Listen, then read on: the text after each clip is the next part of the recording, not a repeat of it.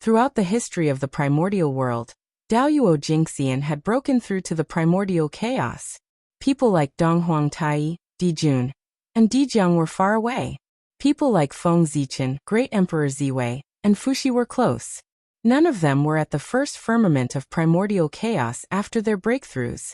Most of them were at the third firmament of primordial chaos. Thinking of this, Feng Zichen suddenly had a bold guess. In fact, breaking through to become a primordial chaos Daoyuo Jingxian wasn't as difficult as one would imagine. However, the heavenly Tao had set some restrictions on this, which made it extremely difficult to break through to the primordial chaos Daoyuo Jingxian.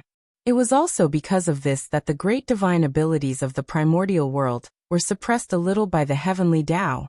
Therefore, after breaking through to the primordial chaos Daoyuo Jingxian realm, they were able to advance several levels.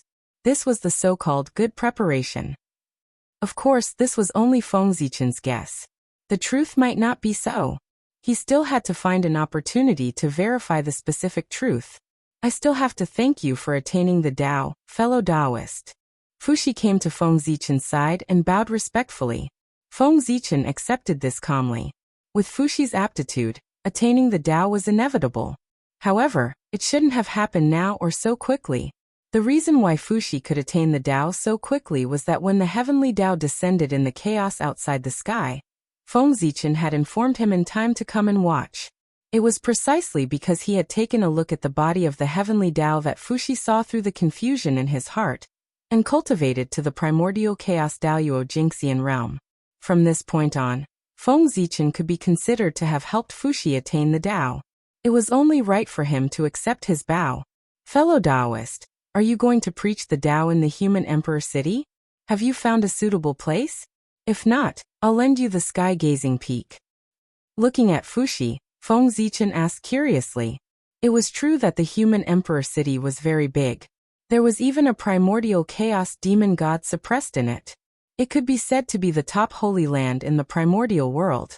However, as the imperial city of the human clan, the human emperor city was naturally full of humans. If too many living beings came to preach the Tao here, it would probably be crowded even with the size of the human emperor city. Even if it wasn't crowded, there would still be many inconveniences. Therefore, Feng Zichen suggested that Fuxi change the location, which was the sky-gazing peak not far from the human emperor city. Hearing Feng Zichen's words, Fuxi also felt that it was inappropriate. However, he had no choice. The reason why he chose to preach the Tao in the human emperor city was very simple. It was because he didn't have a Tao field in the lower realm. Didn't it sound very funny? The dignified primordial emperor Fuxi actually didn't have a Tao field. However, this was true. Not only him, but the 3 sovereigns and 5 emperors also didn't have a Tao field in the human realm. In other words, the territory of the human clan was their Tao field. As long as there were humans, it was their training ground. Since there was no Tao field, Fuxi chose to preach the Tao at the human emperor city based on the principle of proximity. The sky-gazing peak is indeed not bad. However, that's your Tao field. If you lend it to the poor way, what will happen when it's your turn to preach the Tao?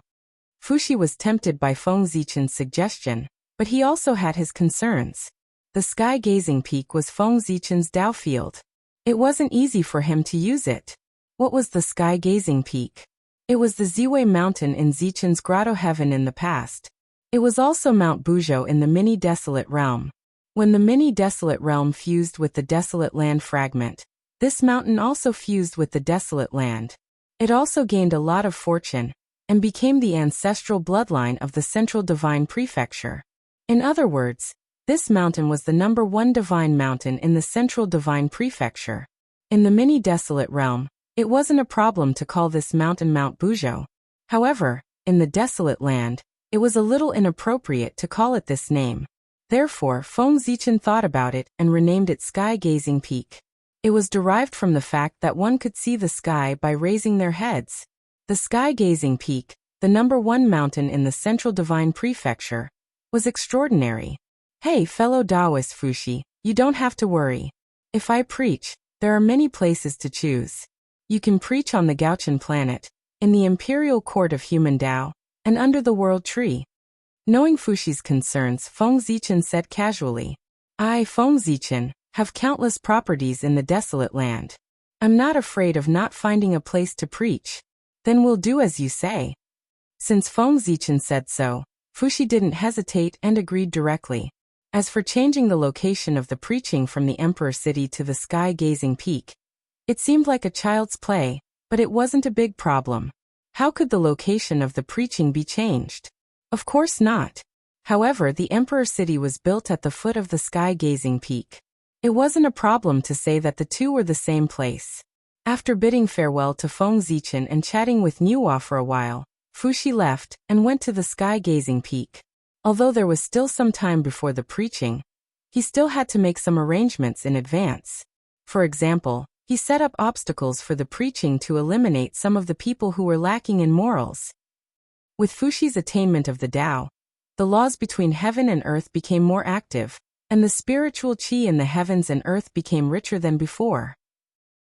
For a time, the birth rate of Khanate life forms, which originally needed a long time to be born, increased by more than 100 times. In just 100 years, a large number of Khanate life forms were born in the three realms. Just like that, another 2,000 years passed. In these 2,000 years, nothing major happened in the three realms. Now that heaven and earth had just been promoted, the laws were abnormally active. It was the best time to cultivate, and it was easier to get close to the Khanate Tao. Everyone was busy cultivating, so how could they have time to come out and cause trouble? Because of this, the three realms had been unusually calm recently, and it looked like a peaceful world. The 8,000 years of the three realms Yuan calendar. It was less than 2,000 years since the heavenly tribulation saint, the great emperor of the South Pole, preached the Tao in the divine firmament palace. Therefore, the life forms that were farther away from the divine firmament nine heavens had already begun their journey. The three realms was very big. Although it was not as big as the primeval age, it was definitely bigger than the primeval age. Even the Daoyuo Taoist priests would have to fly around the three realms for at least 8,000 years if he wanted to fly around by himself without using his spatial divine ability. Under such circumstances, the distance between the mortal realm and the heavenly realm would not be small. It was estimated that even a golden immortal cultivator might not be able to reach the heavenly realm from the mortal realm if he flew at full speed for 1,000 years. And this was only the distance between the heavenly realm and the mortal realm. One had to know that the world tree was constantly growing. As it grew, the distance between the heavenly realm and the mortal realm would definitely increase, until the life forms below the Tai Jinxian would not be able to reach the heavenly realm. This was a digression. It would take many tens of thousands of years for this to happen. The life forms that went from the mortal realm to the divine firmament nine heavens to listen to the Tao were of all realms. There were Tai Jinxian, golden immortals, mystic immortals, and even celestial immortals. However, although many people went, there were only a few who were truly qualified to enter the divine firmament palace. When Tao ancestor Hongjun preached in the divine firmament palace, there were only 3,000 people who were fated to attend. Therefore, the number of people who were fated to attend Lei Zhe's Tao preaching would not exceed this number. 3,000 was the limit. Lei Zhe had set up 3 obstacles at the border between the heavenly realm and the mortal realm. Only the Tai Jinxian and the best among the golden immortals could pass through them. Those ordinary golden immortals and life forms below the golden immortal realm could not even enter the heavenly realm, let alone the divine firmament palace. This Tao preaching was destined to have nothing to do with them from the beginning. However, there was no need to worry. Even if they could not reach the heavenly realm, they would not encounter any danger. After all, they came to listen to the Tao. Lei Zhe would not let them die halfway through because of an accident. There was no need to pay special attention to these life forms. Lei Zhe only needed to give an order. Before and after his Tao preaching, killing was prohibited in the 3 realms. Then no one in the 3 realms would dare to kill or provoke the Saint Lei Zhe, because he was not only a saint, but also a saint who controlled the heavenly tribulations. Everyone knew that saints were terrifying. However, they had not seen them with their own eyes, so they did not have a concrete understanding of them. However, the heavenly tribulations were different. The fear of them was rooted in the depths of their souls. Therefore no one dared to disobey Lei Zhe's order. In the eyes of the people, Lei Zhe was the most terrifying saint. At the same time, he was also the most hated saint in the three realms. The three calamities, 9 tribulations, and 12 tribulations had cut off countless immortal paths. Who would not hate Lei Zhe? Unfortunately, it was useless. Not only would their hatred of Lei Zhe not affect him, it would even become one of his sources of power, making him even stronger. In the blink of an eye, more than 1,000 years had passed. The three realms had officially entered the 9,500th year of the three realms Yuan calendar. The time of Lei Zhe's Tao preaching was set to be the 10,000th year of the three realms Yuan calendar. In other words, it was less than 500 years before Lei Zhe's Tao preaching. At this time, many people had arrived outside the divine firmament palace. There were about 1,000 of them. More than 99% of them were Tai Tao lords. Only a dozen or so of them were golden immortals. There were basically no new living beings in the Tai Jingxian. However, among the few golden immortals, more than half were connate life forms born in the three realms. Come to think of it, this was normal. The three realms era had only begun for less than 10,000 years. In such a short time, the newborns could cultivate to the golden immortal realm. Their potential was already top-notch. As for Tai Tao lords, apart from those who were born with the cultivation of Tai Tao lords, most of them were Tao lords. As for the rest, even the top-notch connate godfiends were probably only at the perfected golden immortal realm. They were still a bit away from becoming Tao lords of Tai. As for the newborns, the heavenly Tao had told them about Lei Zhe's Tao preaching. Not long after they were born, Lei Zhe's voice naturally reverberated in their ears. These living beings were limited by the heavenly Tao's inheritance. Although they didn't know exactly how strong Lei Zhe was, they could tell that he was far stronger than them. Therefore, when they heard about Lei Zhe's preaching, they were tempted and came here after a lot of effort. First, they had to pass through the astral winds, then the lightning and fire. Then they had to withstand the impact of the meteors. They thought that was the end, but they didn't expect there to be a lightning field beyond the 9th firmament. Although this lightning field only targeted those with heavy karma, who wouldn't feel their scalp tingle when the heavenly tribulation lightning gathered densely together. In order to listen to Lei Zhe's Tao preaching, these living beings outside the divine firmament palace had suffered greatly. However, their experience was nothing compared to the 3,000 guests of the purple firmament palace back then. In order to listen to the Tao lords' Tao preaching, they had risked their lives. What Luai's left behind was nothing compared to the chaos beyond the heavens. Outside the divine firmament palace, the 9 heavenly lords of the 9th firmament stood in a row in front of the main entrance. Although they didn't say anything, they stared coldly at the crowd. A faint Tao might spread from their bodies, bringing great pressure to the people who came to listen to the preaching. The atmosphere suddenly became oppressive. Chapter 832. The 9 divine lords of the 9 heavens did this for no other reason than to scare the crowd. Once there were too many people, it was easy to cause trouble. The 9 divine lords of the 9 heavens were very lazy and didn't want to waste their time. Therefore, he pretended to be unapproachable in order to scare the crowd and make them behave themselves. The effect was indeed good. Seeing the 9 divine lords of the 9 heavens' expression, the crowd didn't dare to move at all for fear of angering them. They just stayed outside the divine firmament palace and waited quietly. They weren't just afraid. The 9 divine lords of the 9 heavens didn't hide their cultivation at all. The magnificent aura that belonged only to the Daoyuo Taoist priests spread out from their bodies and pressed down on the crowd's hearts like a huge rock, bringing them great pressure. Facing the 9 divine lords of the 9 heavens, the crowd felt as if they were facing the great Tao directly, as if they were the incarnation of the great Tao. Thinking of this, even the ignorant crowd knew that the 9 people in front of them were probably the legendary Daoyuo Taoist priests. Thinking of this, the crowd felt even more respect for the 9 divine lords of the 9 heavens. They didn't even dare to show a trace of dissatisfaction. The Daoyuo Taoist priests were standing outside the door. They were a group of Tai Tao lords. What was there to complain about? The crowd waited for another 400 years. It was less than 100 years before Lei Zhe, the heavenly tribulation saint, would teach the great Tao.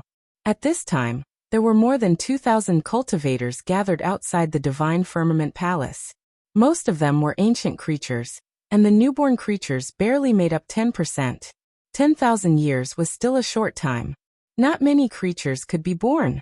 Even if many creatures were born, it would be difficult for them to cultivate to the golden immortal, or Tai Jinxian realm in such a short time. However, this wasn't all bad. At least the newborn creatures who could come to the divine firmament palace at this time all proved their excellence. They were born less than 10,000 years ago, but they already had the cultivation of top golden immortal, or Tai Jinxian realm. If they were innate godfiends, it would be fine. But if they were innate creatures, their aptitude could be said to be quite extraordinary. Even now, the gates of divine firmament's palace still showed no signs of opening. It was unknown what they were waiting for. Although the crowd was puzzled, they didn't dare to ask. They just waited silently. In his heart he thought, perhaps the divine firmament palace's doors will only open when the time is right. Just as everyone was thinking about this, the 9 brothers of the 9 firmament monarchs suddenly moved. They turned around and opened the door. After opening the door, Jiao Tianjun didn't let them in. He just stood outside the door respectfully with a faint smile on his face. No one knew what he was doing. Although everyone was puzzled, no one was tactful enough to ask. Their knowledge was limited, but that didn't mean they were stupid. Looking at the 9th Heaven Lord's expression, they could roughly guess what was going on.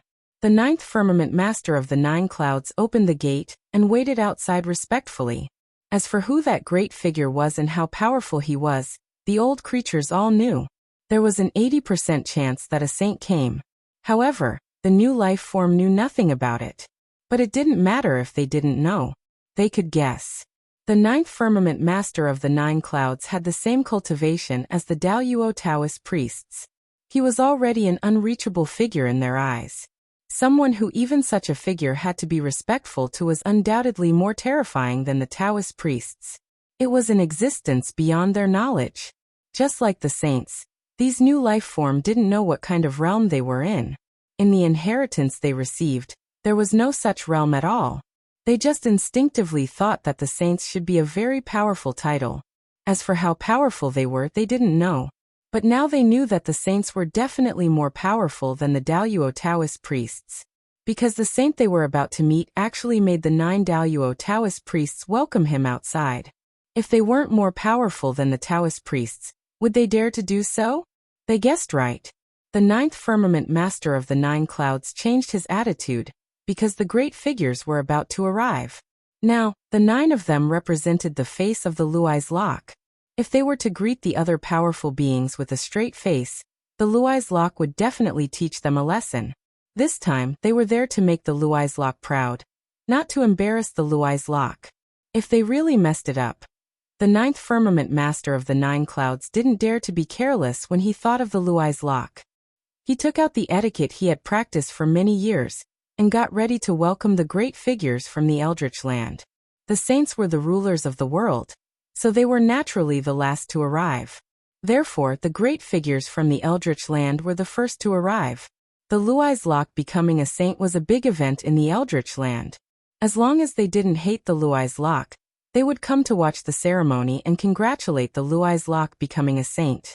There were many great figures in the Eldritch land. The 9th firmament master of the 9 clouds was an otaku who didn't go out all year round, so he didn't know most of them. Well, in fact, even the Luai's lock didn't know all the great figures from the Eldritch land, let alone them. After all, some of the great figures were really otaku, even more otaku than the 9th firmament master of the 9 clouds. Some of them even stayed in seclusion for an eternity. They really didn't show up unless something big happened in the world. Some of the great figures didn't even want to show up when the world was destroyed. Those great figures were like that. Except for their peers, the powerful figures who were born later had never heard of their names, let alone know them. They couldn't even greet them when they met. Therefore, when the first group of great figures arrived at the Shenshao Palace, the 9th firmament master of the 9 clouds raised his head. Good heavens, the 9 brothers didn't know any of them. However, it didn't matter if they didn't know their names, because it wasn't a problem for the 9th firmament master of the 9 clouds. As long as they didn't know the great figures, they all called them seniors and invited them into the Shenshao Palace respectfully, so that their masters could chat with them. It's not that the author can't think of names, it's just that there are too many people. As for whether their masters knew them or not, it had nothing to do with the ninth firmament master of the 9 clouds. They were only responsible for welcoming the guests and didn't care about anything else. When the great figures arrived and saw the 9 Daoyuo Taoist priests standing in a row outside the door, they couldn't help but feel shocked. They felt that this new saint had hidden his strength too well. He had secretly taught 9 disciples at the level of Taoist priests. This was enough to make the Luais lock one of the top 3 on the Eldritch Land's master-teacher ranking. The 9th firmament master of the 9 clouds didn't know the great figures, so the people who came to listen to the sermon naturally didn't know them either. However, they had their own methods. When they saw the auras of the newcomers, which were as deep as the sea and as vast as the great Tao, they did not hesitate to call them Tao Lords. Those above the Daoyuo holy man, and even those below the saints, were all holy lords. There was nothing wrong with calling them that. After a few groups of people came and went, finally a few people that the 9th firmament master of the 9 clouds knew came. The 9th firmament master of the 9 clouds had heard of great figures like Zhen Yuanzi, the Queen Mother of the West, Patriarch Nether River, and Patriarch Kuanping, who often appeared in the untainted land. Not only the 9th firmament master of the 9 clouds, but also many of the creatures who came to listen to the sermon had heard of their legends. Seeing Zhen Yuanzi, the Queen Mother of the West, and the others come, the 9th firmament master of the 9 clouds finally changed the way he addressed them. He called them great immortals, supreme gods, Taoist mothers, or demon masters. In short, they were all well-mannered. After a few more years, most of the great adepts had arrived, and it was finally time for the finale contestants to take the stage. The first one to come was the Heavenly Emperor, who was the closest to this place. He and the Jade Lake Heavenly Empress were riding a 7-colored auspicious cloud from the Heavenly Court. After the two of them arrived, before the 9th firmament master of the 9 clouds could speak, the people who came to listen to the sermon took the lead and bowed. "Greetings, Your Majesty and the Empress. We wish Your Majesty and the Empress a holy and boundless life." The old creatures all bowed. Although the new creatures did not know who they were, they also bowed. The people could not recognize the great figures, but they could not recognize the Celestial Emperor and the Empress. Even if they did not recognize them, it did not matter. They were all Tao Lords, and they still had the means to look at aura. The boundless Emperor aura that symbolized the Celestial Emperor, and the Empress above Jade Lake's head could be recognized as long as one was not blind. Seeing such a phenomenon, one naturally knew that the Celestial Emperor had come without the need for others to tell them. "Everyone please rise." Walking down from the imperial chariot with Jade Lake, Heavenly Emperor Hao Tian asked everyone to rise in a very friendly manner. As Heavenly Emperor Hao Tian's realm became closer to that of primordial chaos Daoyuo Jingxian, his aura became more and more transcendent over the years. His majesty gradually faded, and he had a feeling that everything was not entangled in his heart. "Thank you, Your Majesty." Hearing this, everyone stood up. At this moment, 8 more people came down from the imperial chariot. They were Yaoji and the 7 fairies. Good Lord, Hao Yin even brought his family with him this time. "Greetings, Your Majesty. Greetings, Your Majesty. Greetings, Princess Royal and the 7 princesses." 9 Heavens Lord stepped forward and respectfully bowed to Heavenly Emperor Hao Tian and Jade Lake. Then he nodded slightly as a greeting to the 7 fairies of Yaoji. Heavenly Emperor Hao Tian and Jade Lake's cultivation was high, and her identity was honorable enough. Therefore, she accepted the greetings of the 9 brothers calmly. However, the 7 fairies of Yaoji slightly tilted their bodies, not daring to accept the greetings of the 9 brothers. The daughter of the Celestial Emperor was not as precious as the Taoist priests. Heavenly Emperor Hao Tian looked up and down at 9 Heavens Lord and said with a sigh, "Are you the disciples of Taoist Chongqing? You are really extraordinary. All 9 of you are Taoist priests, immortal and indestructible. What a great fortune. Taoist Chongqing has really hidden himself well." 9 Taoist priests was nothing special. However, 9 Taoist priests of the same origin was a little scary. The origin was the same, which meant that if the 9 of them joined forces, There would be no hindrance. It was not as simple as 1 plus 1. Just like in the ancient times, although the 12 ancestors of sorcerers were strong, they were not invincible individually. There were people who were on par with them, or even stronger. However, when the 12 ancestors of sorcerers joined forces, they were really invincible. Even Taoist ancestor Hongjun would frown. The 9 brothers looked like the Daoyuo Taoist priests. However, if they joined forces with the corresponding array, they could probably fight with the great medium. That was why Heavenly Emperor Hao Tian said that Luais had hidden himself well. He had such disciples, but he still hid them and did not show them to the public. If he had not achieved Taoism and used them as a front, the public would not have known about it. Haha, Taoist brother Hao Tian, you must be joking. They are just 9 good-for-nothing disciples. They don't deserve your praise. Luais walked out of the purple cloud palace and shouted at Heavenly Emperor Hao Tian from afar. Hearing that, Heavenly Emperor Hao Tian and Yao Qi were speechless. If such disciples were not good enough, what kind of disciples were good enough? Did they have to be the top great medium? Looking at Lei Zai's expression, although he said that he was a good-for-nothing, he could not hide the smug look on his face. This made Hao Tian and Yao Qi speechless. He was showing off his disciples, right? Okay. Please come in, Taoist friends. Luais did not care about their expressions, and went forward to invite them into the Divine Cloud Palace. With Heavenly Emperor Hao Tian and Yao Qi's status, if Luais did not come out to welcome them, it would be impolite. Therefore, he walked out of the Divine Cloud Palace to welcome them.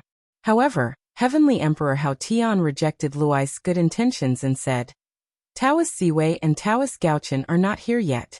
Poor Wei will wait for them here and go in with them.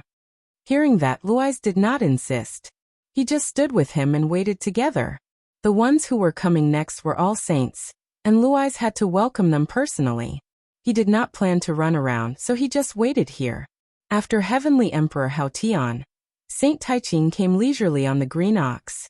The green ox was formed by a wisp of connate clear qi. It was a primitive mutant.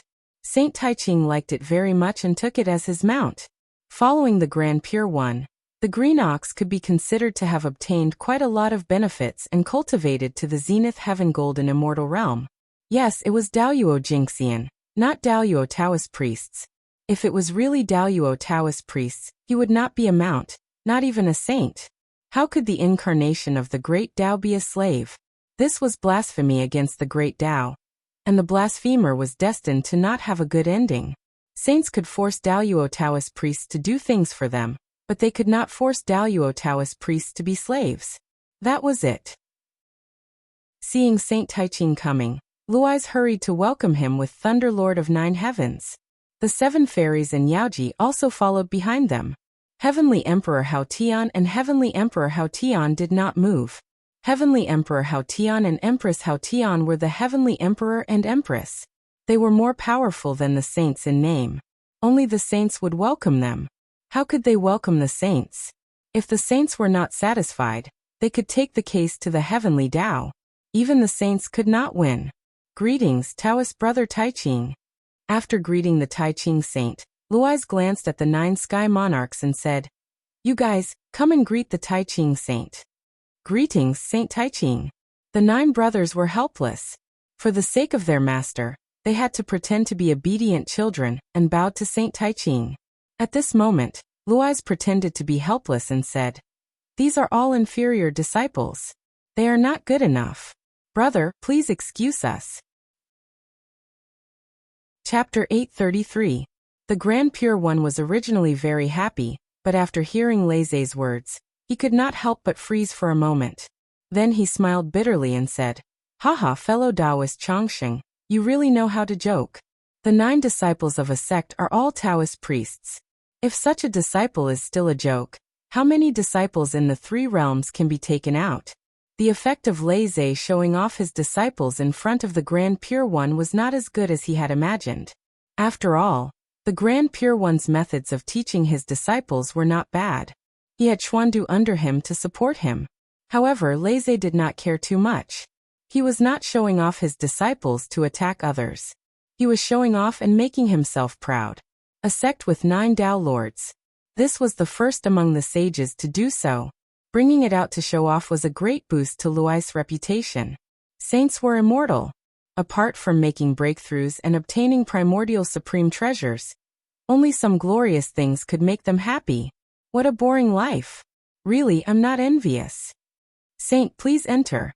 Laissez cupped his hands at the Grand Pure One and wanted to invite him into the hall. However, the Grand Pure One refused with a smile. He wanted to wait outside with Laissez for the other fellow Taoists. Not long after, the Heavenly Lord of Primordial Beginning arrived. As the person who paid the most attention to ostentation in the primordial world, the appearance of the Heavenly Lord of Primordial Beginning was quite extraordinary. How extraordinary was it? There was a poem as proof. The auspicious cloud above him was 30,000 feet tall, and he was covered in colorful clouds. A strange beast flew over as an armrest, holding the 3 treasure jade rui. The white crane led the way in front, followed by the red phoenix dancing immortal robe. The feather fans separated the clouds and mist, and the immortal child played the jade flute. The yellow-scarfed strongman listened to the imperial order, and smoke billowed. The immortals followed. The auspicious cloud above his head was covered in endless immortal light. In front, there were white cranes and green phoenixes opening the way. Behind there were red phoenixes dancing. There were immortal children on his left and right, and there were 9 dragons pulling the carriage under his feet. Good fellow, even the Tao ancestors' trip was not as grand as the Heavenly Lord of Primordial Beginnings. The 9 dragons' Agarwood carriage stopped, and the Heavenly Lord of Primordial Beginning walked out. An immortal crane flew over and landed under the Heavenly Lord's feet, turning into steps for him to walk down the carriage. Greetings, Saint of Primordial Beginning. When the audience saw the Primordial Lord of Heaven rushing over, they hurriedly bowed. The newborn creature was confused and did not know who the visitor was.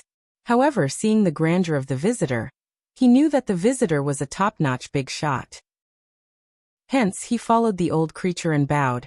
Greetings, Yuanshi Saint. The new creatures were all stupefied. Didn't the inheritance say that the Taoist priests were the most powerful in this world? But were these people whose auras were as terrifying as the great Tao, really Taoist priests? In that instant, the new creatures all knew that their understanding of this world was still too little. Forget about knowing many great figures, they hadn't even heard of them before. Thus, all of them decided in their hearts that they would definitely properly understand the history of the 3 dimensions once they returned.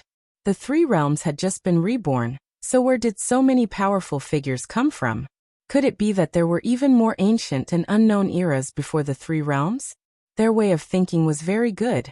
Unfortunately, they who were born in the 3 dimensions were bound to be unable to understand the primeval times.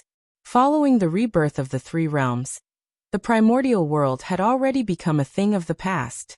That period of time had been sealed by the combined efforts of everyone. They had no choice, as there were too many dark histories. None of them wanted to ruin their heroic image, so they decided to work together to seal the primeval times history. There were some people and some things that they only needed to know and protect themselves. There was no need for more people to understand. The people of the 3 realms only needed to know about the 3 realms. The primeval times were not something they could know. If they really wanted to understand, there were many legends about the primeval times. Whether they were true or not, they could slowly guess. Greetings, Yuanshi Saint. Master, Taiching Saint, Jade Emperor, and Queen Mother are waiting for you outside the Divine Firmament Palace. Without waiting for Laissez's instructions, the 9 heavenly lords had already walked over and greeted the Yuanshi Saint from afar. Master, you are the longevity Taoist disciples?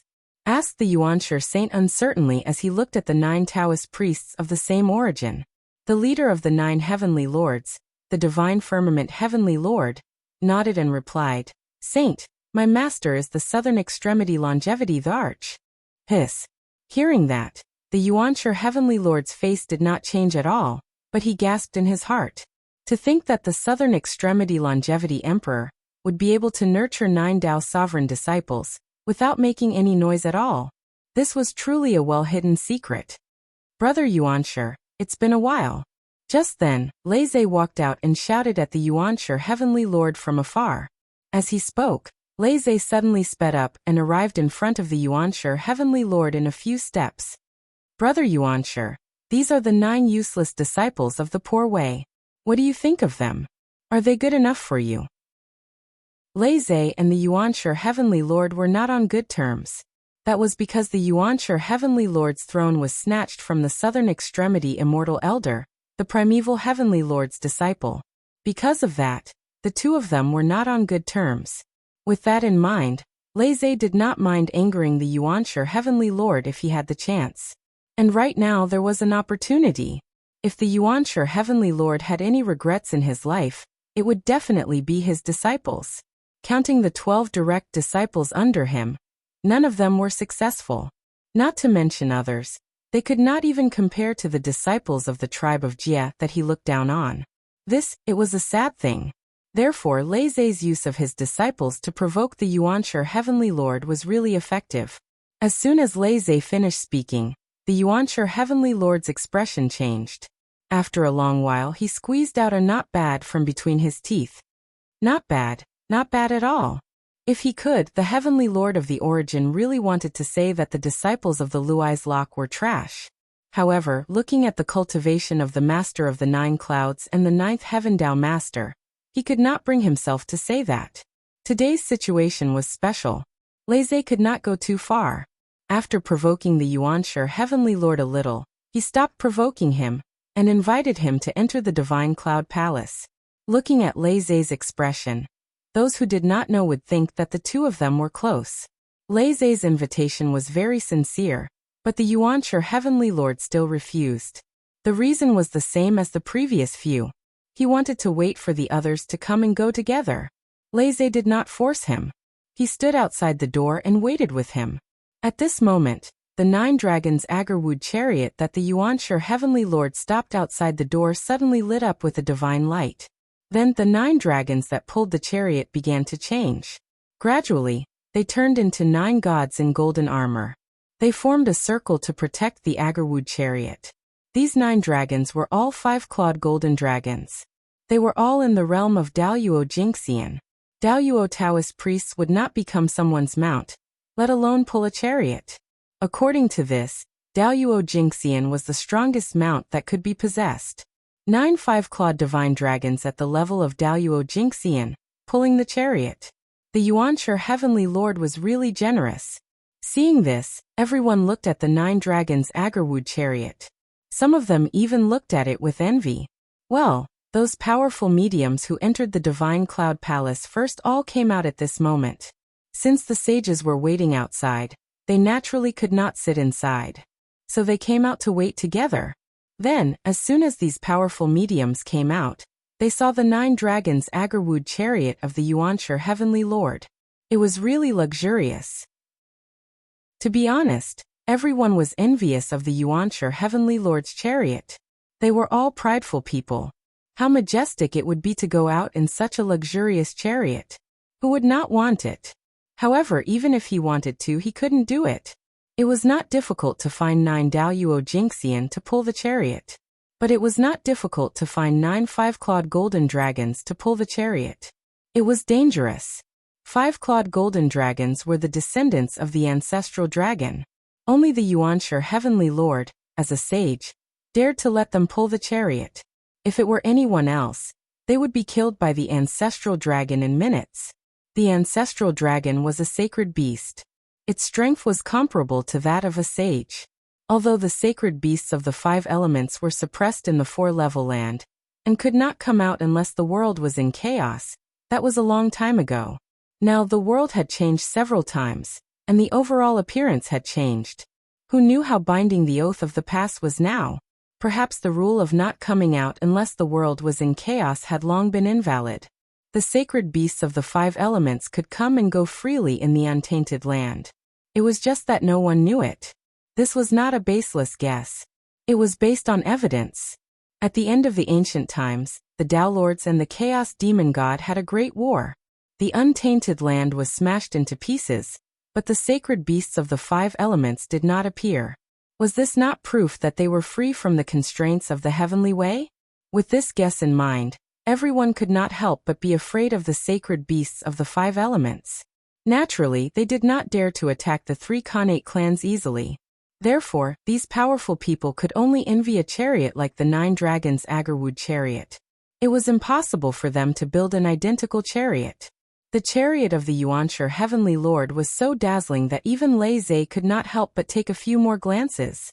Seeing this, a smile appeared on the face of the Yuanshi Heavenly Lord. As soon as he arrived at the Shenshao Palace, he was shown off by Lei Zhe's disciple.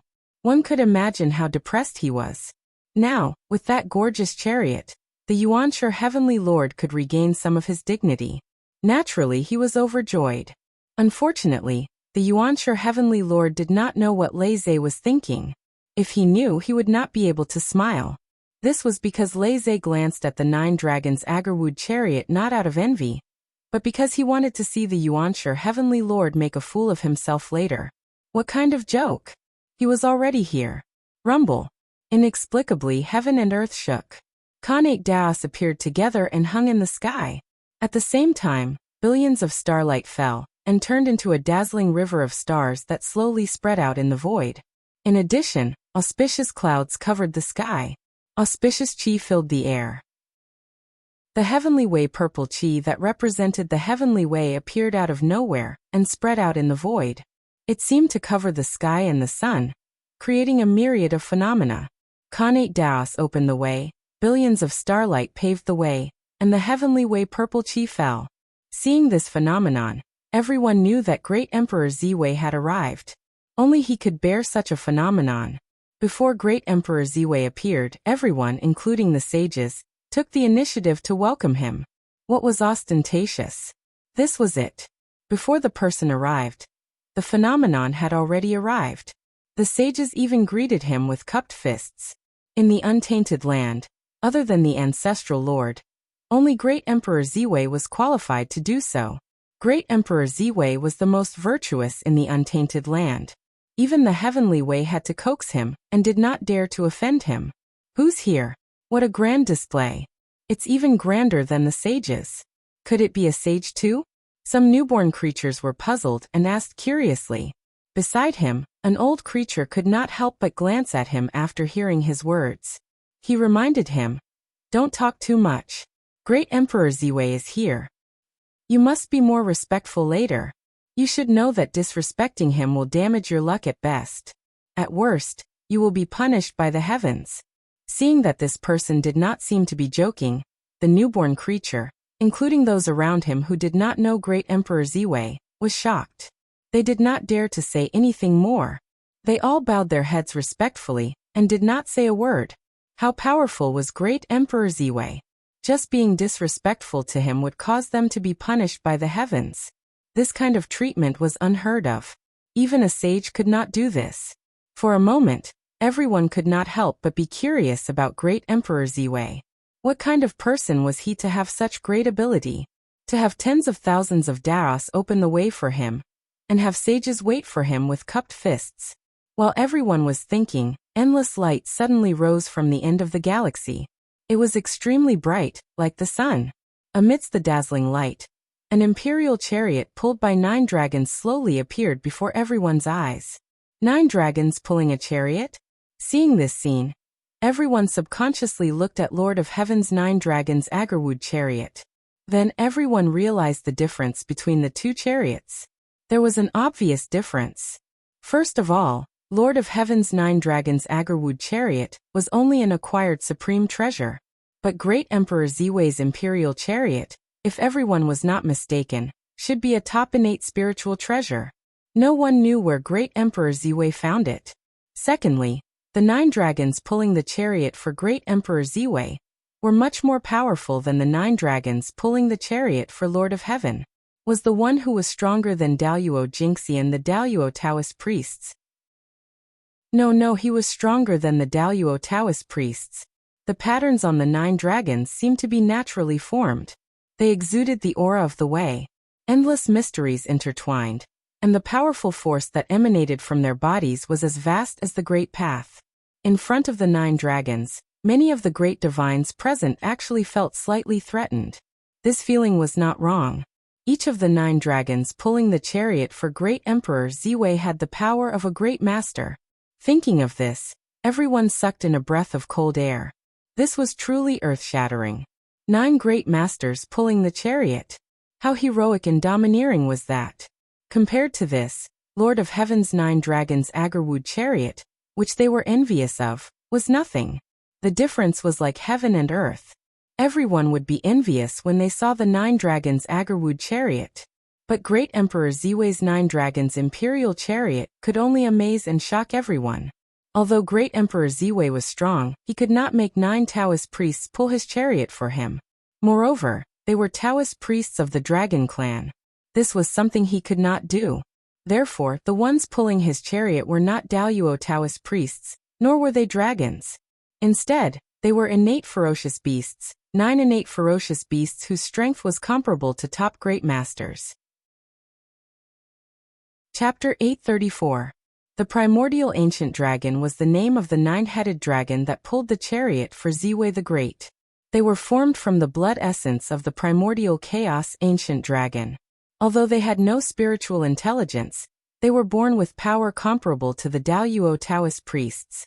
Although these 9 dragons came from the same source, their attributes were completely different.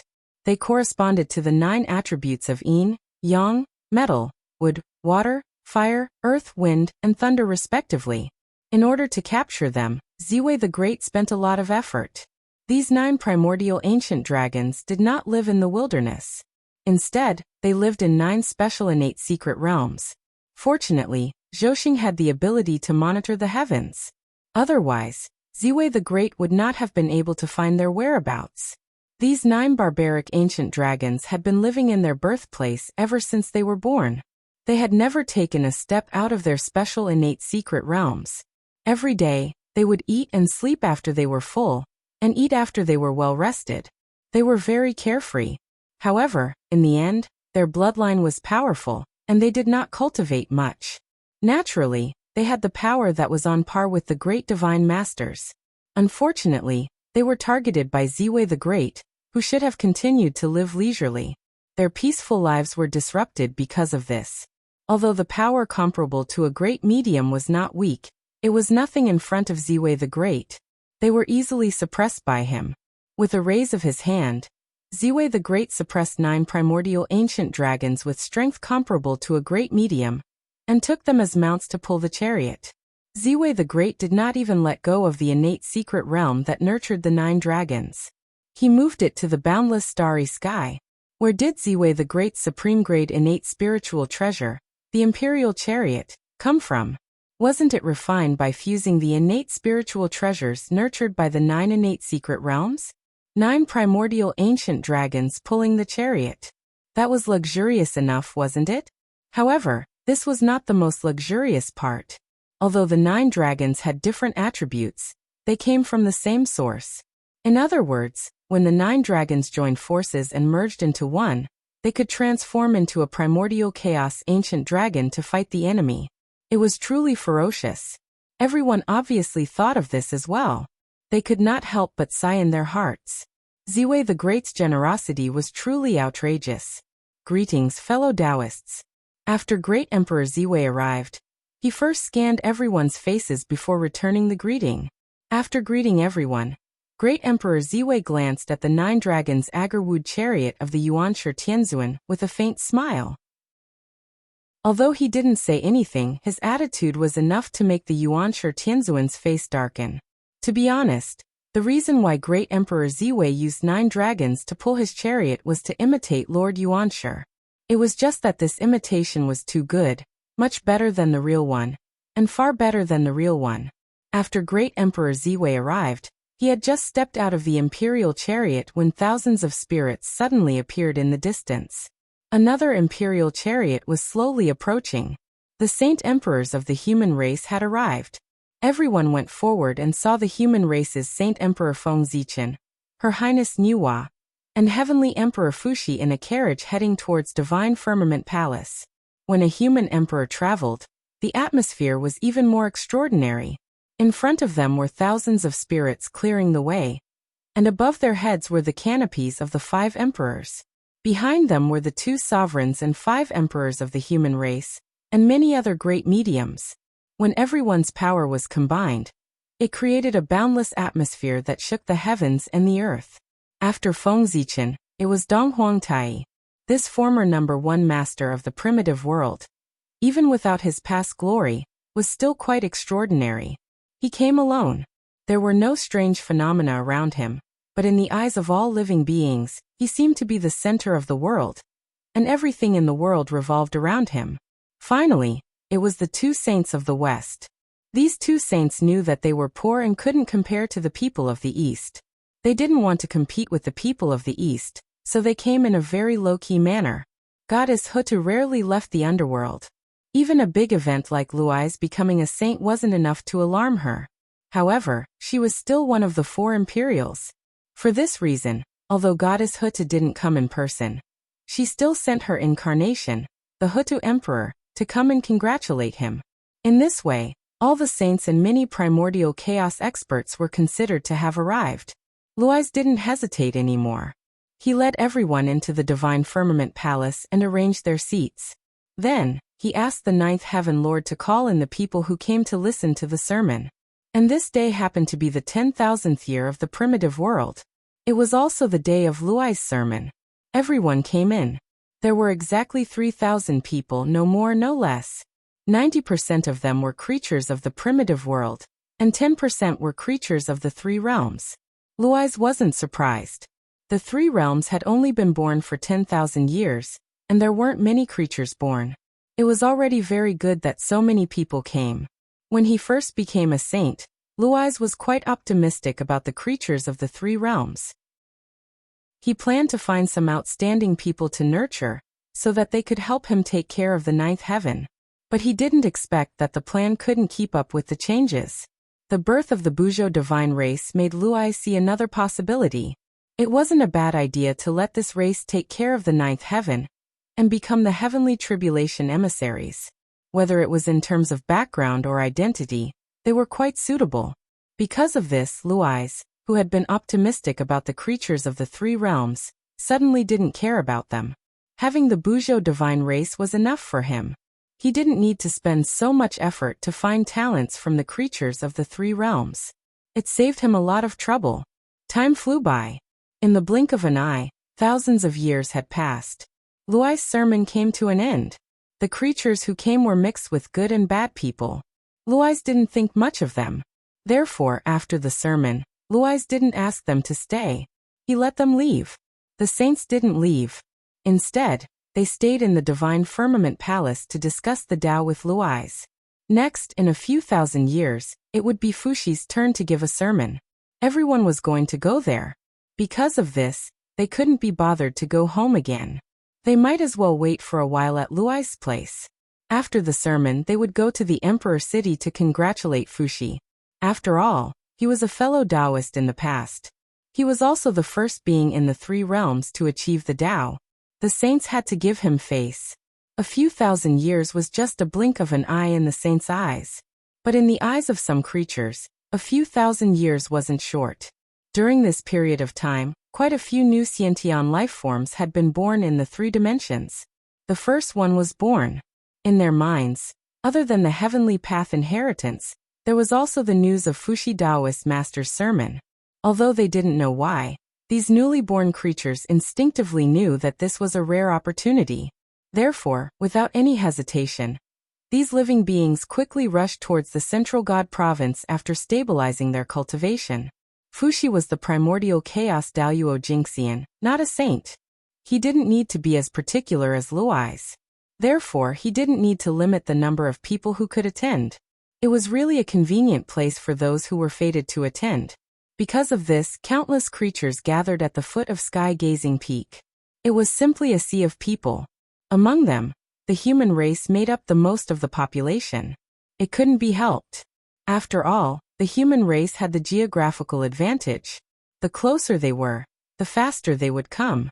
Of course, this was all part of Fushi's plan. Otherwise, he wouldn't have set the location of his sermon at Emperor City. His sermon this time was mainly for the human race. As for the other creatures, they were really just incidental. Where was Emperor City? It was the center of the central god province, and also the center of the human race. Countless humans lived around it. There were no traces of other races at all.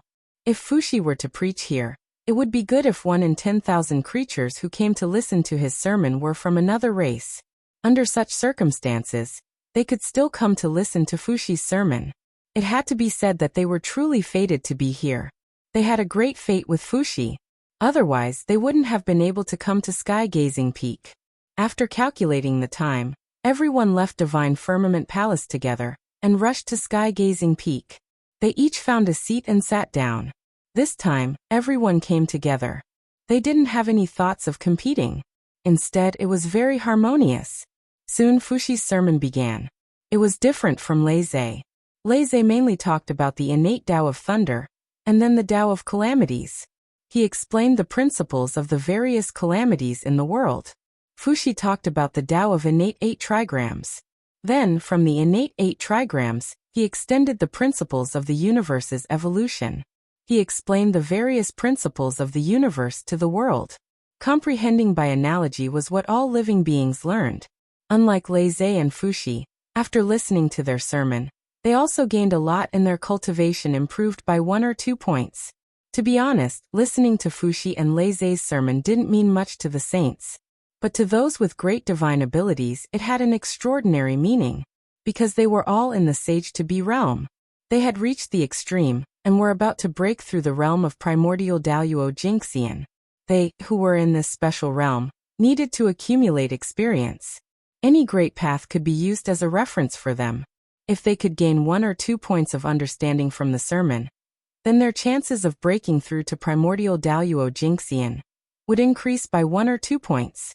This was also the reason why Fuxi's Leisha Dao lecture attracted so many powerful cultivators to listen in. They wanted to break through the realm of primordial Daoyuo Jingxian, so they didn't want to let go of any opportunity to accumulate experience. The great mediums in the untainted land were all proud and arrogant people. None of them intended to forcefully attain the primordial chaos Dao fruit. They all thought that as long as their foundation was strong enough, they would naturally be able to break through to the primordial chaos zenith heaven golden immortal. This way, primordial Daoyuo Jingxian would not only be strong enough, but also be able to break through several small realms.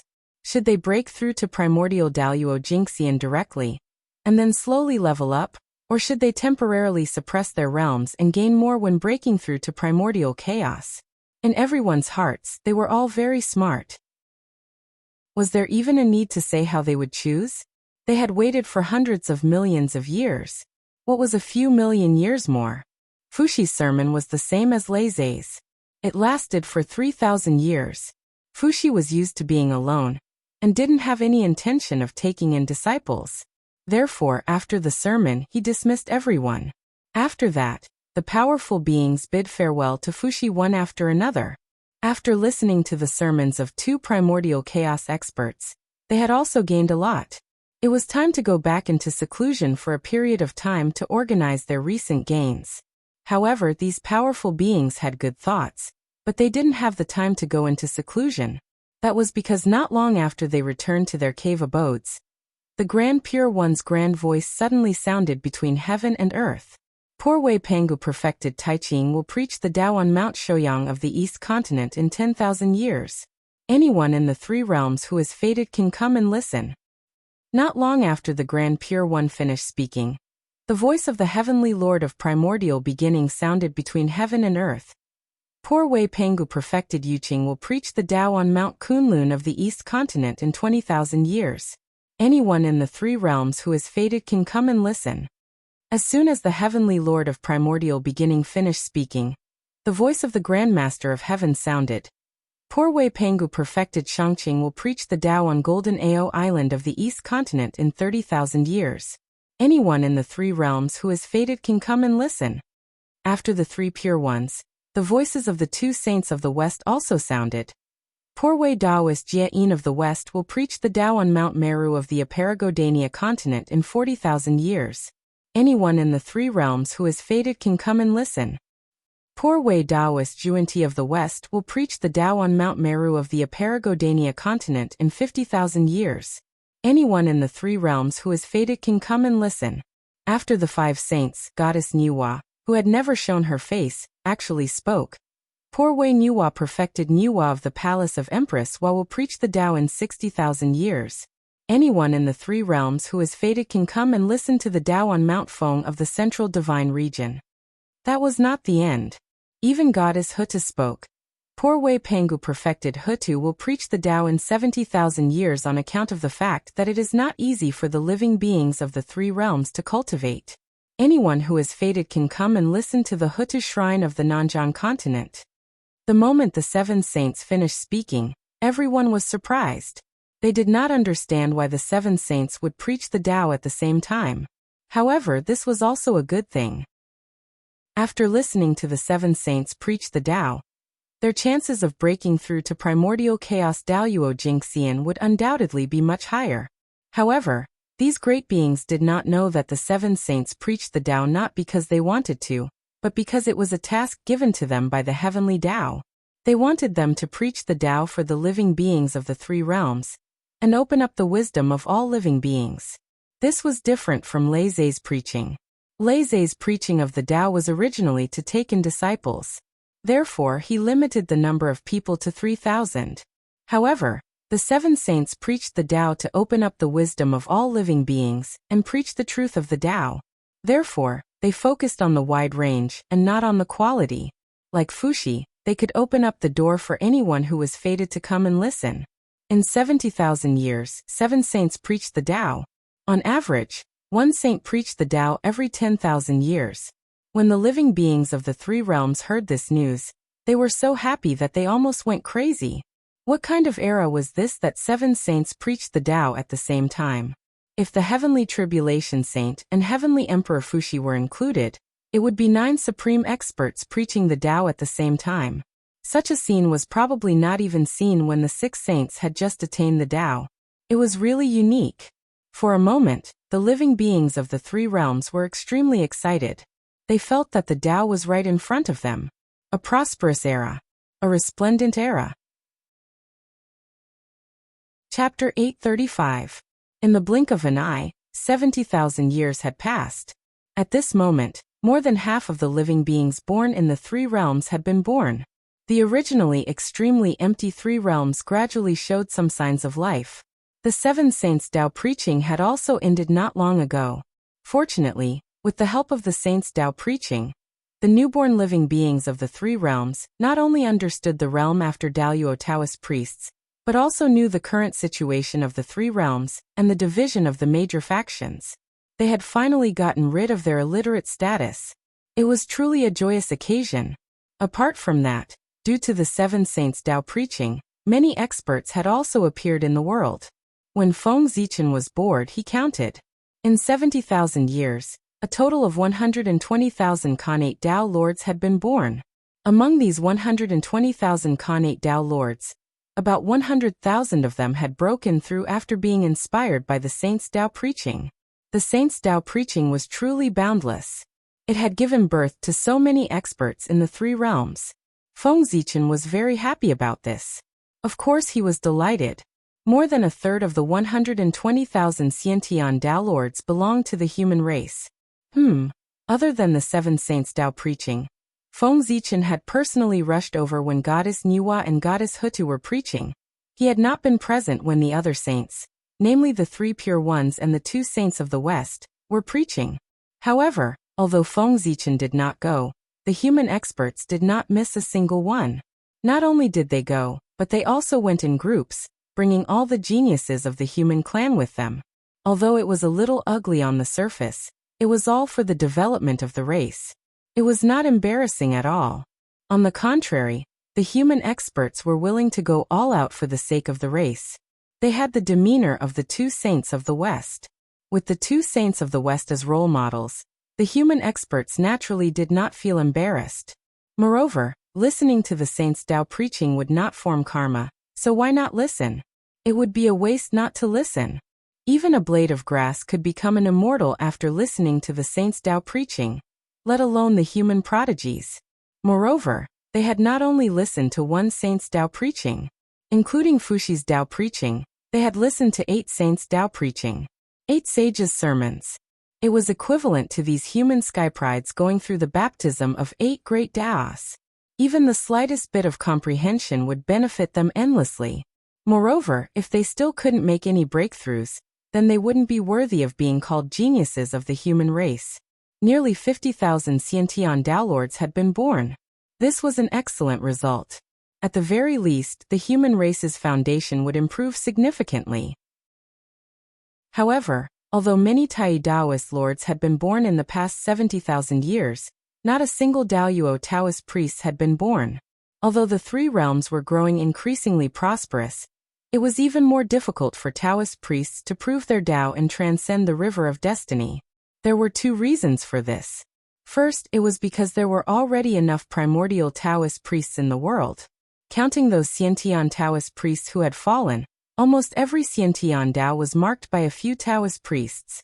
It had been said before that the path of Tao validation had always been the easiest for the first person. The further one went, the more difficult it would be.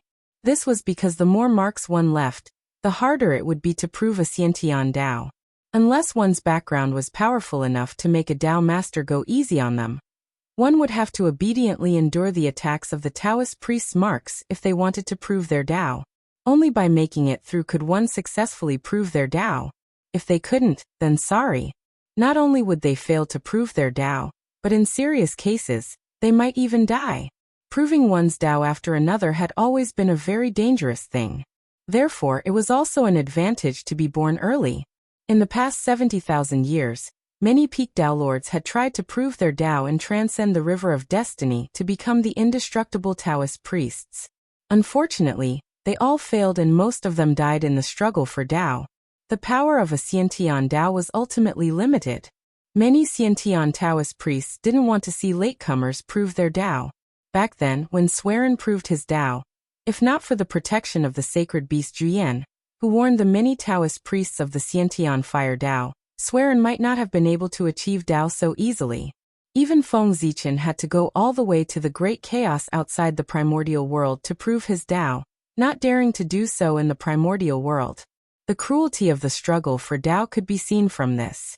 Apart from the struggle for Tao, there was another tribulation in the 3 realms era to prove one's Daoyuo Tao, and that was the tribulation of merit.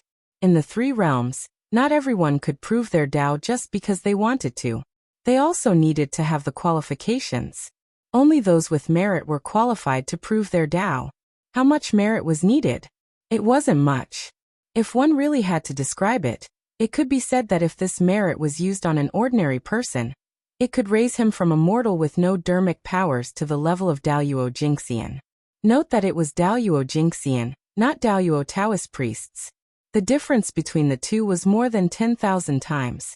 In the eyes of Feng Zichen and company, this amount of merit was nothing. It could be said to be pitifully low.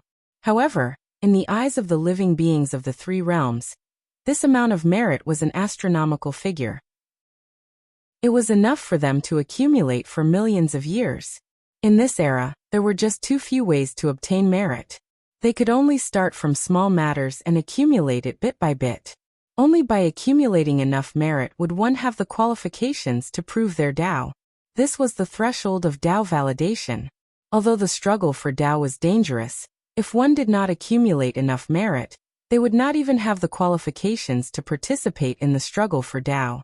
If one did not accumulate enough merit, and chose to forcefully prove their Tao, what would happen? It was simple. First, congratulations on gaining the attention of a saint. The newly ascended Saint Luiz would cast a wisp of his spiritual will, bringing heavenly punishment, to let the world know the consequences of defying the heavenly Tao. The path of Tao validation was difficult. Difficult. Difficult. Merit and the struggle for Tao were the 2 mountains in the hearts of many peak Tao lords. If they could not move them, they would not be able to prove their Tao. They would not be able to transcend the long river of fate, and cultivate to the realm of the immortal Daoyuo Taoist priests. On the sky-gazing peak, Feng Zichen stood alone at the peak of the mountain, and looked down at the billions of mountains and rivers. Everything in the world appeared clearly in front of his eyes. No divine ability or array formation could block his vision. He was just that powerful. With this glance, he could see everything in the world. Inevitably, The figures of many peak Tao lords who were in seclusion appeared in Feng Zichen's eyes. Looking at them bitterly searching for the great Tao, unable to obtain it and scratching their ears and cheeks, Feng Zichen could not help but feel a myriad of emotions in his heart. At the same time, his heart seemed to be touched and trembled inexplicably. Then, Feng Zichen vaguely understood that his opportunity seemed to have arrived. Opportunity? Thinking to this point, Feng Zichen withdrew his thoughts and began to think carefully. At his level, what opportunity in the three realms could resonate with him? Out of curiosity, Feng Zichen began to calculate.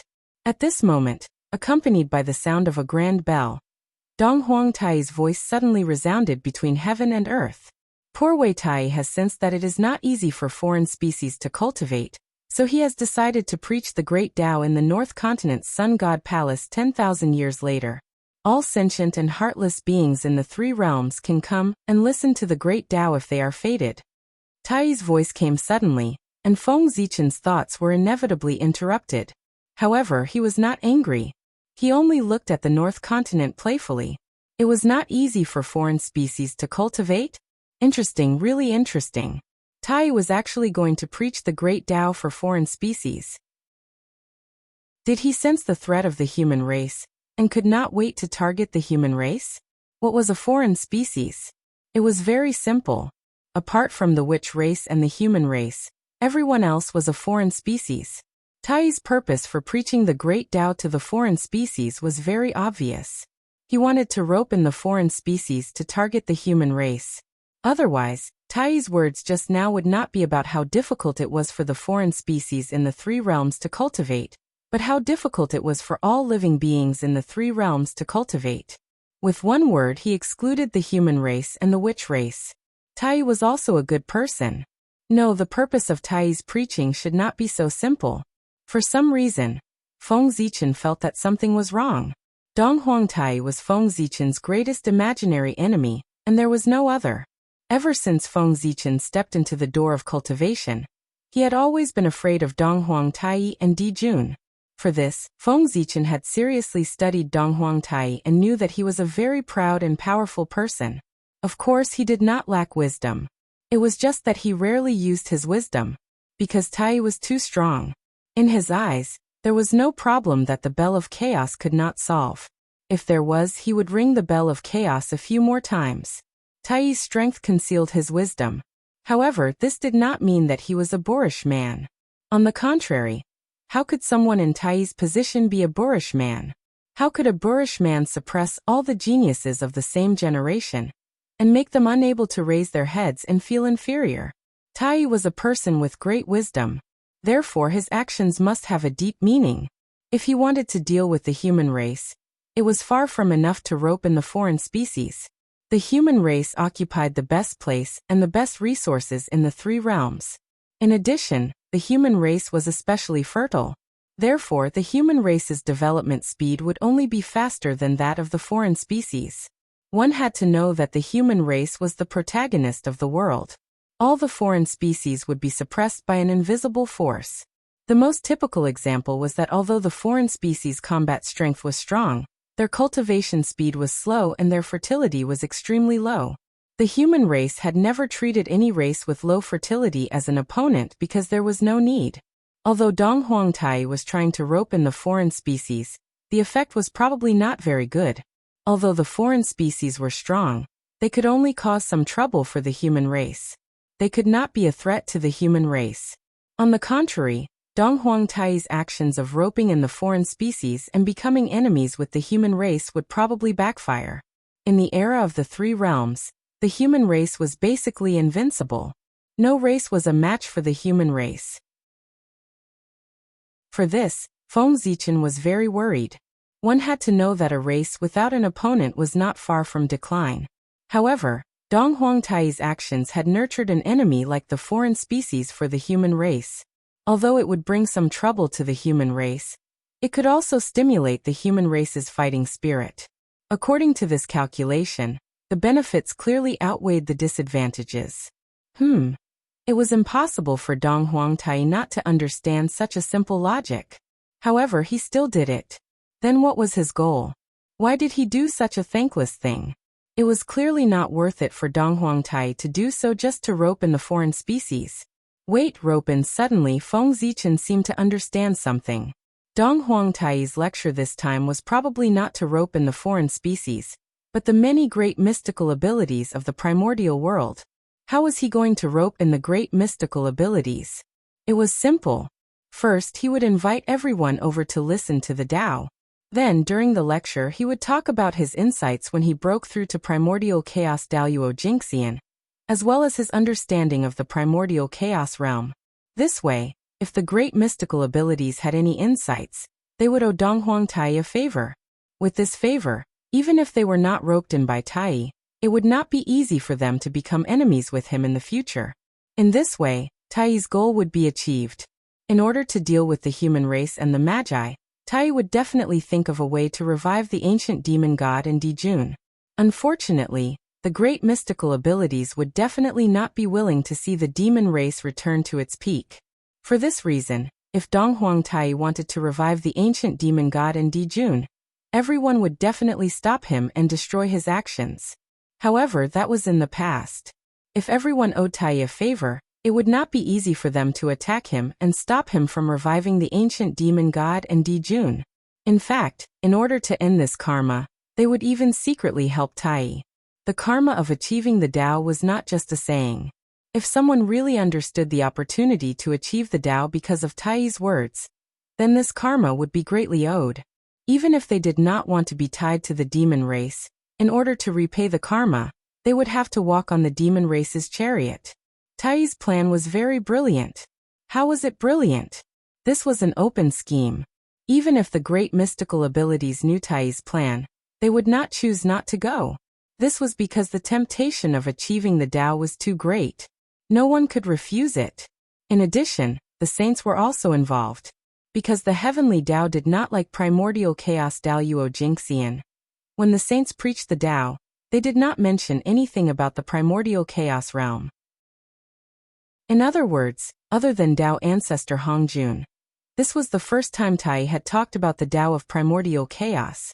The great mystical abilities had no room to refuse. If they missed this opportunity, who knew if there would be another one? Therefore, they would definitely go. Similarly, the saints would not stop them from going to Tai's place to listen. If they really blocked the way, it would be the enmity of blocking the Tao. The consequences were too severe. Even the saints did not dare to do it.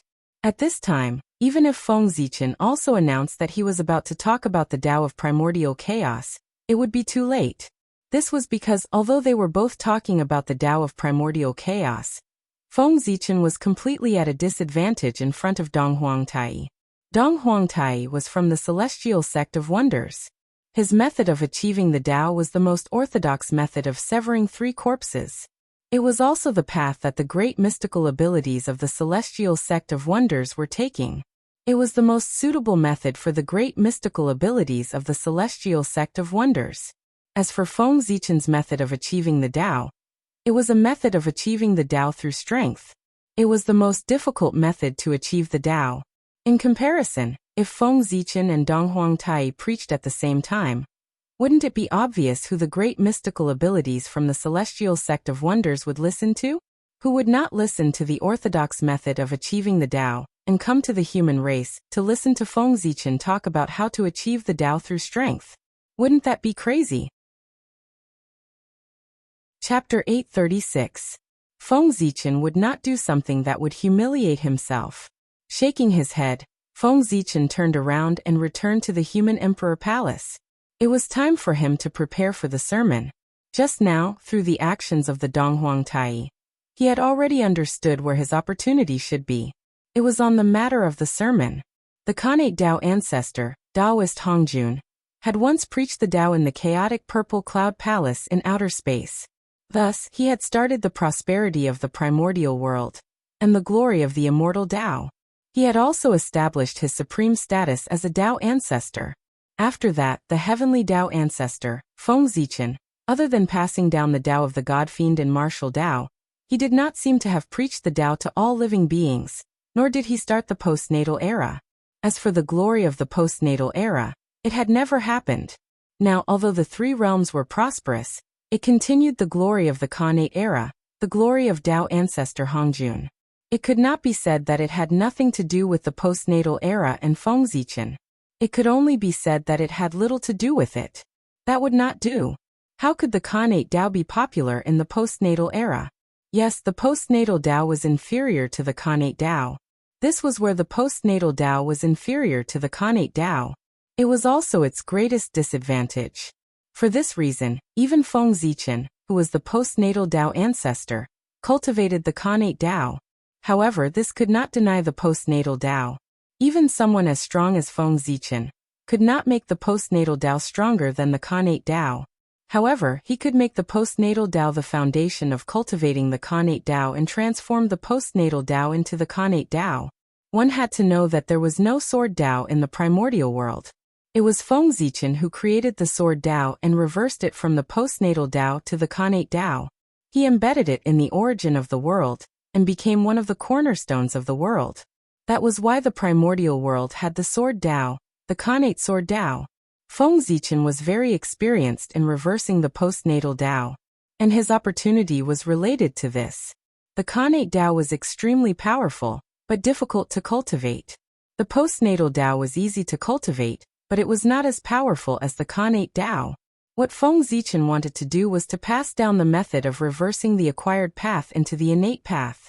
Let all living beings build their foundation with the post-celestial Tao, and when the time was ripe, they could then cultivate the pre-celestial Tao. This was Fengzichen's opportunity, his merit, and his duty as the post-celestial Tao ancestor. Just like the Khanate Tao ancestor, Taoist Hongjun, who preached in the Purple Cloud Palace and opened the door to the Tao for the Khanate life forms. The post-celestial Tao ancestor, Fengzichen, should also pass down the great Tao and open the door to the great Tao for the countless post-celestial beings. Only by fulfilling his duty could Fengzichen be considered a true post-celestial Tao ancestor, respected by both heaven and earth. The Hotian living beings had been waiting for a long time, and it was time for Fengzichen to fulfill his duty as the Hotian Tao ancestor. Taking advantage of the time when Donghuang Tai was preaching, Fengzichen could organize his own understanding so that he could organize a suitable transformation method and impart it to the masses. In the blink of an eye, 13,000 years had passed. At this time, Donghuang Tai's preaching finally came to an end. Not long after everyone left the Demon Imperial Palace, Fengzichen's voice suddenly sounded between heaven and earth, resounding in every corner of the three realms. The poor Wei Pengzichen clan feels that it is not easy for the post-celestial beings to cultivate, so I have decided to preach the great Tao 10,000 years later. Anyone who cultivates the post-celestial Tao can come to the Tree of World to listen. The moment Fengzichen's voice fell, all the living beings in the three realms who cultivated the post-celestial Tao suddenly had a mysterious feeling, as if their opportunity was about to arrive. Whim. The whim that was unique to cultivators. With this feeling, it meant that the sage emperor of the human clan's preaching had an opportunity to prove their Tao. Thinking of this, all the post-celestial cultivators went crazy. Almost without any hesitation, they each used their magic and flew towards the central divine province. Although there were still 10,000 years before the sage emperor of the human clan's preaching, everyone was afraid that they would not be able to find a seat if they were late. Therefore, they did not dare to hesitate at all. They flew as fast as they could to the central divine province. As for where the Tree of World was, everyone in the three realms knew this. The Tree of World was in the center of the central divine province, which was also the center of the three realms. It was the second sacred land of the primordial world. It was said that cultivating under the Tree of World would increase the chances of proving one's Tao by 30% compared to the outside world. What did 30% mean? One had to know that many people failed to prove their Tao, and the difference was only 10%. With an increase of 30%, more than 80% of the Tai Tao lords in the primordial world would be able to prove their Tao. Daoyuo Taoist priests. If this was not a sacred land, then what could be called a sacred land? Unfortunately, such a sacred land could only be ranked second and not first. One really did not know how extraordinary the number one sacred land of the three realms was. As for where the number one sacred land was and what it was, no one in the three realms knew. Some said it was the Tao ancestors' purple cloud palace, some said it was the great Emperor Ziwei's boundless starry sky, some said it was the Dongsheng Divine Province's Kunlun Mountain, or the former Buzhou Sacred Mountain, and some even said there was no such thing as the number one sacred land. In short, there were many theories, but none of them could be conclusive. No one with great divine abilities came out to tell them what the number one sacred land of the three realms was. In any case, it was very mysterious, and everyone had been guessing. However, although no one knew what the number one sacred land of the three realms was, everyone knew that the number two sacred land of the three realms was under the Tree of World. Because of this, many people rushed to the central divine province at this time. They might have the intention to take the opportunity to cultivate under the Tree of World. That was under the Tree of World. Who did not want to cultivate under it? However, without the permission of the sage emperor of the human clan, even saints could not approach it, let alone these ordinary cultivators. Today, all the living beings of the three realms knew what a saint was. They were the peak of the three realms, the spokesperson of the heavenly Tao, the controller of the universe, an unattainable existence. Naturally, no one dared to have any delusions about a place that even saints could not approach. But now the situation was different. The sage emperor of the human clan wanted to preach under the Tree of World. Naturally, he would not stop them from cultivating under the Tree of World. This was an unprecedented opportunity. Of course, they had to seize it tightly. Cultivating under the Tree of World for a day was better than cultivating in the mortal world for 100 years. It could be said that there were two opportunities for Feng Zichen to preach the Tao this time. The first was the Tao he wanted to preach, and the second was under the Tree of World. It was with this idea that many cultivators who cultivated the Khanate Tao also rushed to the central divine province. Even if they could not hear the Tao, being able to cultivate under the Tree of World was also an opportunity. Unfortunately, cultivators who cultivated the Khanate Tao were destined to be disappointed. This time, Feng Zichen said that he wanted to preach the Tao for cultivators who cultivated the Khanate Tao, so he only preached the Tao for them. Cultivators who cultivated the Khanate Tao could not enter the area covered by the Tree of World. Normally, Feng Zichen might not be so stingy. But it was different now. After the news that he was going to preach the Tao under the Tree of World spread, the number of Khanate living beings who came would be beyond imagination. In order to make room for these cultivators, it was better to let the cultivators who cultivated the Khanate Tao stay behind for the time being. Even Tao ancestor Hongjun had to talk about relationships. As a human, Feng Zichen was no exception. In fact, it was even more serious than Tao ancestor Hongjun. After Feng Zichen preached the Tao, anyone who cultivated the Khanate Tao, or was born as a Khanate living being would be counted as his disciples and grand-disciples. But cultivators who cultivated the Khanate Tao were not. Wouldn't this relationship become estranged all of a sudden? The saints knew far more about Feng Zichen's preaching than the people of the world. Almost as soon as his voice fell, the saints had already seen the purpose of Feng Zichen's action from the heavenly secrets. The Khanate Tao ancestor was finally going to fulfill his duty and step onto the path he should take. He would open the door to the great Tao for all living beings in the Khanate world and start his own glorious era. However, seeing was one thing. Just like how the saints could not stop the Eastern Emperor Tai from preaching the Tao, they could not stop Feng Zichen from preaching the Tao. The prosperity of the Khanate living beings was the general trend. It could not be reversed or changed. Feng Zichen preaching the Tao to the world was an act of following the heavens. Those who were his enemies would be going against the trend and would not be able to escape the fate of being crushed. The saints naturally would not do such a stupid thing. On Mount Kunlun, the heavenly lord of primordial beginning pondered for a while. Suddenly, he ordered the white crane boy to summon all his disciples other than Jade Capital. They were the 8 golden immortals of Chan School and a few unnamed disciples. These disciples had a few things in common. Firstly, they all had Daoyuo Jinxian's realm. Secondly, they all cultivated the Khanate Tao.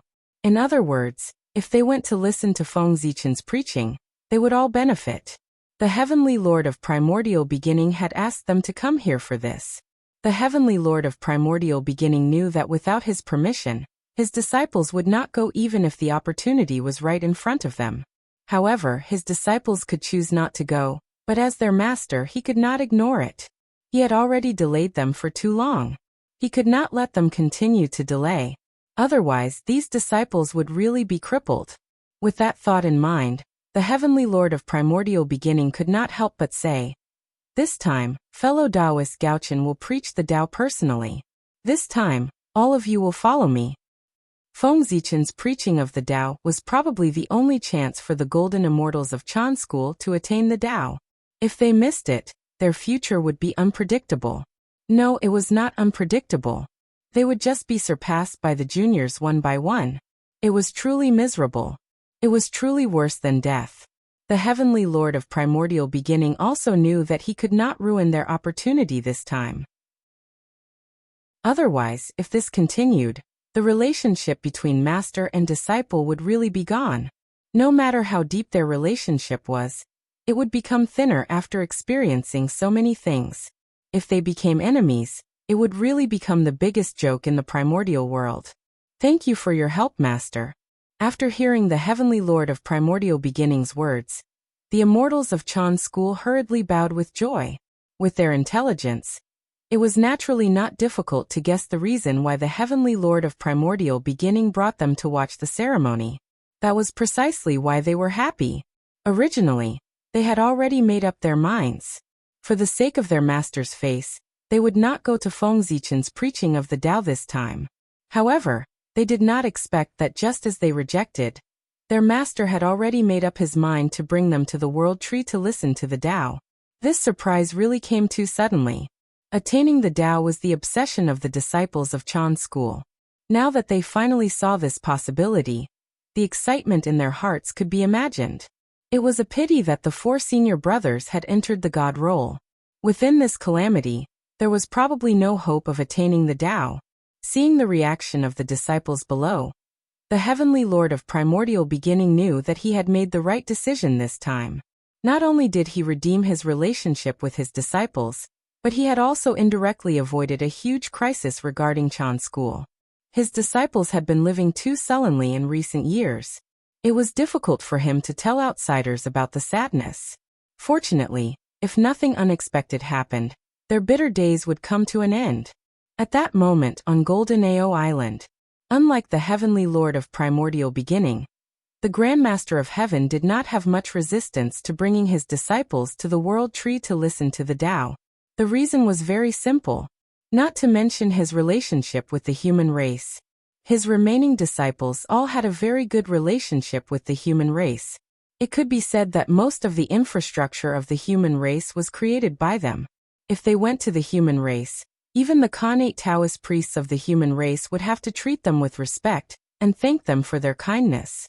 Also, not to mention anything else, the 3 pure ones could be said to have paid a huge price in the battle between the chaos and the Khanate ferocious beasts. They had provided hundreds of Khanate numinous treasures to the human race.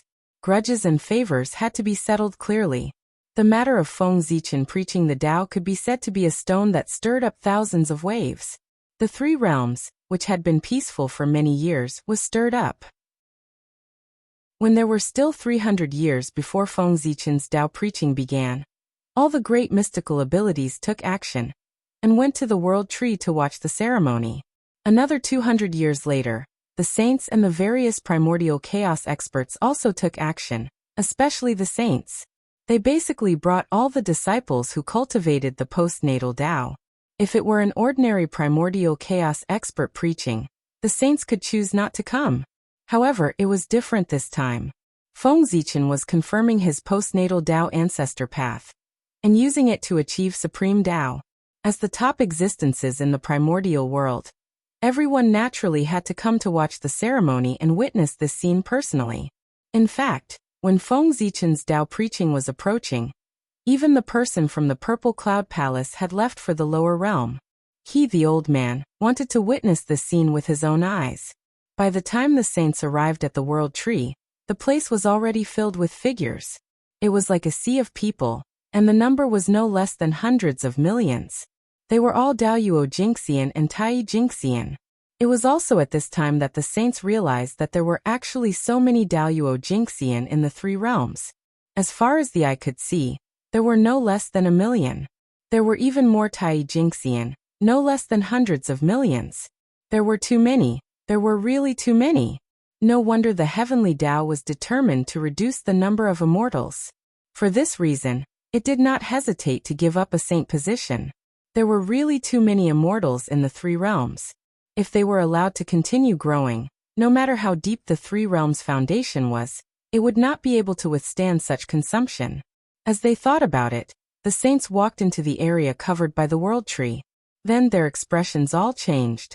This was because they realized that in the range of the world tree, even as strong as they were, their strength was suppressed by an inexplicable force. Chapter 837. Moreover, the closer they were to the Tree of World, the stronger the suppression. Was the Tree of World so terrifying? Even someone as strong as a saint would be suppressed by its power? For a moment everyone's fear of Feng Zichen increased. They arrived under the Tree of World without saying a word. During this time, Feng Zichen didn't move to welcome them. The crowd did not mind this at all. Welcome. Welcome what? When Tao ancestor Hongjun preached in the Purple Cloud Palace, did you see him come out to welcome them? If you had a problem with it, you didn't have to come. Under the arrangement of a few human Khanate Taoist priests, the saints and the primordial chaos Tao masters took their seats one after another. At this time, it was almost time for the preaching. Feng Zichen was ready to start. However, suddenly Feng Zichen, who was resting under the Tree of World with his eyes closed, suddenly opened his eyes, stood up from the platform, and walked out. From the looks of it, he was going out to welcome someone. Who was he welcoming?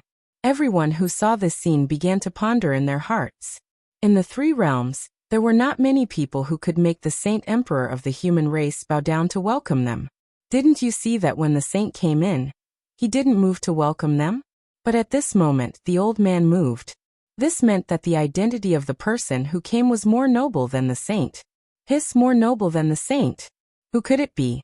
Was there such a person in the three realms? Ever since the unification of the Tao ancestor Hongjun gradually faded out of everyone's sight. Until now, only those with great divine abilities and a few Khanate Taoist priests knew of his existence. The rest had never heard of Tao ancestor Hongjun. If not, the world wouldn't call the three pure ones Tao ancestor. The creatures of the three realms only knew of Tao ancestor, but not Tao ancestor Hongjun. Therefore, they recognized the three pure ones as Tao ancestors. Because of this, when the world worshipped the three pure ones, they gradually called them Tao ancestors. The three pure ones didn't deny this. They who created the heavenly immortal path were indeed qualified to call themselves Tao ancestors. Because they didn't know of Tao Father Hongjuan's existence, saints were the limit of what the living beings of the three dimensions could imagine. As for existences that were even more formidable than saints, they'd utterly never imagined such a thing. Now, from Feng Zichen's actions, they guessed that an existence beyond the saint level was about to descend. One could imagine the shock in their hearts. While everyone was still in shock, the sages and many great mediums had already guessed who it was. Therefore, after Feng Zichen left, they also went out to welcome him. This scene caused everyone's eyelids to twitch. He was certain that the person who had come was a great existence that surpassed the saints. With such a big lineup, he really didn't know who this person was, and how great was he. With this thought in mind, everyone turned to look in the direction where the others had left. They wanted to catch a glimpse of that great figure. Unfortunately, their thoughts were destined to fail. How could the sacred face of Tao ancestor Hongjun be something they could see? Since the Tao ancestor had already made up his mind to fade out of the eyes of the world, he would not let people remember his existence. Outside the Tree of World, Feng Zichen very respectfully bowed to a purple-robed Taoist priest and said, "Zichen is terrified. I didn't expect that today's matter would alarm you, Tao ancestor." Regardless of the grievances between Feng Zichen and Tao ancestor Hongjun, at least in name, Feng Zichen was still his junior, so he had to maintain proper etiquette when meeting him. Tao ancestor Hongjun stepped forward to help Feng Zichen up and said with a smile, "You're also someone who's going to become a Tao ancestor. In the future, you'll be a poor way's friend. Why are you so terrified when you see the poor way?" Postnatal Tao ancestors and connate Tao ancestors were all Tao ancestors, and they were all existences that opened the door to the great Tao for living beings. There was no distinction between nobility and lowliness. Even if the postnatal Tao was inferior to the connate Tao, it was still the same. While the two of them were talking, all the sages and the great mediums arrived. They all bowed to Tao ancestor Hongjun and said, "Greetings, Master." Waving his hand to let them get up, Tao ancestor Hongjun said, "Don't block the door. Quickly go in with the poor way. Don't delay the time of the North Star's preaching." While speaking, Tao ancestor Hongjun and Feng Zichen walked towards the Tree of World together. However, Tao ancestor Hongjun deliberately walked half a step behind Feng Zichen, so as not to steal his limelight. Tao ancestors had always been very attentive to details. When they arrived in front of the Tree of World, Tao ancestor Hongjun seemed to have sensed something and raised his head. He stared at the Tree of World for a long time, then said with a smile, "With this divine tree, the untainted land has nothing to worry about." After saying that, Tao ancestor Hongjun turned his head to look at the people behind him. He seemed to be warning and reminding them, "It's fine today, but if it's any other time, you must remember not to get within hundreds of millions of miles of the Tree of World. If the Tree of World is damaged because of you, don't blame the poor way for being ruthless and personally coming out to clean up the sect." Seeing that Tao ancestor Hongjun was serious and even said that he would clean up the sect, everyone was shocked and hurriedly promised, "Master Teacher, don't worry. If there's nothing important, we will definitely not step into the Central God Province with our true bodies." In order to show their determination, everyone did not even come to the Central God Province, let alone get close to the Tree of World. Hearing that, Tao ancestor Hongjun could not help but nod in satisfaction. The Tree of World had grown to this extent, and had become one of the pillars of the untainted land. Whether the three realms could continue to advance in the future would probably depend on it. Therefore, Tao ancestor Hongjun valued the Tree of World so much that he could not allow it to make any mistakes. As the first living being born in the untainted land, the relationship between Tao ancestor Hongjun and the untainted land could not be severed. Because of that, Tao ancestor Hongjun, who had already become the primordial chaos Daoyuo Jingxian, eventually became a saint. That's right. Why was Tao ancestor Hongjun so powerful after becoming a saint? It was because before becoming a saint, he was already the primordial chaos Daoyuo Jingxian. The saints after that were different. They became saints in the Sage-to-Be realm. Before becoming a saint, the gap was already so big. After becoming a saint, the gap was undoubtedly even bigger. Tao ancestor Hongjun, who could not bear to part with the untainted land, really hoped that the untainted land would become stronger and stronger. Because only when the untainted land became stronger, his strength would become stronger. The two coexisted. Everyone present waited for a while, and saw the saints escorting a Taoist who had the demeanor of an immortal walked in. As for what that Taoist looked like, what clothes he wore, and how strong he was, no one could see clearly. To be precise, it was not that they could not see clearly, but that they could not remember. That Taoist's figure did not seem to exist in the world. No matter how hard they tried, they could not remember his figure. Often when they saw the Tao ancestor, they would forget his appearance in the next moment. Then, they would completely forget everything about the Tao ancestor. It was very mysterious. After the Tao ancestor took his seat, the Taoist priests rang the golden bell to signal for everyone to be silent. They also announced that the sermon was about to begin. Glancing at the postnatal living beings present, Feng Zichen suppressed all his thoughts and explained the principles that he had recently sorted out. In fact, what Feng Zichen wanted to talk about this time was not some mysterious principle, nor was it an explanation of the connate Tao and the postnatal Tao. Instead, he was explaining how to use the postnatal Tao to reverse the connate Tao. In the past, the Tao ancestor had taught 3 ways to become a saint. They were to become a saint through merit, to become a saint through killing 3 corpses, and to become a saint through strength. Now Feng Zichen imitated the Tao ancestors' actions in the past, and also taught the postnatal living beings present 3 ways to use the postnatal Tao to prove the connate Taoist priests. Firstly, he could integrate the postnatal Tao that he had proven into the corresponding Khanate Tao. In this way, the Tao he cultivated would become a branch of the Khanate Tao. He could also naturally prove the realm of the Khanate Taoist priests. However, although it was safe to use this method to prove the Tao, it was the most time-consuming. After proving the Tao, although he would have all the characteristics of the Daoyuo Taoist priests, his strength would be far inferior to the normal Taoist priests. Therefore, using this method to prove the Tao was not only time-consuming, but also the weakest of the three methods. Secondly, he could use the postnatal Tao to forcefully prove the Khanate Tao. To prove the Tao with this method, he had to first completely understand the postnatal Tao that he cultivated. Then, the Tao of heaven would evolve into the mysteries of the Khanate Tao. After fully comprehending the mysteries of the Khanate Tao, he would be able to transfer his life mark from the postnatal Tao to the Khanate Tao. In this way, the Taoist priest's realm would be completed. Using this method to prove the Tao, his strength would be stronger than the person who used the first method to prove the Tao. There would be no difference between his strength and the strength of a normal person who proved the Tao. Although this method was stronger, it tested the cultivator's comprehension ability. Only those with the qualifications of a Khanate Godfiend could cultivate this method. The rest would not be able to cultivate it. Thirdly, which was also the strongest method to prove the Tao, was to go against the Khanate Tao. He would reverse the postnatal Tao that he cultivated and transform it into the Khanate Tao. Then he would embed it into the origin of heaven and earth, and become the foundation of heaven and earth. This method was the strongest method to achieve the Tao.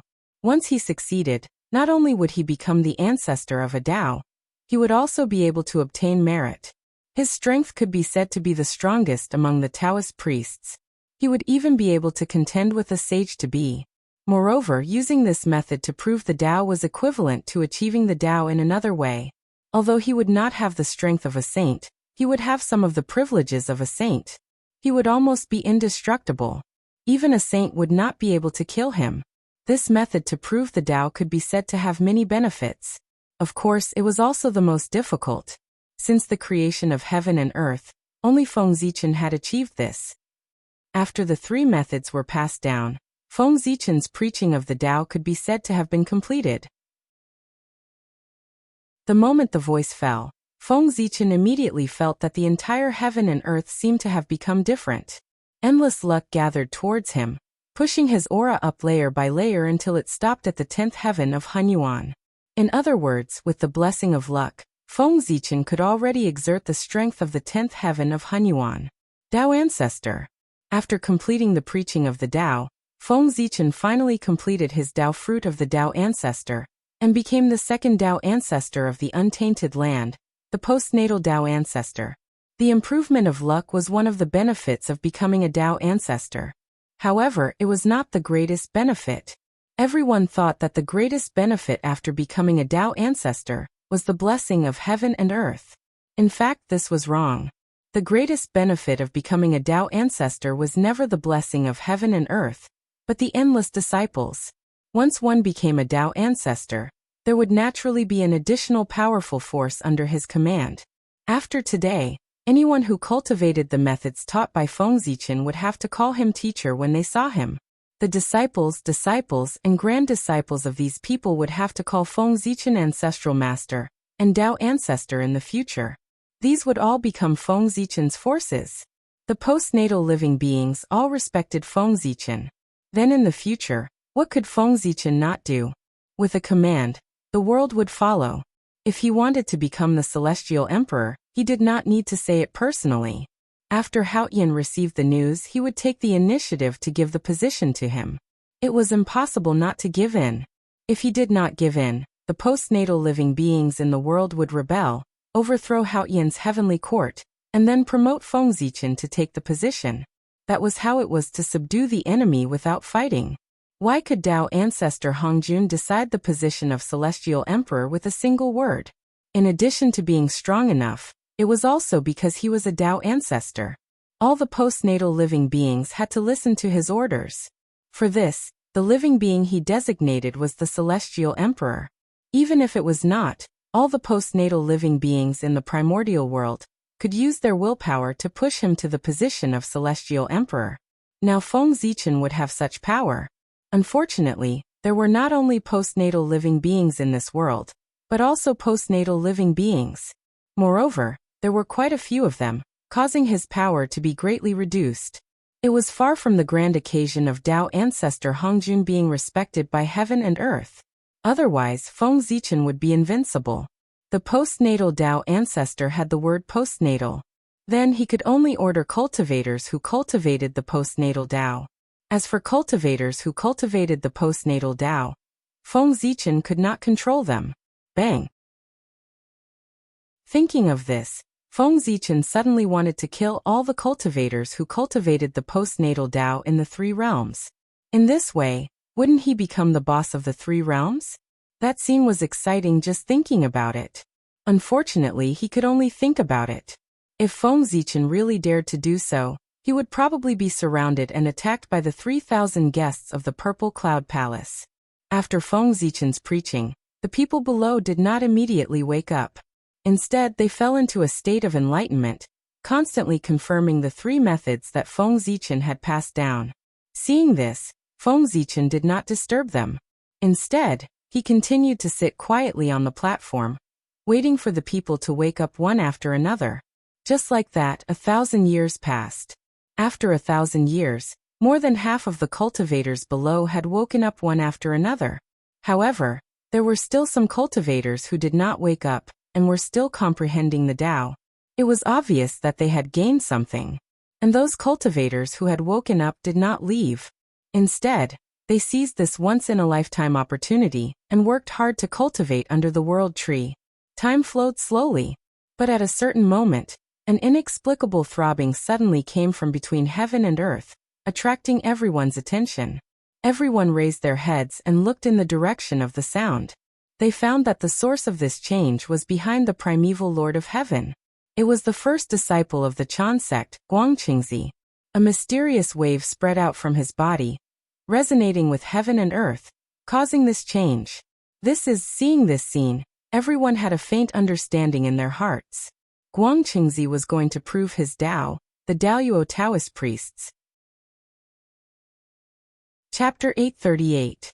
In terms of accumulation, Guangqingzi definitely had enough. In terms of aptitude, there was no need to even mention it. The first disciple of the primordial Lord of Heaven, the leader of the 12 golden immortals of the Chan sect, was definitely a Khanate god fiend. If not for the fact that Guangqingzi was the disciple of the primordial Lord of Heaven, with his background, he would have reached the level of the Daoyuo Taoist priests as early as the Heavenly Emperor. It was really too late to attain the Tao now. However, although it was late, he still attained the Tao in the end. It could be considered as resolving one of Guangqingzi's obsessions. At the same time, it also proved to the world that the method passed down by Feng Zichen was indeed feasible and could allow people to attain the Tao. Guangqingzi had used the second method to attain the Tao of Daoyuo Jingxian, which was to forcefully attain the Khanate Tao with the postnatal Tao. Using this method to attain the Tao, one's combat strength was the same as a normal Tao attainment cultivator. After all, Guangqingzi had been stuck in the realm of the Daoyuo Jingxian for countless years. He had also been stuck in the realm of the Tai Tao Lord for an eon. Before breaking through to become the Daoyuo Jingxian, Guangqingzi and the other 12 golden immortals of the Chan sect were not Tai Jingxian, but Tai Tao Lords. Moreover, they were all at the peak of the Tao Lord realm, and were only one step away from the Daoyuo Taoist priests. Therefore, Guangqingzi's accumulation was already enough. All he lacked was the method to attain the Tao. Now that Feng Zichen had passed down the method of preaching the Tao, Guangqingzi had comprehended it.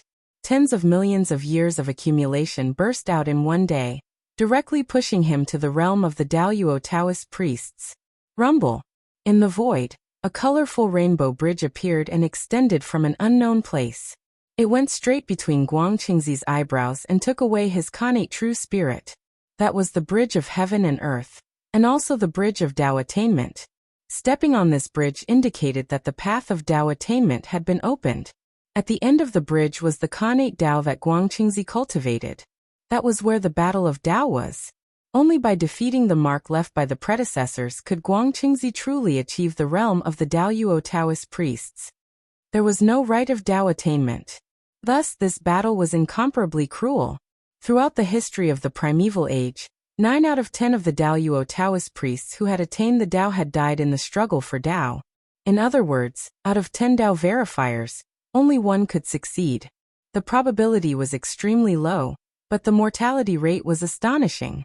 However, it was clear that no matter how difficult the Dao struggle was, it could not stump Master Guangqing.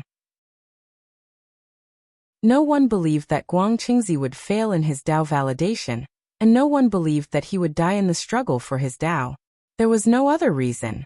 It was not because Guangqingzi was strong enough, but because he was the disciple of the primordial Lord of Heaven. In addition, he was the first person to attain the Dao after Feng Zichen passed down the method of Dao attainment. The primeval Lord of Heaven would definitely want to ensure the safety of his disciple. As for Feng Zichen, in order to make the world believe that his method of confirming the Dao was feasible, he had to protect Guangqingzi's life and ensure that he succeeded in confirming the Dao. Guangqingzi was a living advertisement. Even if Feng Zichen didn't want to protect him, he had to. If Guangqingzi failed in his Dao attainment, the effect of Feng Zichen's sermon would be at least halved. On the contrary, if Guangqingzi succeeded in his Dao attainment, the effect of Feng Zichen's sermon would at least be doubled. Guangqingzi was a typical example. He was an advertisement. Therefore, Feng Zichen would definitely not let anything happen to him. The primordial Lord of Heaven also thought so. As the first Khanate Taoist priest under his sect and the pillar of Chan school in the future, Guangqingzi must not be harmed. Although the primeval age was a place that emphasized strength, other than that, he also paid attention to identity, birth, and background. For a direct disciple of a saint like Guangqingzi, as long as the Taoist priests who cultivated the same Dao as him were not crazy, they would definitely not stop him from attaining the Dao. Otherwise, how could the primordial Lord of Heaven let them go? Even if they escaped to the chaos outside the sky, they would be found by the primordial Lord of Heaven and refined to death. No, perhaps it was more terrifying than death. Just like that, Guangqingzi easily completed the battle of the great Daos and imprinted his real spirit mark on the Dao that he cultivated, even though the other Dao masters had gone easy on him. Rumble. The moment Guangqingzi completed this step, the sky suddenly shook. Then, a long river with no end or source and a width of tens of thousands of miles came across the sky and stretched between heaven and earth. That was the River of Destiny. Once Guangqingzi transcended the River of Destiny, he could complete his Dao fruit and truly become an immortal Daoyuo Taoist priest. It was not difficult to transcend the River of Destiny. He only needed to find the light spot that represented his destiny in the endless River of Destiny. This was not difficult for a Khanate godfiend like Guangqingzi. This was because the destiny of a Khanate godfiend was not in the River of Destiny. Instead, it was suspended in midair like a star, blooming with bright light. It was very attractive and eye-catching. Therefore, Guangqingzi easily found his destiny. This was the reason why Khanate godfiends were said to be destined to become Taoist priests. The destiny of a Khanate godfiend floated in midair and could break through the void at any time. This meant that it was easier for them to transcend destiny than the masses. Whoosh, in the River of Destiny, a dazzling star rose slowly and then completely disappeared. This was the sign of transcending destiny. Guangqingzi had become a Taoist priest. Rumble. The world shook inexplicably. Strange phenomena of flowers falling from the sky and golden lotuses emerging from the earth appeared in a radius of millions of miles. This was the heaven and earth congratulating the birth of a Taoist priest. Guangqingzi's confirmation of his Dao was exceptionally smooth. It was almost done in one go and he achieved the level of Daoyuo Taoist priests without encountering any obstacles. His negative karma had long been washed away by the primordial Lord of Heaven's merits. The resentment from the Khanate Daos also vanished completely with the rebirth of the three realms. Thank you, Master. After confirming his Dao, Guangqingzi came back to his senses. First, he was respectful to the primordial Lord of Heaven. Then he bowed to Feng Zichen. Thank you, Master, for teaching me and helping me reopen the door of Dao. In the future, if Master has any errands, as long as it's not an enemy of the sect, Guangchengzi will do it even if it means risking my life to repay Master's kindness today. The favor of achieving Tao was as great as the heavens. This time, Guangchengzi listened to Feng Zichen's preaching of Tao and confirmed his Tao, which meant that he owed Feng Zichen a great deal of karma. Therefore, he made such a promise. As long as it was not an enemy of the sect, Guangchengzi would definitely risk his life to complete Feng Zichen's instructions in order to understand karma. In response, Feng Zichen only smiled and did not say anything. In fact, he would not say anything in front of the primordial Lord of Heaven. Even if he had something to instruct Guangchengzi, he could not do it in front of the primordial Lord of Heaven. Just like that, after waiting for another few hundred years, all the cultivators present woke up. Unfortunately, other than Guangchengzi, no one else had successfully confirmed their Tao. However, there were many disciples of the Jie school and Chan school who were about to confirm their Tao.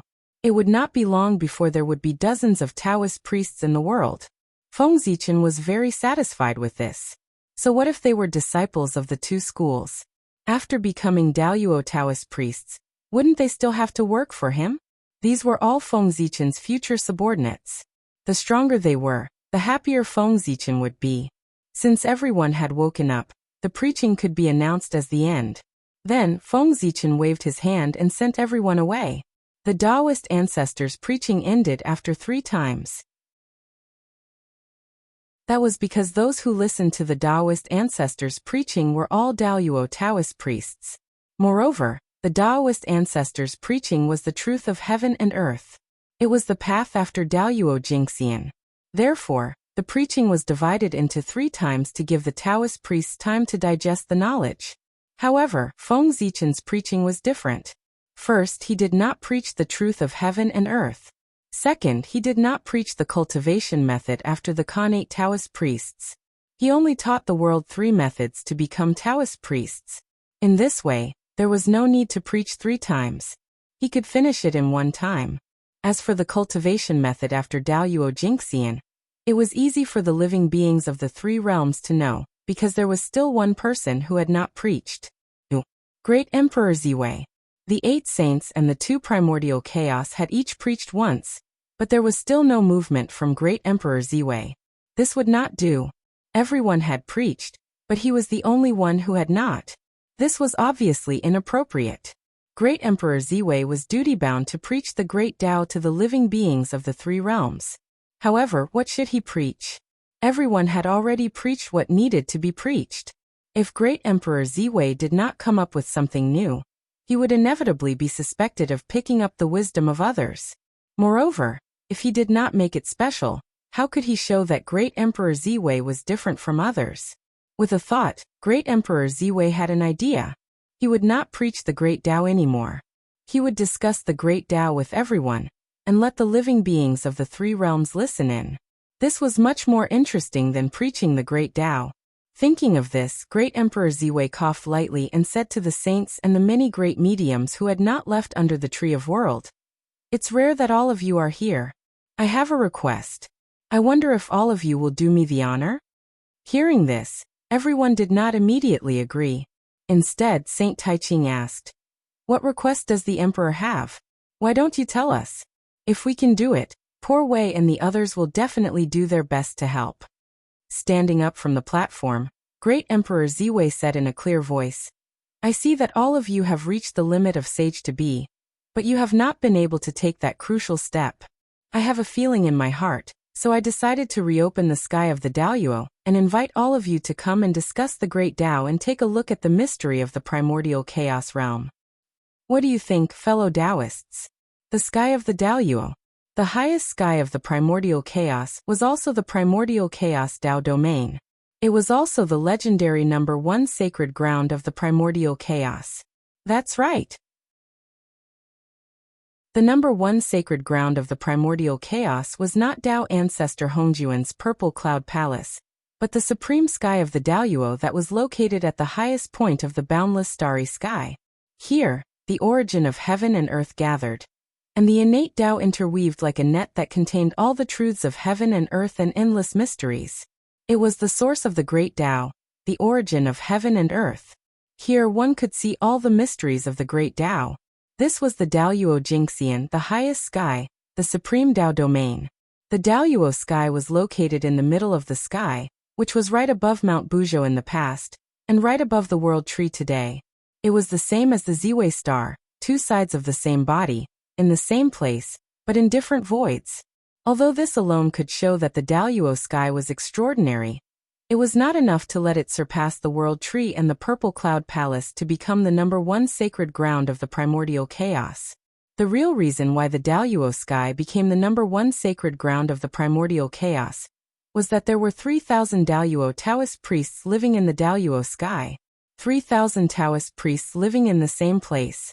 If this could not be considered the number one sacred ground of the primordial chaos, where else could be called the number one sacred ground of the primordial chaos? 3,000 Taoist priests gathered in one place. The energy required for daily cultivation was definitely unimaginable. If it was converted into innate spiritual treasures, the energy they needed to cultivate for a year was equivalent to an innate spiritual treasure. Even a Dao ancestor could not afford to consume an innate spiritual treasure a year, but the Daoyuo sky could. Therefore, it was the number one sacred ground of the primordial chaos. As for where the 3,000 Taoist priests came from, they naturally came from the primordial chaos. In the ancient primordial chaos, there were many Taoist priests in the world, other than the shamans and demons. Most of these Taoist priests lived in seclusion on the ground and cultivated silently. However, in the early ancient times, Emperor Zhuanshu cut off the connection between heaven and earth, making it difficult for the primordial chaos to support the Daoyuo Taoist priests. For this reason, some Taoist priests had to leave their homes and move away from the primordial chaos.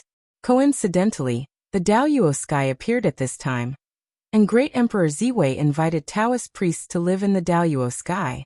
At the same time, the heavenly Tao also secretly used its power to tell the Taoist priests that there was an opportunity to attain the Tao in the Daoyuo sky. However, it was easy to enter the Daoyuo sky, but difficult to leave the Daoyuo sky. The Daoyuo sky was known as the cultivation place prepared by the heavenly Tao for the Taoist priests, but in fact, it was a place for them to live in seclusion. Once they entered the Daoyuo sky, they had to cut off the mortal world and no longer interfere in the matters of the primordial chaos. They had to focus on the Tao. This was a good thing and a bad thing. The bad thing was that they could not interfere in the primordial chaos. Fortunately, they had nothing to do with the tribulation from then on. Tribulation could not enter the Daoyuo sky. No tribulation could enter the Daoyuo sky, including the immeasurable tribulation. The purpose of the Daoyuo sky's existence was to create a new world. When the immeasurable tribulation descended, everything would be destroyed, and everything would return to chaos. Only the Daoyuo sky would exist. At this time, the saints and the many primordial chaos Dao masters would use the Daoyuo sky as the foundation to create a new world in the chaos and establish the earth, fire, water, and wind. The Daoyuo sky was the embryonic form of the eternal world, and it was also the place where Pangu confirmed his Tao. If one day, Pangu succeeded in confirming his Tao and the Tao fruit of the great Tao was born, he would definitely be born in the Daoyuo sky. At the same time, the Daoyuo sky would also transform into an eternal and indestructible sky that could not be destroyed even by the immeasurable tribulation. The Daoyuo sky was very extraordinary.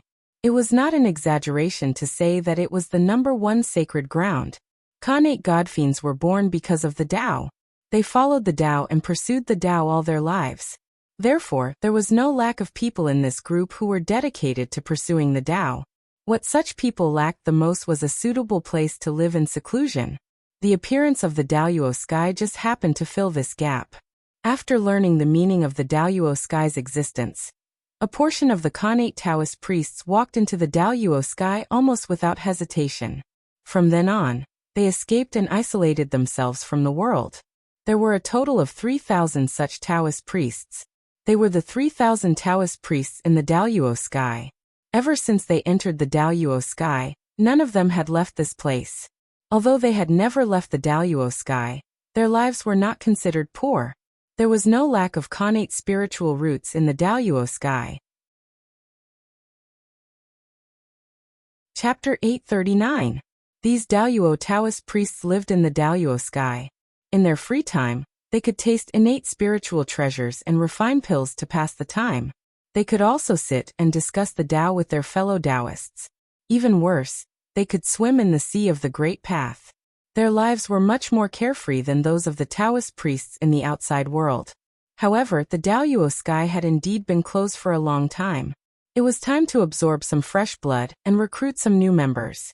At the same time, they could also communicate with the Taoist priests in the outside world and experience the changes in the world in recent years. It was not advisable to build a cart behind closed doors. Therefore, taking advantage of this rare opportunity, Great Emperor Ziwei intended to reopen the Daoyuo sky to accept new members and new knowledge. Is the emperor planning to reopen the Daoyuo sky? Speaking of which, in ancient times, many of the poor Wei's friends entered the Daoyuo sky. After that, they completely lost contact with each other. It's been a while since we last met. If the emperor reopens the Daoyuo sky, the poor Wei will definitely go there. Even if we don't gain anything from the discussion, it's still good to see some old friends. Not long after Great Emperor Ziwei finished speaking, a great medium immediately spoke up. The 3,000 Taoist priests naturally had many old friends. Many of the great medium present had good friends, and even their juniors who entered the Daoyuo sky. Since then, they had lost contact with each other. Now that the Daoyuo sky had reopened, they could use this opportunity to meet their old friends. This was the mentality of a small number of great medium, but the majority of them had much more realistic thoughts. They had no old friends in the Daoyuo sky, but they still wanted to go there. Their purpose was to discuss the Tao with the Taoist priests in the Daoyuo sky. The 3,000 Taoist priests had been in seclusion in the Daoyuo sky for tens of millions of years. They must have gained a lot. If he could have a discussion with them, he might be able to gain some enlightenment and speed up his promotion to primordial chaos Daoyuo Jingxian. Discussion of the Tao, the emperor said it very well. If we can discuss the Tao with the fellow Taoists in the Daoyuo sky, I think the poor Wei and the others will gain a lot of enlightenment. A powerful cultivator said. Regardless of whether or not the sages were going to attend the Daoyuo's heavenly Tao discourse, these great divine ability masters were going. Not long after, all the great mediums expressed their opinions and agreed to head to the Daoyuo to discuss the Tao. At this moment, all the great mediums turned their gazes to the saints sitting at the head of the table. Now they were the only ones who had not expressed their opinions. Should they go or not? Everyone had gone. If they did not go, it would be somewhat inappropriate. Therefore, the sages thought about it and were about to agree. The Grand Pure One smiled and said, "Since all the fellow Taoists are going, the poor Wei and the others will naturally go together. Let's make use of this opportunity to gather and discuss the Tao." Ever since Master's Tao lecture ended, we rarely discussed the Tao. We also rarely walked around. Our relationship is also a little distant. This is a rare opportunity. We can walk around more and build a relationship again. We can rekindle our friendship as fellow disciples. Hearing that, everyone laughed. They first complained to each other, and then planned to agree on a time to gather a few more times.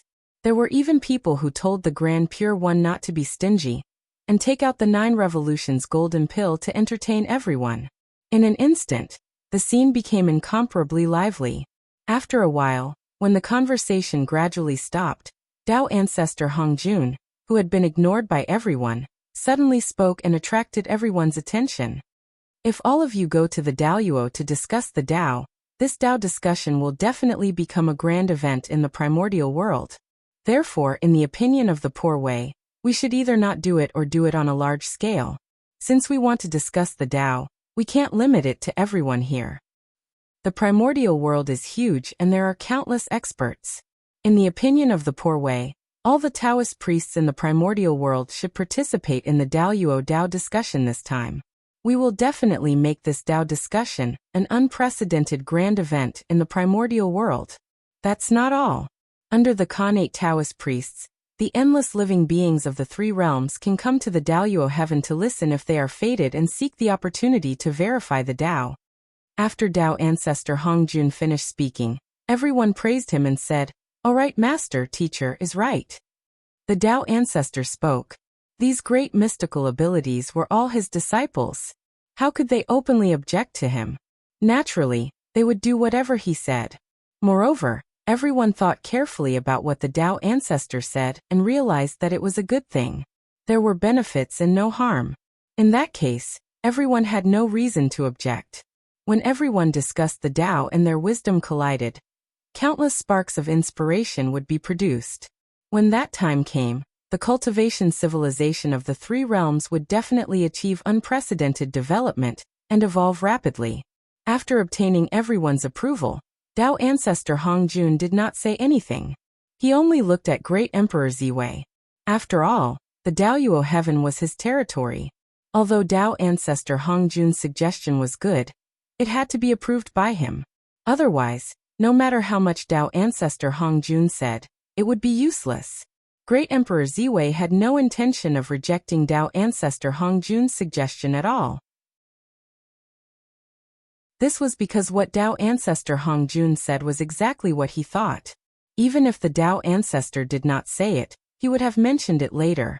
However, although Tao ancestor Hongjun's words were the same as Great Emperor Ziwei's, he did not say much. Perhaps this was done on purpose by Tao ancestor Hongjun, so that Great Emperor Ziwei could add on and set the rules for this matter. However, whether or not Tao ancestor Hongjun did it on purpose, Great Emperor Ziwei still had to add on the last point. As he stood up, he heard Great Emperor Ziwei say, Tao ancestor's words are the same as Great Emperor Ziwei's thoughts. Ziwei has no reason to refuse. However, other than that, Ziwei also has a small suggestion to make. That is, if the results of this discussion are good, why don't we set this matter as a tradition? Every 1,000,000 years, we will discuss the Tao in the Daoyuo heaven. What do you think, fellow Taoists? Without waiting for everyone to reply, Tao ancestor Hongjun clapped his hands and praised. Ziwei's suggestion is exactly what I want. In the poor way's opinion, the discussion of the Tao should indeed be a tradition. In this way, you can use this to build relationships and also benefit from the discussion of the Tao. It can also benefit the living beings of the three realms. It is indeed a good thing to kill many birds with one stone. Tao ancestor Hongjun and Great Emperor Ziwei, the two biggest giants of the untainted world, had agreed to this matter. What else could the others say? Of course, they nodded in agreement. Moreover, this matter was indeed a good thing. Not only would it not affect their interests, but it would also benefit them. Therefore, in their hearts, they were also very much in favor of Great Emperor Ziwei facilitating this matter. Seeing that everyone had agreed, Great Emperor Ziwei could not help but nod and say, Since all of you have no objections, then this matter is settled. The following matters will be left to Ziwei to arrange. Fellow Taoists, just wait for my notice. Everyone nodded and said, We will listen to the Imperial Emperor's arrangements. Since things had come to this, the crowd dispersed. After hurriedly bidding farewell to the few people he was familiar with, Great Emperor Ziwei hurriedly returned to the boundless starry sky to prepare for the opening of the Daoyuo heaven and the discussion of the Tao. After returning to the boundless starry sky, the first thing Great Emperor Ziwei did was to remove the restrictions of the boundless starry sky and no longer restrict outsiders from entering the boundless starry sky. However, although the restrictions were lifted, the necessary surveillance would still not be reduced. The galactic cosmic light array quietly changed and gradually turned into a mirror that reflected everything in the boundless starry sky. Everything that happened in the boundless starry sky would be reflected and recorded by this mirror. No matter who entered the boundless starry sky, they would not be able to hide from this mirror. Everything they did and said would be recorded. Under this mirror, even if the primordial chaos Daoyuo Jingxian came, if he did not have the intention to hide, he would also be exposed by this mirror. It could be said that as long as Feng Zichen wanted, in the boundless starry sky, no one else had any privacy to speak of other than him. If one was not used to it, they could just leave the boundless starry sky. No one was forcing them to come. This mirror was the Xianxia version of an omnidirectional camera with no blind spots. In addition to the mirror, in the boundless starry sky, teams of powerful heavenly soldiers appeared. They rode on star beasts and formed teams of 10,000 people. They guarded the various exits of the boundless starry sky to prevent outsiders from entering. These heavenly soldiers were all direct subordinates of Great Emperor Ziwei. Their cultivation levels were abnormally powerful. Ordinary heavenly soldiers had the cultivation level of Lord of Tai. The divine general in the lead was even at the level of half-step Taoist priests. The heavenly soldiers in the boundless starry sky were used by Great Emperor Ziwei to compete with the elites of the demon race in the past. Naturally, they were incomparably powerful.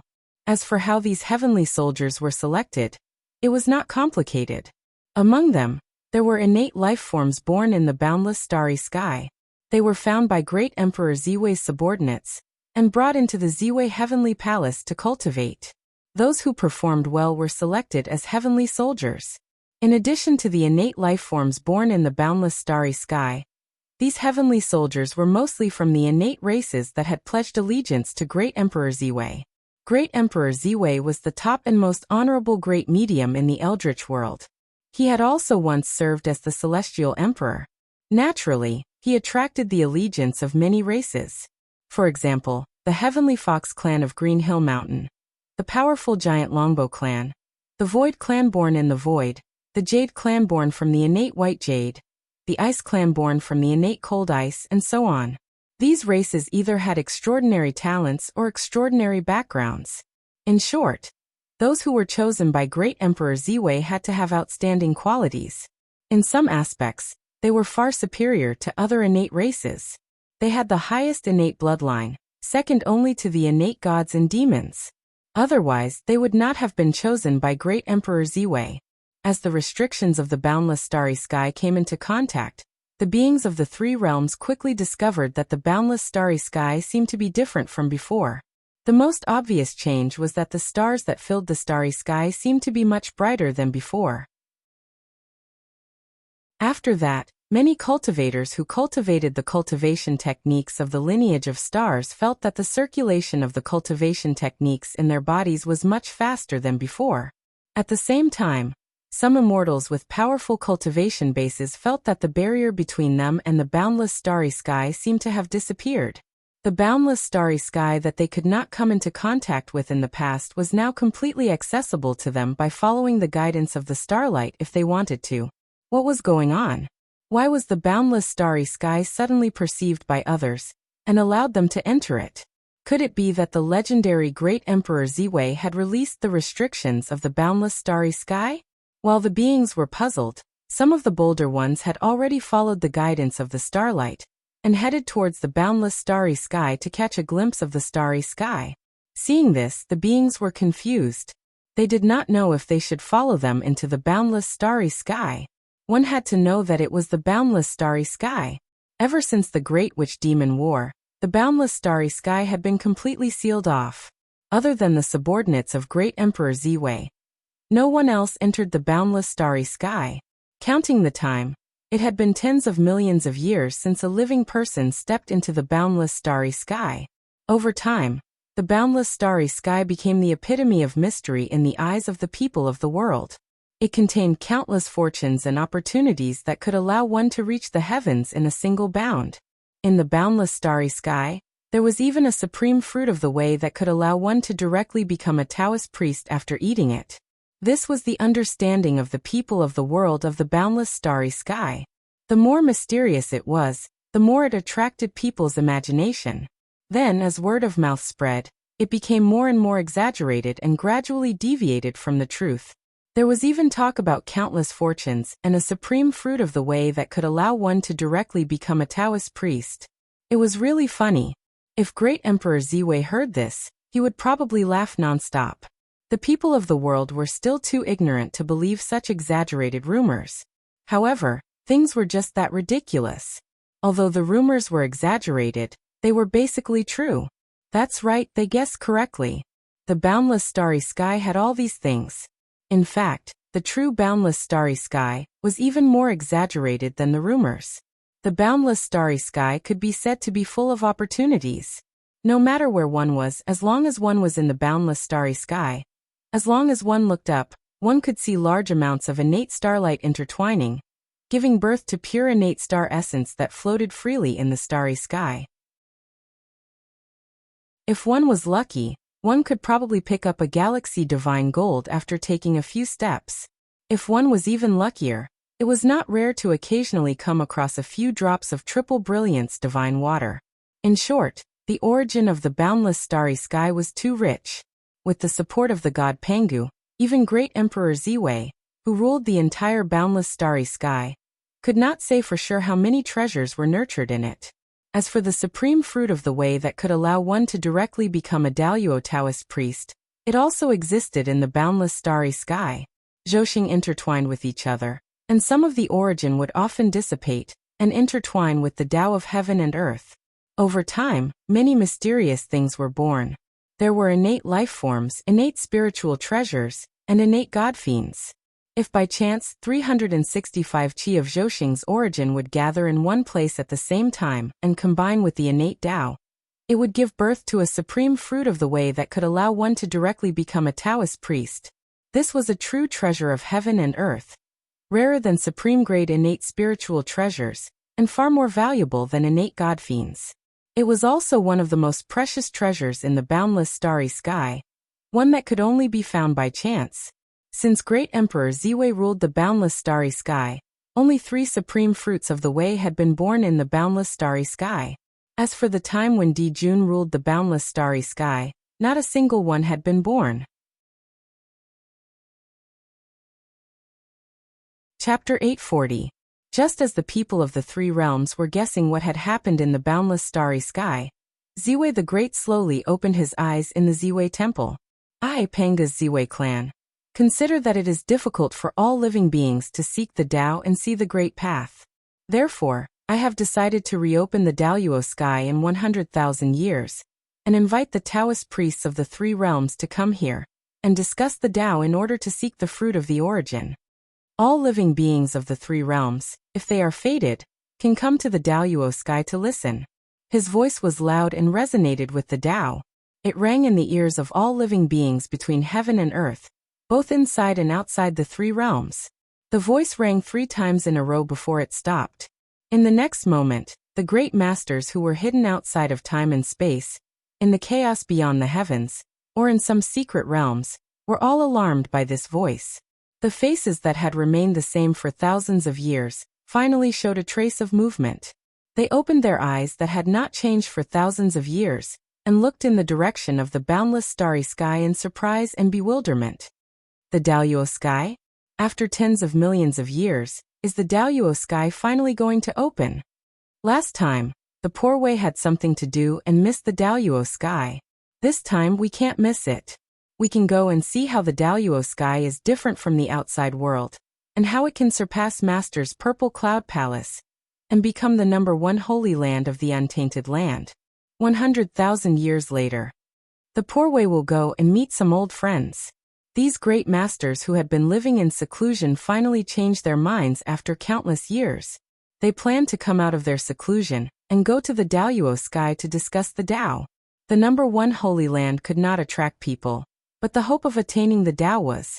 The reason why the great masters lived in seclusion was that they did not want to be tainted by the mortal world, and only wanted to pursue the Tao. However, the Daluo sky's discussion of the Tao contained a trace of a chance of attaining the Tao. Therefore, even these great masters who had been living in seclusion could not help but think about leaving their seclusion after hearing this news. Those great mediums were excited, not to mention the other Taoist priests. Numerous Taoist priests that were usually nowhere to be seen suddenly appeared, and walked through the 3 dimensions. They browsed through the magnificent mountains and rivers as they searched for friends and the Tao, and they waited for the arrival of the agreement of 100,000 years. The great mystical powers and the Xiantian Taoist priests were very excited, but the beings of the 3 realms were at a loss. They knew what the Tao debate meant, but they had no idea where the Daluo sky was. There was a place called the Daluo sky in the 3 realms. Among the 36 heavens of the heaven realm, he had never heard of a heaven called the Daluo heaven. This question lingered in everyone's mind for thousands of years before they finally got an answer from a Tao master. The so-called Daluo sky was actually the #1 sacred ground of legend. It was situated at the peak of the 3 dimensions, and it was the place where a myriad of Taos converged. When the people heard this, they were all indescribably shocked. Although they had never been to the Daluo sky, from its ranking as the #1 sacred ground of the primordial world, they knew that this was definitely a supreme place. For a moment, all the beings of the three realms were extremely excited as they flew towards the boundless starry sky. They were not great mystical powers, nor were they Xiantian Taoist priests. With a thought, they could rush to the boundless starry sky. They were just ordinary immortals. The boundless starry sky was abnormally far away from the mortal world. With their speed, it would probably take them thousands of years just to travel. Most likely, they would have to spend more than half of the 100,000 years on the road. Therefore, the beings of the three realms naturally had to rush to the boundless starry sky in advance. Firstly, they would probably miss the Tao debate. Secondly, the boundless starry sky was mysterious and contained countless opportunities. If they arrived in advance and traveled in the boundless starry sky for a period of time, they might be able to obtain some opportunities. Yes, that was a good idea. There was a layer of thunder, fire, meteorites, and astral winds at the border of heaven and earth. Without the cultivation of Tai Jingxian, it was impossible to enter the heaven realm. The boundless starry sky was still above the heaven realm. If they wanted to reach the boundless starry sky, they had to go above the 36 heavens and cross the 36 spatial barriers. Therefore, although there were many immortals in the three realms, there were very few below the Xiantian Taoist priests who could make it here. Even Lord Tai might be able to walk into the boundless starry sky without the protection of an innate spiritual treasure, but he would definitely not be able to get close to the Daluo sky. The phrase fated person had already eliminated more than half of the beings of the three realms. While the beings of the three realms and the Taoist priests were busy, Great Emperor Ziwei, who was in the boundless starry sky, was not idle either. At this moment, he was in seclusion, preparing to plan a major event. In the place where Great Emperor Ziwei was cultivating in seclusion, the brilliance of the 365 heavenly cycle main stars and billions of other stars gathered in one place. In front of Great Emperor Ziwei, a figure that looked exactly like him was gradually formed. That's right, Great Emperor Ziwei was using the power of the boundless starry sky to condense an incarnation that was exactly the same as himself.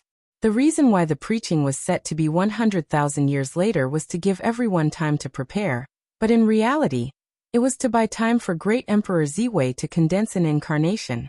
The incarnation that Great Emperor Ziwei condensed this time was extraordinary. It bore an unprecedented responsibility, and it was his substitute. He was going to discuss the Tao on behalf of his original body in the Daluo Sky Discourse with Tao ancestor Hongjun, the various saints, and the numerous great mediums and Taoist priests. It was extremely difficult to not be seen by others when he was in front of so many people, and had a friendly conversation with them. Therefore, Feng Zichen thought for a long time before he decided to condense an incarnation as Great Emperor Ziwei. His human identity was not acceptable, his Luai's identity was not acceptable, and his Xianqing identity was even more unacceptable. Once he condensed an incarnation with these three identities, he would probably be seen through as soon as he arrived in the Daluo sky.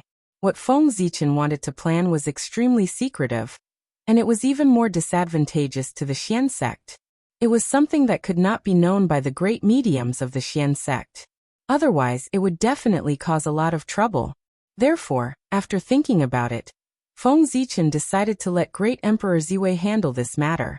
This was because only Great Emperor Ziwei's incarnation could hide from the eyes of everyone, the saints, and even Tao ancestor Hongjun. Firstly, Great Emperor Ziwei was the master of the Daluo sky. Secondly, the Daluo sky was located in the boundless starry sky. Thirdly, Great Emperor Ziwei's strength was the strongest. With all these conditions added together, as long as Great Emperor Ziwei's incarnation was condensed perfectly, with the support of the Daluo sky and the boundless starry sky, it could definitely be passed off as the real thing and deceive everyone's perception.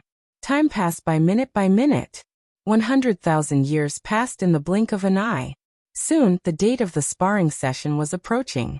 Many great mediums had already set off for the Daluo sky. At this moment, in front of Great Emperor Ziwei, a figure that looked exactly like him stood majestically. Starlight surged around his body. transforming into galaxies that wrapped around him, exuding an unparalleled divine might. Great Emperor Ziwei stared at him for a while, and couldn't help but nod his head in satisfaction. In order to refine this incarnation, not only did he spend 100,000 years, but he also used up all the millions of innate star sources that he had accumulated. Fortunately, after spending so many resources, the result was undoubtedly gratifying. Not only did this incarnation look exactly like Great Emperor Ziwei, but it could also erupt with the power of his peak. Although it couldn't last for long, it was definitely no problem for it to last for decades. It was a perfect incarnation. After looking at this incarnation again, Great Emperor Ziwei nodded his head in satisfaction. Immediately, he took off the heavenly cycle starry robe on his body and draped it over the incarnation. At the same time, he also took off the myriad star crown on his head and placed it on the head of the incarnation. With this, a new Great Emperor Ziwei was born. Greetings, Great Emperor Ziwei. At this moment, the incarnation opened his eyes and bowed to Great Emperor Ziwei. Great Emperor Ziwei didn't return the greeting. He continued to stare at the incarnation. He always felt that something was missing, causing this incarnation to be imperfect. Finally, Great Emperor Ziwei seemed to have thought of something. He suddenly took out the Zhouxing painting and placed it in the hands of the incarnation. With this, everything was perfect. Now anyone who came would think that this was the real Great Emperor Ziwei, and not some incarnation. Seeing that there were no more mistakes, Great Emperor Ziwei immediately ordered, "My fellow Taoists are almost here. I'll have to trouble you to entertain them." The incarnation returned the greeting and said, "Great Emperor Ziwei is too polite. You and I are one. There's no need to trouble me." After saying this, the incarnation's figure gradually faded away. He had gone to the Daoyuo sky to prepare for the opening of the Daoyuo sky. After the incarnation was far away, Feng Zichen, who was dressed in plain clothes, flipped his palm and took out a small purple Dao bell. This was Feng Zichen's foundation in this world, the most powerful innate supreme treasure of the untainted land, the Hongmeng Daozhong. At this moment, many of his treasures had left his body. Feng Zichen finally used the Hongmeng Daozhong again. Ever since he became a primordial chaos cultivator, Feng Zichen rarely used the Hongmeng Daozhong. Even if he did use it, he mostly used it in the Realm Sea. He rarely used this treasure in the untainted land. "Haha, old friend, it's time for us to fight side by side again." With a hearty laugh, Feng Zichen shook the Hongmeng Daozhong and shook open the void in front of him. He entered and disappeared. At the same time, countless traces of the great Tao appeared at the highest point of the boundless starry sky. They turned into a vast torrent that gathered together and slowly pulled apart. Whoosh, in an instant, endless Tao light rose, covering the radiance of the stars and dimming the sun and moon. It illuminated the entire three realms, the universe, and the endless space-time. In the Tao light, a corner of a world formed entirely of great Tao rules gradually revealed itself, emitting endless Tao rhythms. The Daoyuo sky. The highest heaven of the untainted land had opened. At this moment, many Taoist priests, great masters, and even saints of the untainted land seemed to have received some kind of signal and set off for the Daoyuo sky. Then, the creatures of the three realms saw a scene that they would never forget in their lives. Rumble. One after another, brilliant great Taos rose from all over the three realms. They were mysterious and unfathomable. The Tao rhythms flowed as they pierced through the 9 layers of clouds and entered the Daoyuo sky. Every great Tao here represented a connate Taoist priest. They were the appearance of Tao, the manifestation of Tao, and the incarnation of Tao. As more and more great Tao rules rose, the entire three realms was gradually enveloped by a mighty Tao aura. It suppressed the beings of the three realms to the point that they could not raise their heads and did not dare to look directly at the Daoyuo sky. At a certain moment, a blurry figure suddenly flashed in the great Tao rules. These were the connate Taoist priests who had already set off for the Daoyuo sky. At the same time, the incarnation of Great Emperor Ziwei had already stood together with the 3,000 Taoist priests in the Daoyuo sky to welcome the arrival of the people who were discussing Tao. Compared to the Taoist priests in the outside world, it was obvious that the Taoist priests in the Daoyuo sky were more excited. Not only were they excited because they were about to see old friends, but they were also excited because they were about to see the great Tao. The Daoyuo sky had been cultivating in seclusion for countless years. They already understood each other's Tao very well and urgently needed new knowledge to supplement it. And these Daoyuo Taoist priests who came to discuss Tao carried the new Tao and principles that they urgently needed. And these things would bring them one step closer to the primordial chaos realm. So, how could they not be excited? Not long after, several Khanate Taoist priests came together. As the disciple of great Emperor Ziwei, Buzhou hurriedly went forward to welcome them and invited them from the boundless starry sky to the Daoyuo sky. When they arrived here, great Emperor Ziwei and the others were naturally in charge of receiving them. After these few Taoist priests, the Khanate Taoist priests of the primordial chaos arrived one after another. Sometimes, there were even dozens of them rushing together. They were all Khanate Taoist priests. Their realms were about the same, so their speed was naturally about the same. Since they had set off together, they naturally arrived at about the same time. It was not surprising that they arrived together. In just a few hours, most of the Taoist priests of the primordial chaos had arrived.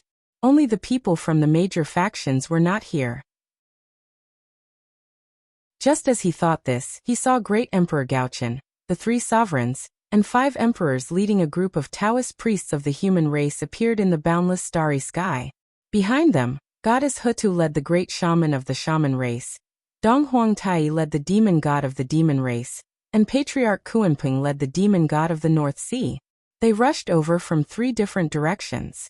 After these 3 factions were led into the Daoyuo sky, a 5-colored light suddenly rose from the horizon. It was the arrival of the 3 Khanate races. At this point, most of the major factions of the primordial chaos had arrived. Only the saints had not arrived. Boom! As soon as the 3 Khanate races sat down, a huge wave of saint aura suddenly descended. Everyone looked up and saw the 6 saints bringing their disciples over. When everyone saw this, they hurriedly went forward to welcome them. When the saints sat down, everyone thought that the preaching was about to begin. Unexpectedly, as the owner of this place, great Emperor Ziwei suddenly stood up and went out to welcome them. When everyone saw this, they hurriedly followed. Although they did not know who the newcomers were, they were definitely important figures since great Emperor Ziwei went out to welcome them. As soon as they left the Daoyuo sky, everyone felt that something was different. They saw that the 5 elements qi between heaven and earth suddenly became abnormally active. Vaguely, they could hear the roars of dragons, phoenixes, tigers, cheilants, and black tortoises. Seeing this phenomenon, everyone had a feeling and roughly guessed who the newcomers were. As expected, at the end of the world, 5-colored auspicious clouds shrouded the boundless sky. They transformed into the shape of the 5 elements sacred beasts and constantly approached the Daoyuo sky. The 5 elements sacred beasts were here. Looking at the 5 supreme gods in gorgeous robes in front of them, everyone, including the saints, hurriedly went forward and bowed. Greetings, supremacies. The 5 elements sacred beasts also smiled and returned the greeting. Greetings, fellow Taoists. Chapter 841. After greeting everyone, the 5 elements sacred beasts did not walk into the Daoyuo sky. Instead, they stood still as if they were waiting for someone. Great Emperor Ziwei was also puzzled by this. Who else was coming? Why did the 5 elements sacred beasts have to wait outside the door personally? Tao ancestor Hongjun? Obviously not. With the relationship between the 5 elements sacred beasts and Tao ancestor Hongjun, it was already very fortunate that they could meet in harmony without bickering or fighting. It was impossible for them to wait outside for Tao ancestor Hongjun. Curious, great Emperor Ziwei decided to stay behind. He wanted to meet the person who was worthy of the 5 elements sacred beast's personal weight. In fact, great Emperor Ziwei and everyone else had already guessed who the person was. It was most likely the most ancient great medium who did not appear in front of others. After the war between the 3 clans, the group of most ancient innate saints had collectively disappeared. No trace of them could be found between heaven and earth. It was as if they had left the primordial world. In fact, that was not the case. They had always been hiding in the primordial world, and had long achieved the Tao fruit of the primordial chaos Daoyuo Jingxian. It was just that no one knew about them. Now looking at the 5 elements sacred beasts, it was likely that the Daoyuo Sky's discussion of the Tao had attracted their attention. They wanted to come here to discuss the Tao with everyone. It was certain that the most ancient great beings were powerful, but as for how powerful they were, among the great medium here, only great ancestor Kuanping and a few others had come into contact with them. The other great medium had only heard of them but had never really seen them, so they had no way of knowing. Therefore, everyone was looking forward to the great medium who was about to arrive. Just like that, everyone waited expectantly. They did not have to wait for long. After a while, they saw 9 figures surrounded by Dao Qi walking over from the boundary between the chaos and the boundless starry sky. Everyone went forward to take a look. Who else could it be but Dao ancestor Hongjun? As for the other 8 people, sorry no one present knew them. Greetings Dao ancestor. Everyone went forward and bowed to Dao ancestor Hongjun. After that, everyone bowed to the 8 people who were traveling with the Dao ancestor. Greetings seniors. Although they did not know them, it was always right to call them seniors. Greetings fellow Taoists. The 8 of them returned the greeting. Fellow Taoists, you're finally here. Come, let's go in quickly. Fellow Taoists have been waiting for a long time. At this moment, the 5 elements sacred beast stepped forward and pulled the 8 people into the Daoyuo sky. During this period, the 5 elements sacred beast acted as if he did not see Dao ancestor Hongjun. He did not go forward to greet him. When he spoke to the 8 people, it was as if he did not exist. Seeing this scene, Dao ancestor Hongjun was not angry. He only pointed at the 5 elements sacred beasts and said to the fellow Taoists beside him, "Look at how stingy they are." As they chatted and laughed, everyone entered the Daoyuo sky, indicating that the Daoyuo heavenly discourse was about to begin. A total of 10,000 Xiantian Taoist priests, 3,000 almighty experts, over 20 primordial chaos Daoyuo Jingxian, and 1 Wuji Daoyuo Jingxian came to the meeting. Since the birth of the primordial world, the remaining Khanate Taoist priests had basically all come. This Tao discourse was destined to be an unprecedented prosperity in the history of the primordial world. It would go down in the annals of history and fascinate the future generations. Similarly, after this Tao discourse ended, there would be many almighty experts in the 3 realms who would understand their own path of Tao. From there, they would take the crucial step to transcend everything and cultivate to the realm of primordial chaos Daoyuo Jingxian. And just as the Taoist priests were discussing Tao in the Daoyuo sky, Feng Zichen's original body had quietly arrived in the depths of the ultimate ruins. Together with the mental demon of the ultimate ruins, they entered the future holy land of the demonic Tao, the eternal demon abyss. Is this the holy land of the demonic Tao? It's really different from the immortal Tao. After stepping into the eternal demon abyss, Feng Zichen looked around and said, unlike the holy land of the immortal Tao, the demon abyss was filled with evil qi, yin qi, evil qi and other filthy qi. These filthy qi combined with the Khanate qi and turned into a strange and unpredictable demonic qi. It had the characteristics of blurring one's mind and eroding one's vitality. This demonic qi was the opposite of immortal qi. Moreover, its greatest danger was that it could pollute the innate qi. If the demonic qi was allowed to leak out without proper management, it wouldn't take long for the blessed land to be corroded by the demonic qi and become a demonic land.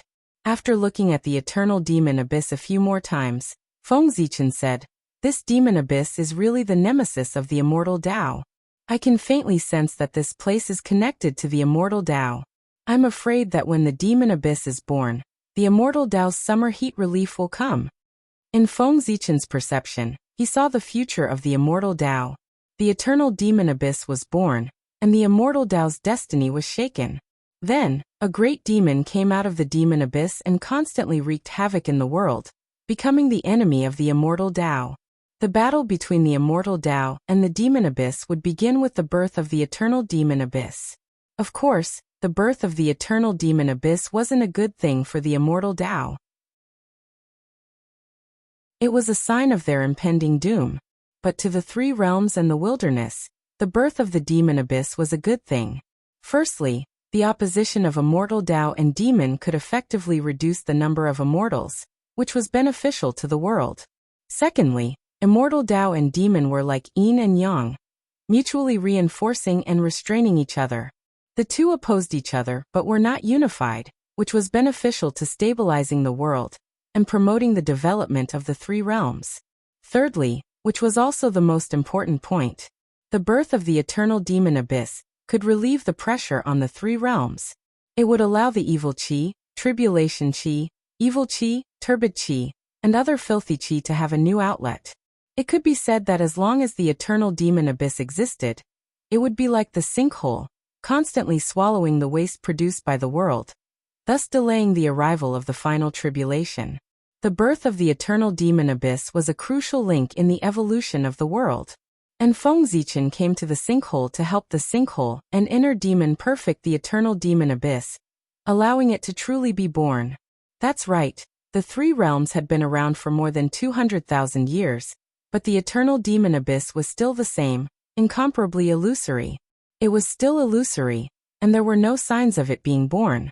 The sinkhole and inner demon used all means to strengthen the eternal demon abyss's origin, but there was no effect. The eternal demon abyss was like a giant eater, not rejecting anything, swallowing everything, but there was no growth. The bottomless ruin and heart demon made some deductions and discovered that although the eternal demon abyss shouldered a heavy responsibility, its opportunity to appear in the world was not in this cataclysm, but in the next cataclysm, accompanied by the rise of the demonic path.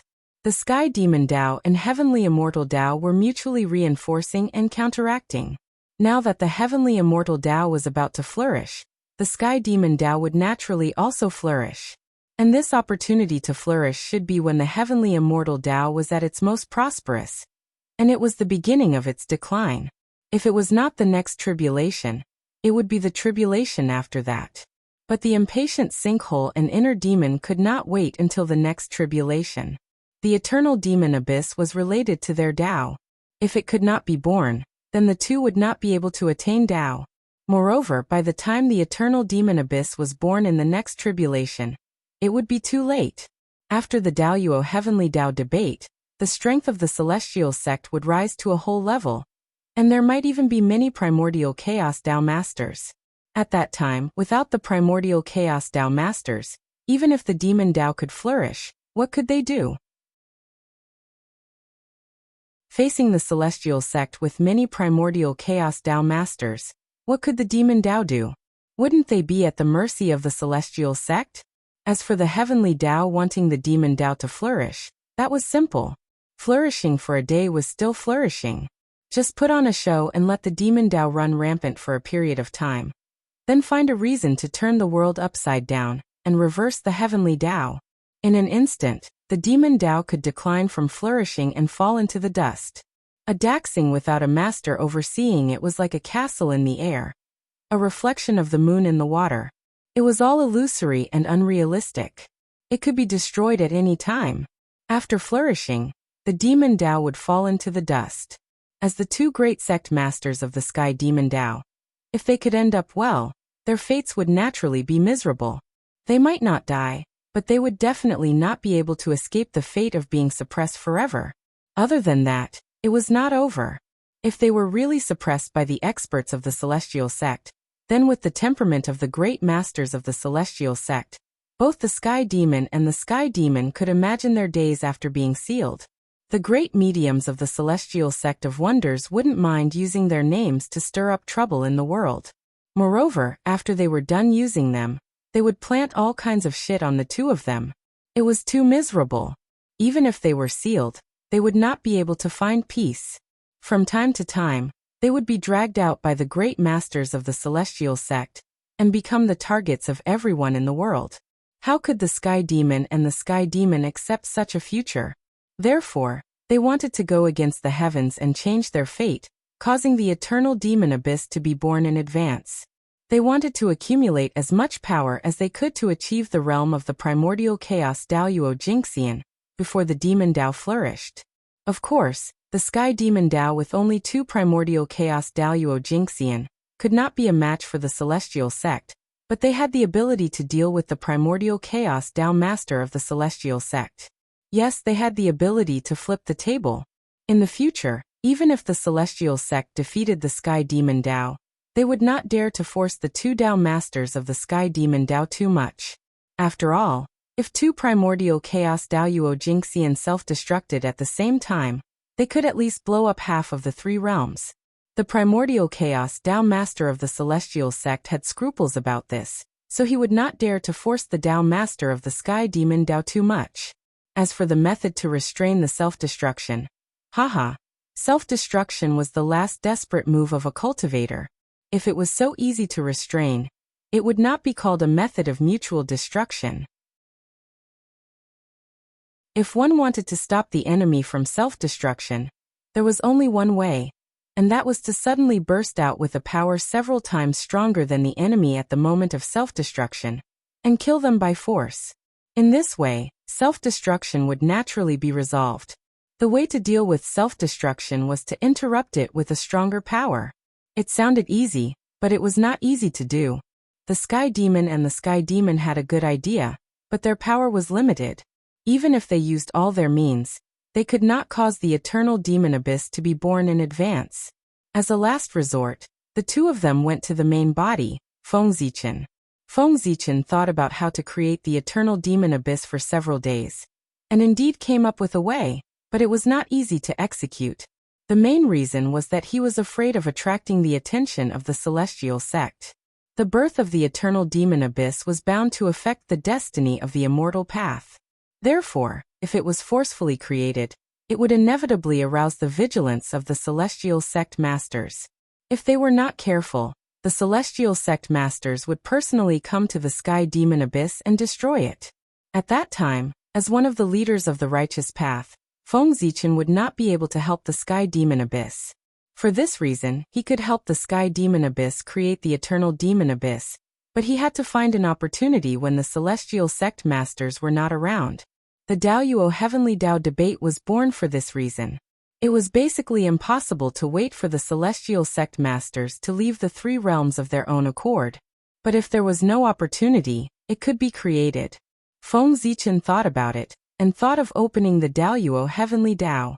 In the name of spying on the great Dao, he invited all the Taoist priests of the wilderness to discuss the Dao.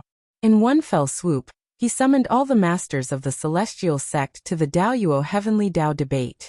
Just as everyone was focused on the Dao debate and had no time to worry about the three realms, Fengzichen slipped away and quietly left the boundless starry sky, came to the sky demon abyss, and began his plan, helping the sky demon abyss and the celestial sect open up. At this time, everyone's thoughts were on how to attain the Dao. How could they be distracted to care about the three realms? If they were distracted and did not catch that fleeting spark of the great Dao, missing the opportunity to attain the Dao, wouldn't it be too late to regret it? Therefore, taking advantage of this rare opportunity, Fengzichen could rest assured and help the celestial sect open up the eternal demon abyss. Following the celestial sect and the celestial sect, Fengzichen walked forward for a while more until he arrived at the deepest part of the eternal demon abyss. When he arrived, he saw endless demonic qi gathering in the depths of the abyss. It seemed to have a life of its own, throbbing constantly. Upon closer inspection, he discovered that it wasn't demonic qi that was throbbing, but the Khanate Dao fetuses in the depths of the demonic qi. There were a total of 9 Khanate Dao fetuses, and each one was surrounded by terrifying demonic shadows. These were Khanate god fiends born from the abyss, true and complete Khanate god fiends that belonged to the demonic Dao. They were also the key to the future prosperity of the sky demon Dao. These Khanate devils fetus were born together with the other Khanate god fiends of the three realms. However, while the Khanate god fiends of the three realms had been born for many years, the Khanate devil's fetus here showed no signs of birth. The reason for this was the influence of the eternal demon abyss. These 9 Khanate devil's fetus were all born from the core of the eternal demon abyss. But now even the eternal demon abyss itself hadn't reached perfection, so where would it find the extra power to nurture these Khanate demon gods? Therefore, although these Khanate devil's fetus had been around for many years, there were no signs of birth at all. If they wanted to be born, they would have to wait until the eternal demon abyss was truly born. Only then would the abyss have the power to nurture them. To be able to nurture 9 Khanate demon gods at once, This eternal demon abyss is truly extraordinary. No wonder you can't nurture them. Feng Zichen sighed with emotion as he looked at the 9 connate devil's fetus. In the 3 realms, the only place other than the world tree that could nurture 9 connate godfiends at once was Kunlun Mountain. And now, the eternal demon abyss had done the same. What did this mean? Even if the eternal demon abyss couldn't compare to Kunlun Mountain, it wasn't far off. Chapter 842. It was no wonder that the eternal demon abyss carried the future fortune of the Sky Demon sect.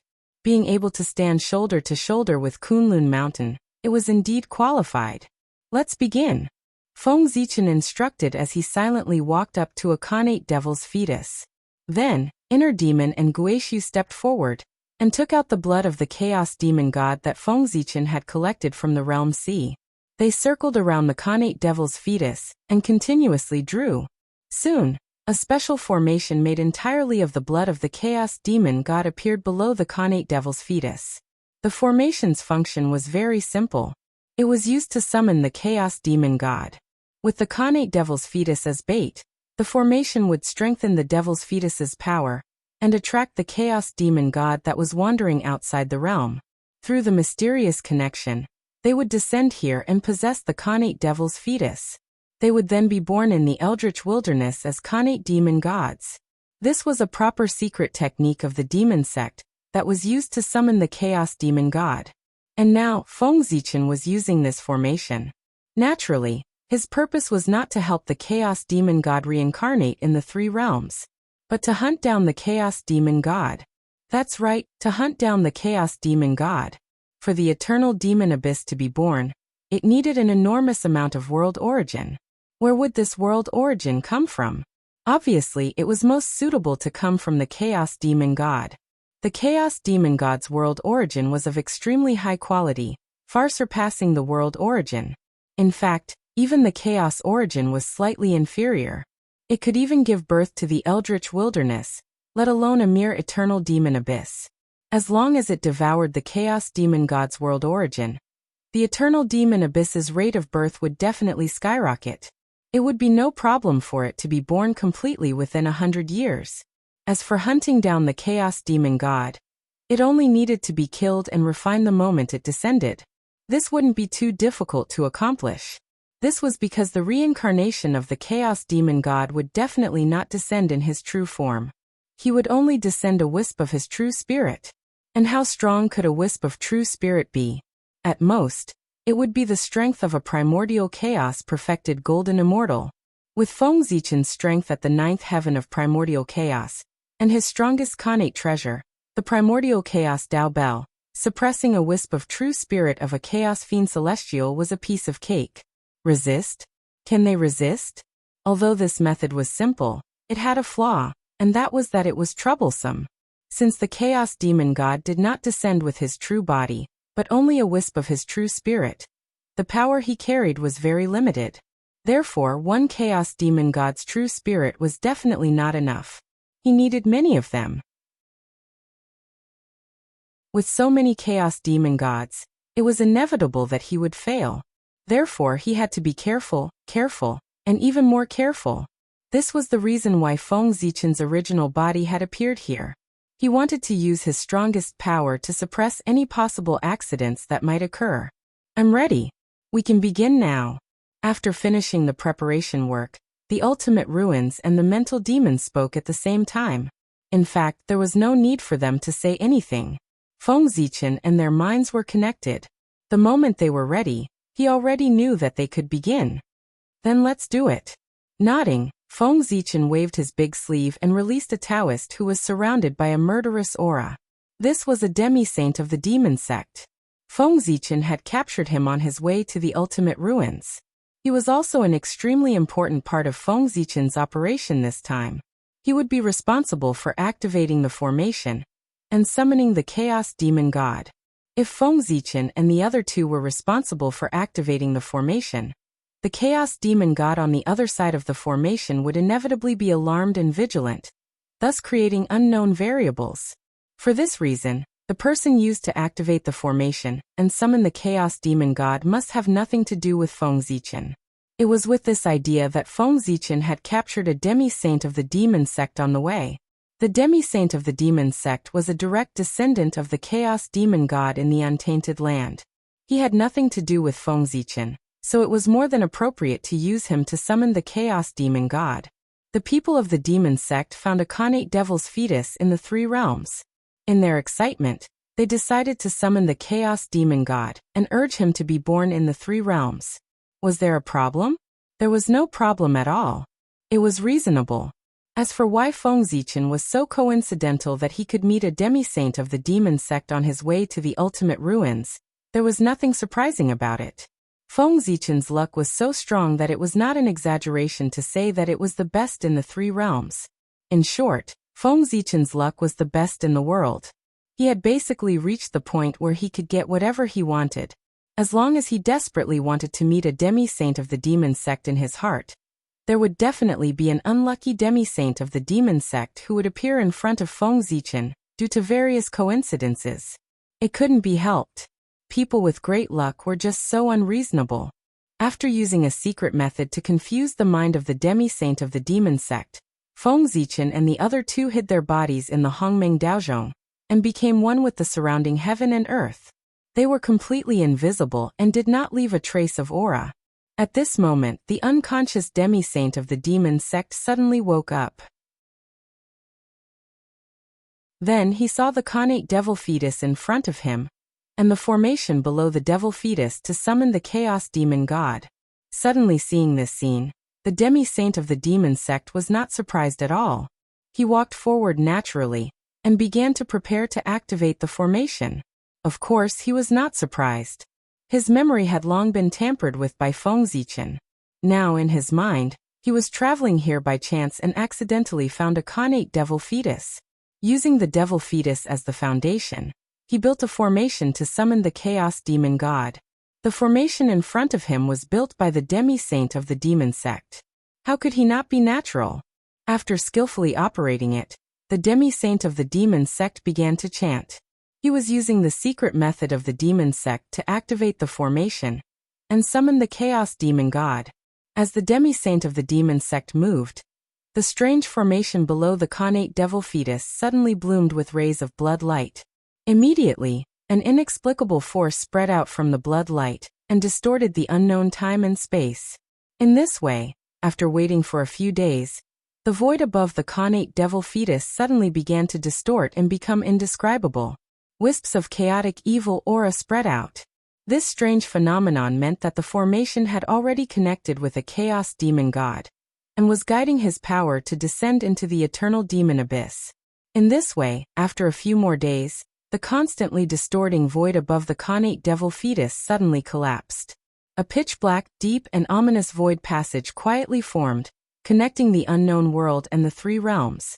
Immediately, an incomparably violent force, accompanied by wisps of chaotic evil aura, surged from the other end of the passage and landed above the connate devil fetus, turning into a strange demon god with 6 faces. The demon god of 6 desires. Feng Zichen, who was hiding in the dark, recognized the origin of the demon god of 6 desires the moment it descended. It was the demon god of 6 desires who had mastered the great Tao of 6 desires. The demon god of 6 desires' strength was not the best among the chaos demon gods. At most, his intelligence was first class. Among the chaos demon gods, there were many who were stronger than him. But even so, few people dared to provoke the demon god of 6 desires among the chaos demon gods. It was true that he was not strong, but he had a twin brother called the demon god of 7 emotions, who was a chaos demon god who had mastered the great Tao of 7 emotions. The strength of the demon god of 7 emotions and the demon god of 6 desires were about the same.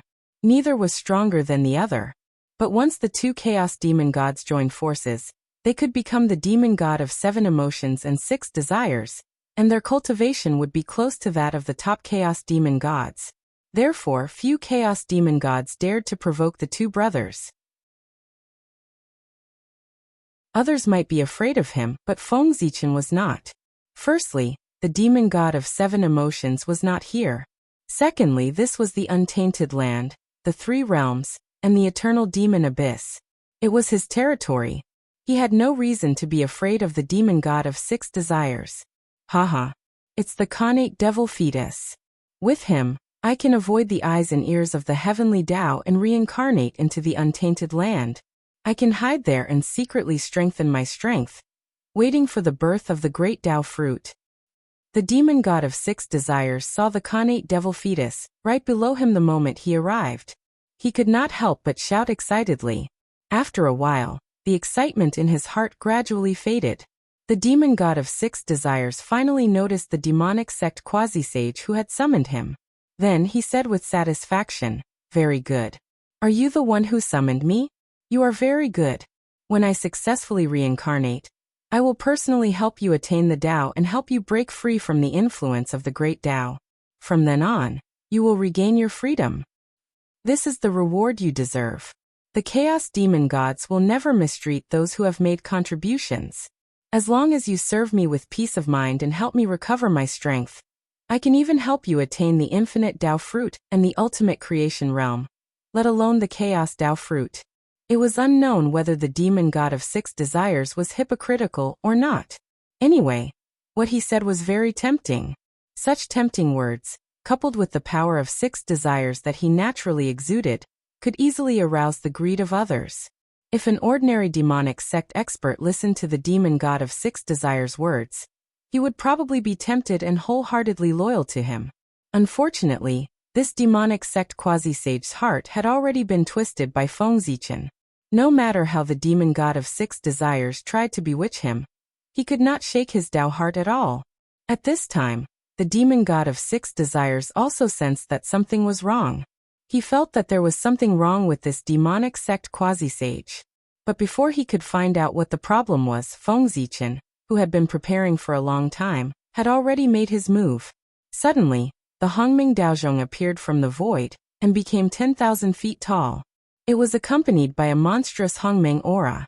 It blasted down from the sky and enveloped the demon god of six desires, who was defenseless.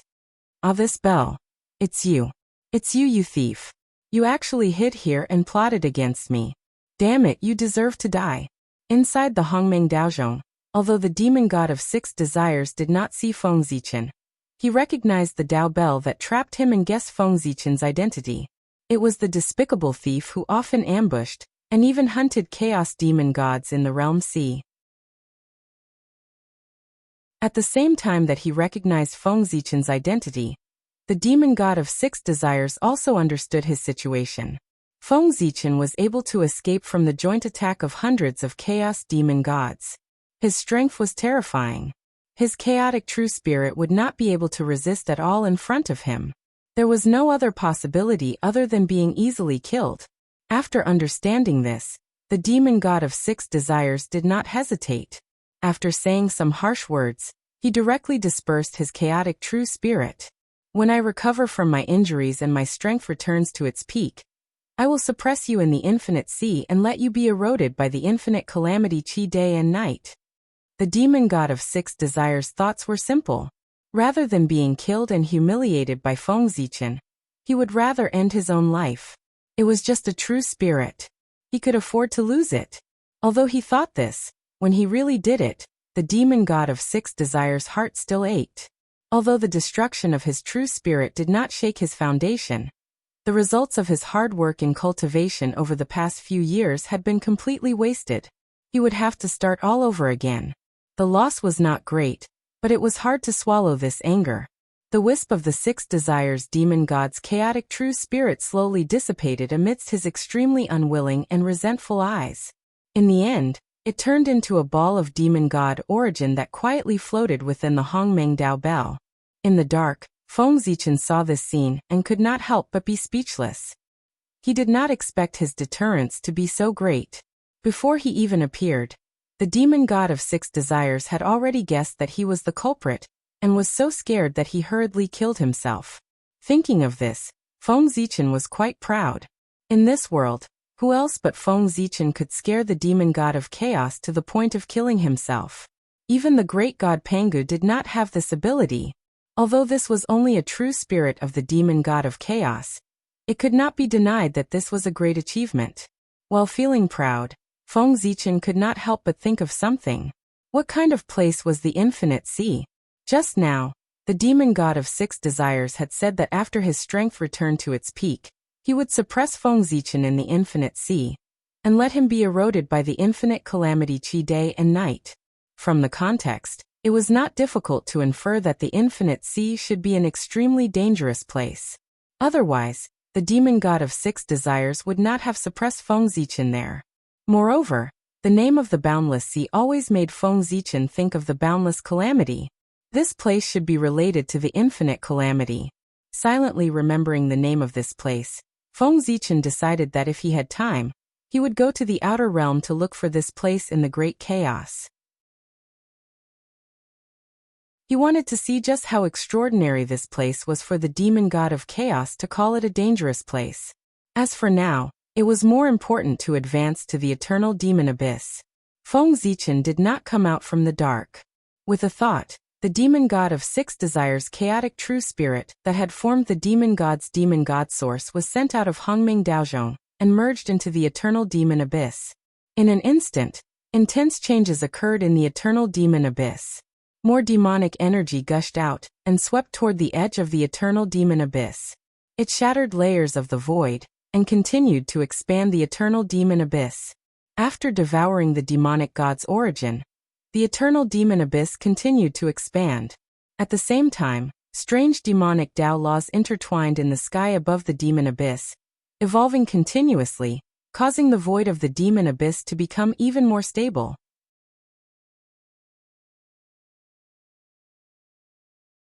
Chapter 843. 8 more Chaos Demon Gods and the Eternal Demon Abyss will complete its evolution. Feng Zichen said after silently comprehending the changes in the Demon Abyss. A wisp of the true spirit of a Chaos Demon God was still too little. It was not enough for the Eternal Demon Abyss to evolve. It needed more. With this thought in mind, Feng Zichen continued to cast the secret technique, and signaled to the demi-saint to summon the Chaos Demon God using the previous method.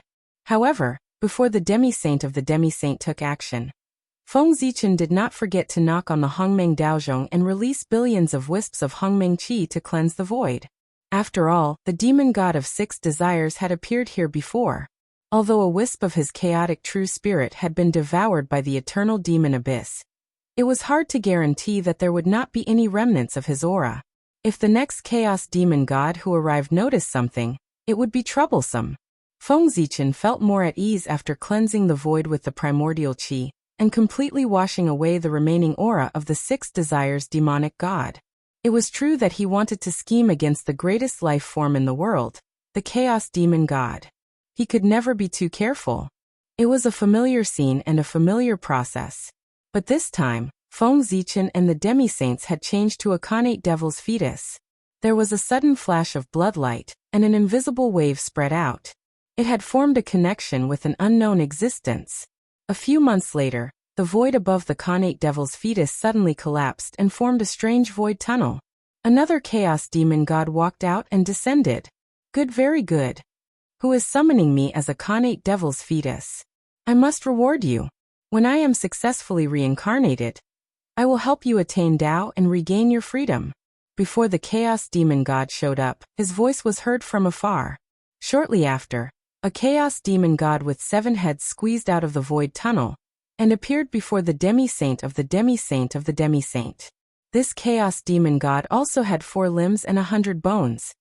He was not much different from an ordinary person, and also had a connate constitution. However, he had 7 heads. Furthermore, each head displayed a different expression. 7 heads, 7 faces, corresponding to 7 expressions. They were respectively joy, anger, worry, longing, sorrow, fear, shock, and the other 7 emotions. Without a doubt, this chaos demon god was the twin brother of the demon god of 6 desires, the 7 emotions demon god. It was a coincidence that the 2 brothers were summoned at the same time. Brothers in the same boat. Before the 7 emotions demonic god could observe the situation, the primordial chaos Tao Bell suddenly appeared in the void, and turned into 100,000 feet in size. It enveloped the seven emotions' demonic god, as if it was covering him. Damn it. It's you, you thief. You bastard. God of God of God, God of mind was stunned, God of seven, God. Of God, God was God. Of God was God of God. Then he became extremely angry and cursed at Feng Zichen. Filthy words came out of his mouth, and he did not have the demeanor of a chaos demon god at all. At first, Feng Zichen was angry when he was cursed. He wanted to activate the Hongming Daozhong and kill the seven emotions demon god of seven emotions. However, Feng Zichen sensed that something was wrong the moment he had this thought. He was not like the three pure ones who cared about their reputation. He was a true Taoist who was not shocked by honor or disgrace. No matter how the world insulted him, cursed him, praised him, or praised him, his Taoist heart would not be shaken. If someone cursed him, he would just kill them. Why would he be so angry? However, Feng Zichen was angered by a few words from the seven emotions demon god. That was not right. With doubts in his heart, Feng Zichen calmed down. Then he realized that the seven emotions demon god was indeed a demon god, who had mastered the seven emotions' great Tao. There was the power of seven emotions hidden in his words. He was provoking the anger in Feng Zichen's heart. If Feng Zichen was really impulsive and was affected by the power of seven emotions, he would kill the chaotic real spirit of the seven emotions demon god. Then he would fall into the Tao of the seven emotions demon god. A wisp of the power of seven emotions went deep into his Taoist heart. From then on, his Taoist heart would be damaged. It would be difficult for him to improve his cultivation. If it was serious, he would sink into the sea of bitterness of the seven emotions. Hiss. After understanding this, Feng Zichen could not help but take a deep breath. The chaos demon gods were really strange and powerful. There were hidden murderous intents everywhere. If he was not careful, he would fall into their Tao and fall into a disaster. It was really scary. Fortunately, the six desires demon god was more cowardly. When he found out that the person who came was Feng Zichen, he directly killed himself. He did not plot against him like the seven emotions demon god. This saved Feng Zichen some trouble. Wait, that's not right. Thinking of this, Feng Zichen suddenly felt that something was wrong. How could he be sure that the six desires demon god did not plot against him? Now that he thought about it, the six desires demon god's actions were really strange. How could a chaos demon god be so cowardly? He did not even put up a fight and directly killed himself. It was a disgrace to the chaos demon gods. Why couldn't the six desires demon god's actions be to make Feng Zichen more cautious and create an opportunity to plot against him? The means of the chaos demon gods had always been mysterious and unpredictable. The six desires demon god might have done this. He had to be careful. Thinking of this, Feng Zichen suddenly activated the innate indestructible true spirit and turned it into an extremely perfect jade disc. There were countless runes of the Great Path around it, as if all the 3,000 great paths were on it. This was the great treasure of the heavenly path, the jade disc of good fortune.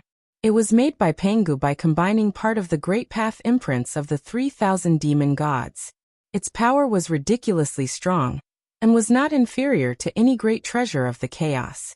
Of course, this was not the jade disc of good fortune itself. It was a supreme magic that Feng Zichen had reverse deduced from the fragment of the jade disc of good fortune. How much weaker was its power compared to the real jade disc of good fortune?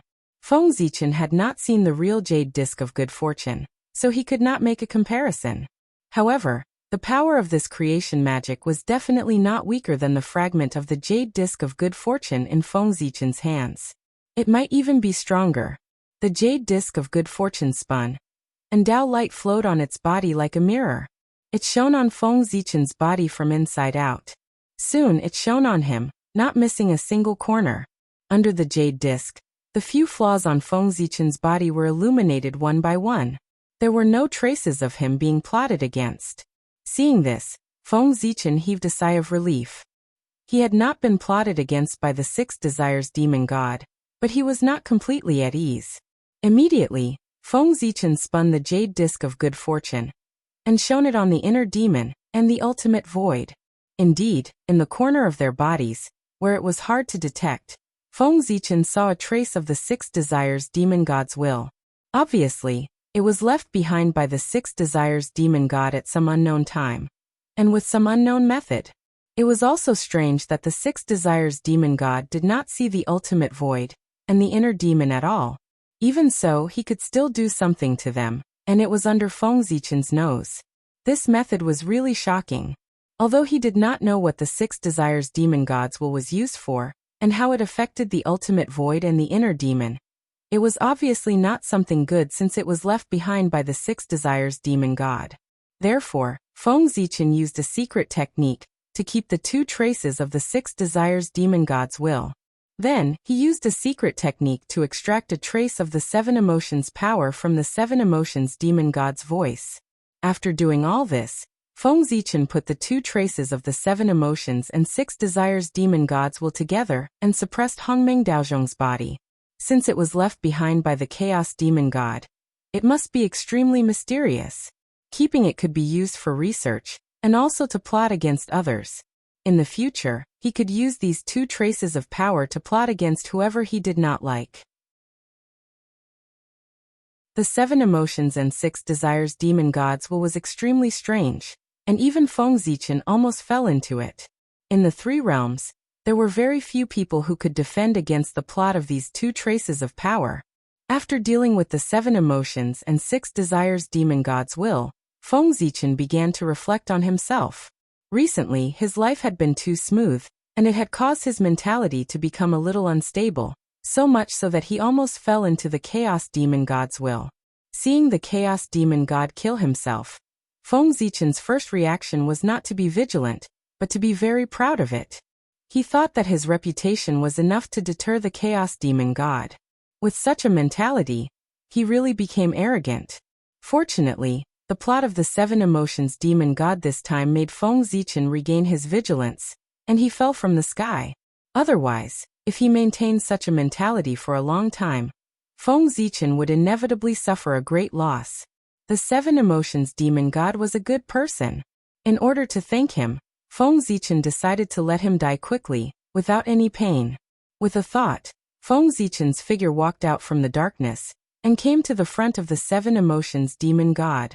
The seven emotions demon god, who was continuing to curse, saw Feng Zichen's expression and knew that his plot had been seen through.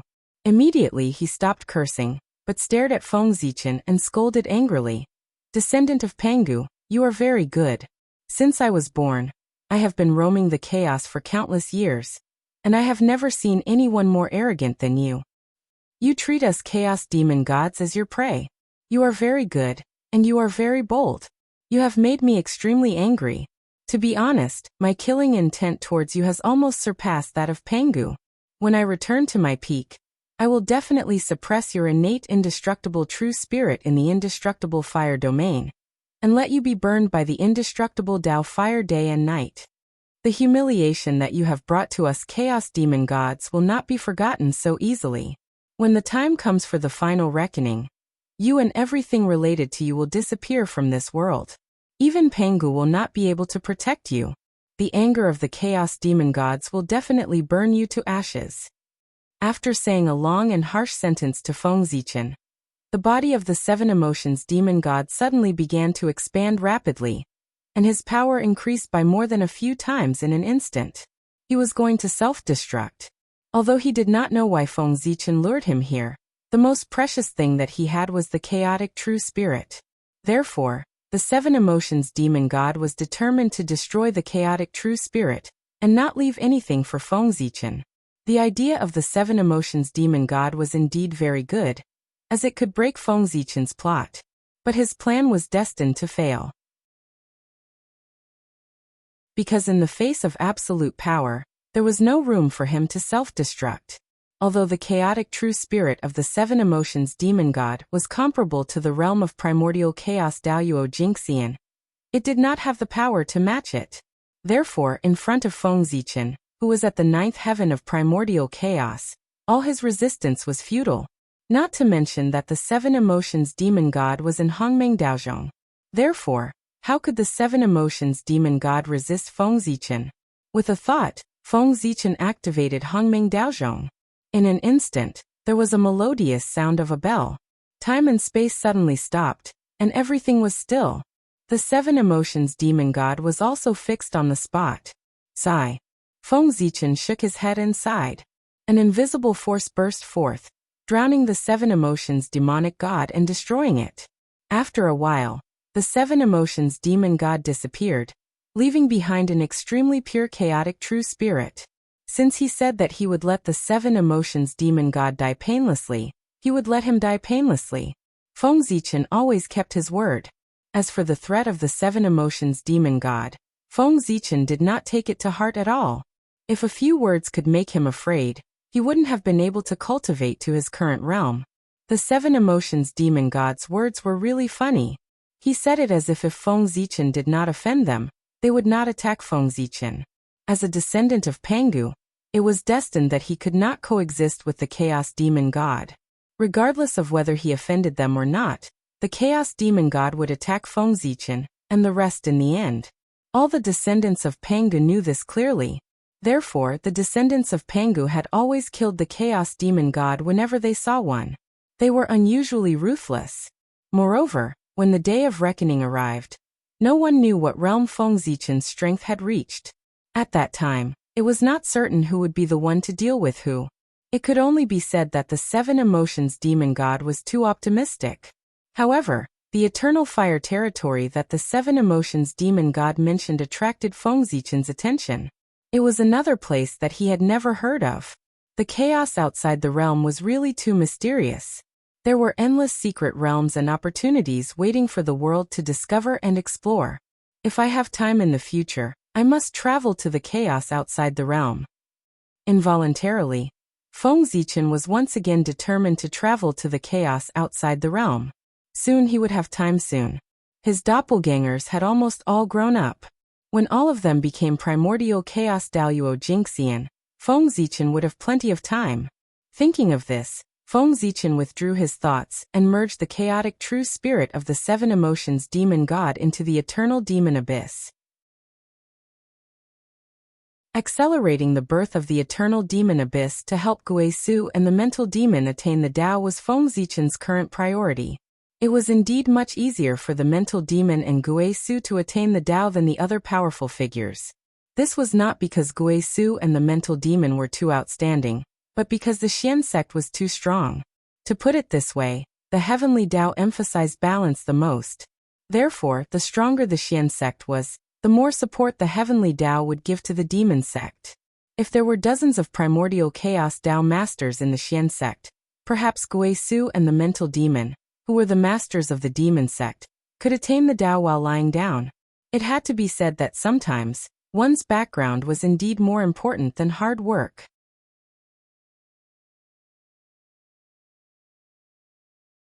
Chapter 844. Rumble. After devouring the chaotic real spirit of the seven emotions demonic god, the surface area of the eternal demon abyss expanded again, and the void became more stable. Vaguely, it became more solid. Looking at the performance of the eternal demon abyss, Feng Zichen could not help but feel that the eternal demon abyss could be born without summoning the 9 chaos demon gods. He had overestimated the eternal demon abyss. Thinking of this, Feng Zichen raised the Hongming Daozhong, and was about to activate the Hongming Qi to cleanse the void. Beside him, the inner demon seemed to have sensed something and suddenly entered a state of enlightenment. Feng Zichen thought about it and felt relieved. The inner demon walked the Tao of 7 emotions and 6 desires. Whether it was the chaotic real spirit of the 7 emotions demonic god, or the chaotic real spirit of the 6 desires demonic god, they were all great supplements for the inner demon. Now, the eternal demon abyss had devoured the real spirits of the 2 chaos demon gods. While its origin had increased greatly, it was also replenishing its master. The inner demon was replenished by the eternal demon abyss, and suddenly obtained many mysteries of the Tao of 7 emotions and 6 desires. It was normal for it to enter a state of enlightenment. The Tao of the chaos demon gods was the inheritance of the great Tao. It was far more mysterious than the connate Tao in the untainted world. It was a method that pointed directly to eternity. If the inner demon could comprehend some of it, it would undoubtedly have a greater chance of becoming a Tao of origin chaos. After this, the inner demon's time to become a Tao would be shortened by at least millions of years. Feng Zichen secretly cast a divine skill to send the inner demon aside. He continued to activate the Hongming Daozhong and cleanse the void with the Hongming Qi to cleanse the void of all auras of the chaos demon gods. After doing all this, Feng Zichen's eyes moved and the demonic sage-to-be immediately took action. He silently walked to the next Khanate devil's fetus and began to repeat the previous actions. As Feng Zichen continued to scheme against the other chaos demon gods, the Six Desires demon god, who had suffered a great loss in the realm sea, woke up from his seclusion in a huff. The monstrous flames of fury seemed to have materialized as they surged out from the god of Six Desires' body and engulfed everything. Everything around him was burned to ashes. Damned reptile, I will not let you off. After venting his anger for a while, the Six Desires demon god seemed to have thought of something. He hurriedly released a strand of divine consciousness and rushed toward the greater thousand world next door. That was the great thousand world where his elder brother, the Seven Emotions demonic god, was. The Six Desires demonic god was in such a hurry because he wanted to remind the Seven Emotions demonic god not to fall into that little thief's trap. It was already bad enough that he had been set up. If both of them were to be set up at the same time, that would be unbearable. Brother, if someone summons your true spirit to reincarnate into the untainted land, don't respond. That's a trick of the thief. He's targeting our chaotic true spirits. Before he arrived, the voice of the Six Desires demon god could be heard from afar. However, what answered him was the furious voice of the Seven Emotions demonic god. Ah, damn thief, I want you to die. It's too late. The Six Desires demon god slapped his forehead and said helplessly. Obviously, his reminder was too late. The Seven Emotions demonic god had already fallen into Feng Zichen's trap. Sigh. The Six Desires demon god sighed and walked forward helplessly. He wanted to persuade his elder brother to calm down for the time being. That was because even if they were angry, it was useless. At this moment, they could not enter the untainted land at all. Since they could not enter the untainted land, they could not do anything to Feng Zichen. Since that was the case, instead of being infuriated here, they might as well think of a way to kill Feng Zichen the next time he appeared in the realm sea. At this moment, the Seven Emotions demonic god noticed the arrival of the Six Desires demon god and remembered what he had said. Then, the face of the demonic god of Seven Emotions turned even uglier. He asked in a low voice, "What's wrong, brother? You were also tricked by that damn thief?" The Six Desires demon god nodded with an unsightly expression. "Before Big Brother, I was tricked by that little thief. As soon as I received the news, I hurriedly ran over to report it to Big Brother, but I was still a step too late." Hearing that, the Seven Emotions demonic god cursed. That thief is really evil. He can even think of such a despicable method. After this, if someone summons us to reincarnate using a demonic secret method again, should we respond or not? Although the Seven Emotions demonic god was angry that a strand of his true spirit was destroyed, he did not lose his composure. What really made him lose his composure was Feng Zichen's method. It was too evil. The negative impact of this matter was beyond imagination. Because of Feng Zichen's actions, this devil path secret method would be mostly destroyed in the future. In the future, if someone summoned them, no one would dare to respond easily. On the other side of the path, Feng Zichen was waiting for them with the Hongming Daozhong, messing with their mentality. If everyone was in a state of panic, no one would dare to use this secret method. Wouldn't the Chaos Demonic God have one less method to descend into the untainted land? Feng Zichen's plan was indeed feasible. At the side, the Six Desires demon god also thought of the possible consequences of Feng Zichen's method and said worriedly, "Indeed, this thief's plan is too evil. If he continues to do this, the method of reincarnation to enter the untainted land will be completely useless." Suddenly, the Six Desires demon god seemed to have thought of something and suddenly said to the Seven Emotions demon god, "Brother, do you think we should warn the rest of the Taoists not to fall into that thief's trap?" Hearing this, the Seven Emotions demon god's eyes flickered for a while and said, Forget it. It's better for everyone to suffer together than just the two of us. The chaos demonic gods have always been on the same side, advancing and retreating together. If we're going to suffer, we'll suffer together. No one can be left out. Moreover, if you and I go to warn them, it's hard to say whether they'll believe us or not. But they'll definitely laugh at us because of this. No, I'm definitely not going. I won't be bullied by them. As soon as the 7 emotions demon god finished speaking, the 6 desires demon god's mouth twitched. What he said at the end made some sense, but what he said at the beginning was completely nonsense. If the chaos demonic gods could advance and retreat together, they would have destroyed the untainted land long ago. At the moment, the chaos demonic gods seemed to have a common enemy and vowed to destroy the untainted land. But in fact, the chaos demonic gods had a lot of dirty dealings with each other.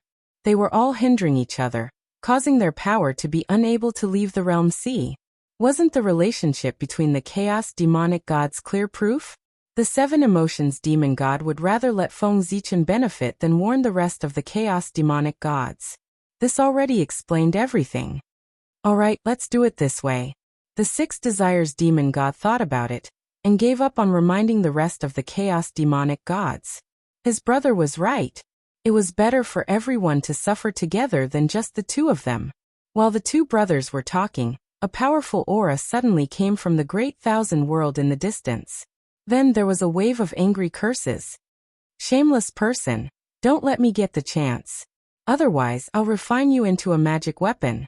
The 7 emotions demon god and the 6 desires demon god looked up and realized that it was the destruction demonic god, who was in charge of the destruction great Tao. He was considered an expert among the chaos demonic gods, and was on par with the 7 emotions demon god and the 6 desires demon god. Seeing this familiar scene, the 7 emotions demon god and the 6 desires demon god looked at each other. Obviously, they had guessed what had happened to the destruction demonic god. He must have been tricked by Feng Zichen. Otherwise, things would not have turned out this way. At this moment, the destruction demonic god also noticed that the commotion he had caused had attracted the attention of many chaos demonic gods. Good heavens! How could I let you know about such a shameful thing? If it were to spread out, I would be laughed at by these bastards for many years. Thinking of this, the destruction demonic god decided to hide the fact that he had been tricked by Feng Zichen. Therefore, the 7 emotions demon god stared at the people around and roared. What are you looking at? Haven't you seen others get angry before? After saying that, the destruction demonic god ignored everyone's reaction and went back to his place of seclusion angrily. It was not enough for him to be unlucky alone. He had to let his friends be unlucky with him. In this way, the destruction demonic god would not be laughed at by others. As an alliance, it was not important whether they could achieve glory together, but they definitely had to be humiliated together. When the chaos demonic god saw the destruction demonic god leave angrily, although they did not know what had happened, they could not go forward to ask after seeing his expression. They could only look away with doubts. However, the chaos demonic gods felt that they had missed out on something. In the next period of time, there were many chaos demonic gods in the realm sea who suddenly exploded and roared angrily at a guy called Little Thief. At first, the chaos demonic gods did not care about it. However, as more and more chaos demonic gods joined the ranks of cursing Little Thief, they gradually realized that something was wrong. In the realm sea, something that they did not know about seemed to have happened quietly. At this moment, the number of chaos demonic gods who had been tricked by Feng Zichen had reached more than 20. Yes, this number had far exceeded what was needed for the birth of the eternal demon abyss. In fact, it was not like what Feng Zichen had expected. He needed to kill the real spirits of 9 chaos demonic gods to trigger the birth of the eternal demon abyss. He only needed to kill a wisp of the real spirit of the 7th chaos demonic god, and he had already gathered enough for the birth of the eternal demon abyss. As for why Feng Zichen did not stop, it was because he had tasted the sweetness and did not want to stop. He wanted to get more real spirits of the chaos demonic gods. The real spirit fragments of the real spirits of the chaos demonic gods were good things. Although they were not as precious as the purple chi of Hongmeng, they were far more valuable than ordinary treasures. They could increase the chances of becoming Tao by 10%. In the eyes of those powerful figures who were stuck at the peak of sage-to-be and could not break through, the value of this object was even higher than that of a primordial treasure. When Feng Zichen killed the 24th real spirit of the chaos he had summoned, in the realm C, under the joint interrogation of a group of chaos demonic gods, a chaos demonic god finally could not bear the pressure, and told them that he had been tricked by Feng Zichen. Then, the group of chaos demonic gods became angry and threatened to teach Feng Zichen a lesson. But the chaos demonic gods could not go to the untainted land. How could they deal with Feng Zichen? The group of chaos demonic gods thought for a long time, but could not come up with a good idea. In the end, the demon god of curses had an idea and came up with a way to kill Feng Zichen. That was to combine the power of the chaos demonic gods to curse Feng Zichen across infinite time and space. Didn't Feng Zichen want the real spirit of the chaos demonic gods? Just give it to him. 3,000 chaos demonic gods, each with a wisp of real spirit of the chaos, combined into a powerful force. With the blood that Feng Zichen had left in the realm C as a guide, it turned into a huge power of curse and destroyed all his vitality. This was the plan of the demon god of curses. Once it was proposed, it was approved by the other chaos demonic gods. Then these chaos demonic gods began to prepare. It was not a trivial matter for the chaos demonic gods to curse a person together. They needed to prepare well. When everything was ready, it would be at least tens of thousands of years later when they started to take action. As for Feng Zichen, he was completely unaware of the approaching danger. He continued to summon chaos demonic gods excitedly, waiting for the arrival of a new demonic god. Unfortunately, he was destined to be disappointed. The chaos demonic god had already known what had happened, and was vigilant. How could he be fooled by Feng Zichen again? Feng Zichen waited for nearly 100 years, but he did not see any new chaos demonic gods coming. Immediately, he guessed that his plan had been seen through by the chaos demonic gods. There was nothing to be regretful about. He had obtained 24 wisps of real spirit of the chaos, which was not inferior to a primordial treasure, or even much more. However, there was one thing that Feng Zichen was quite surprised. The relationship between the chaos demonic gods was worse than he had imagined. Otherwise, they would not have only realized that something was wrong until now.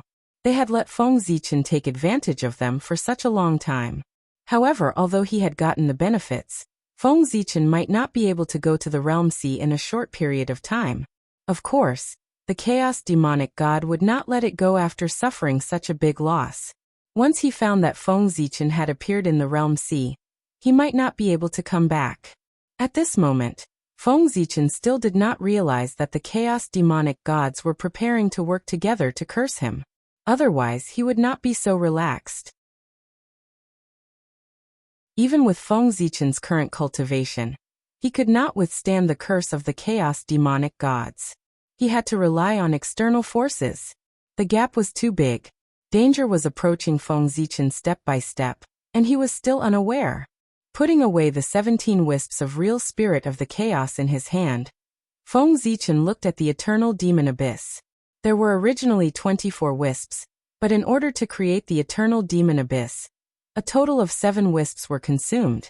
In this way, there were only 17 wisps left.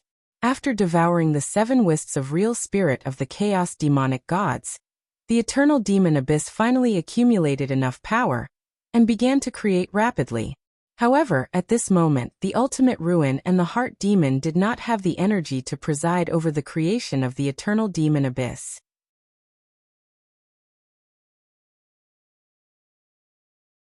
Chapter 845.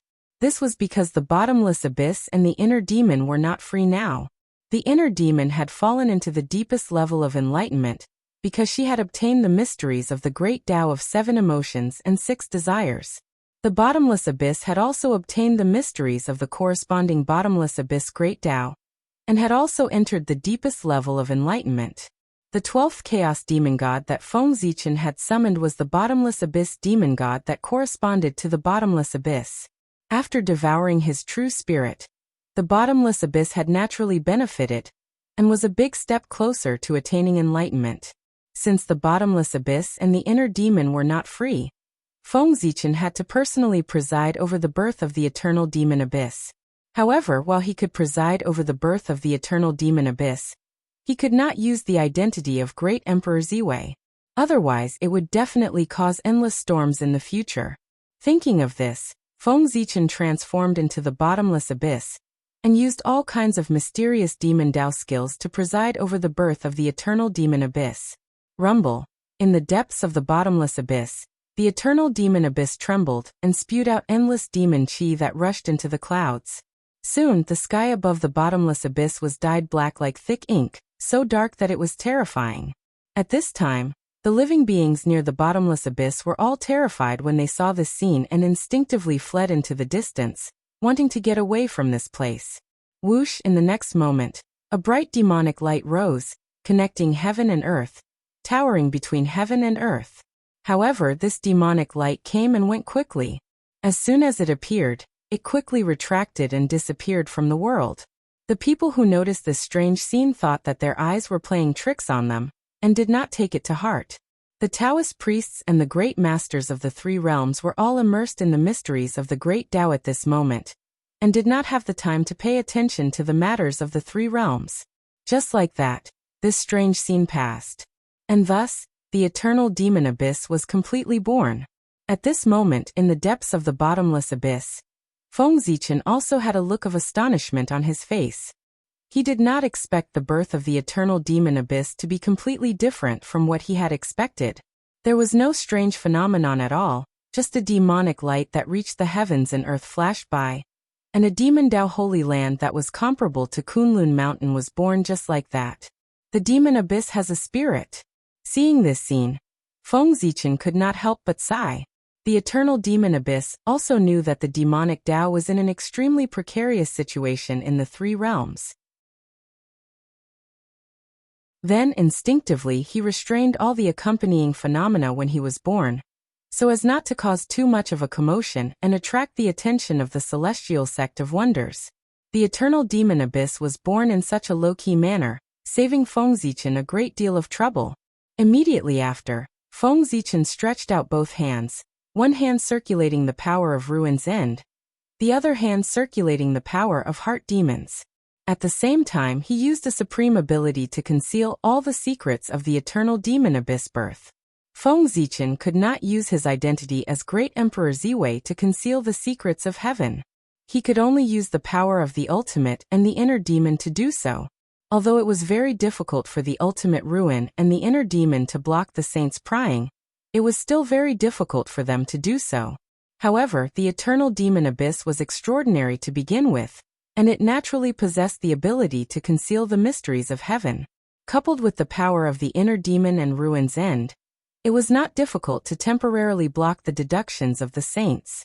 Moreover, the decline of the demonic Tao was supported by the heavenly Tao.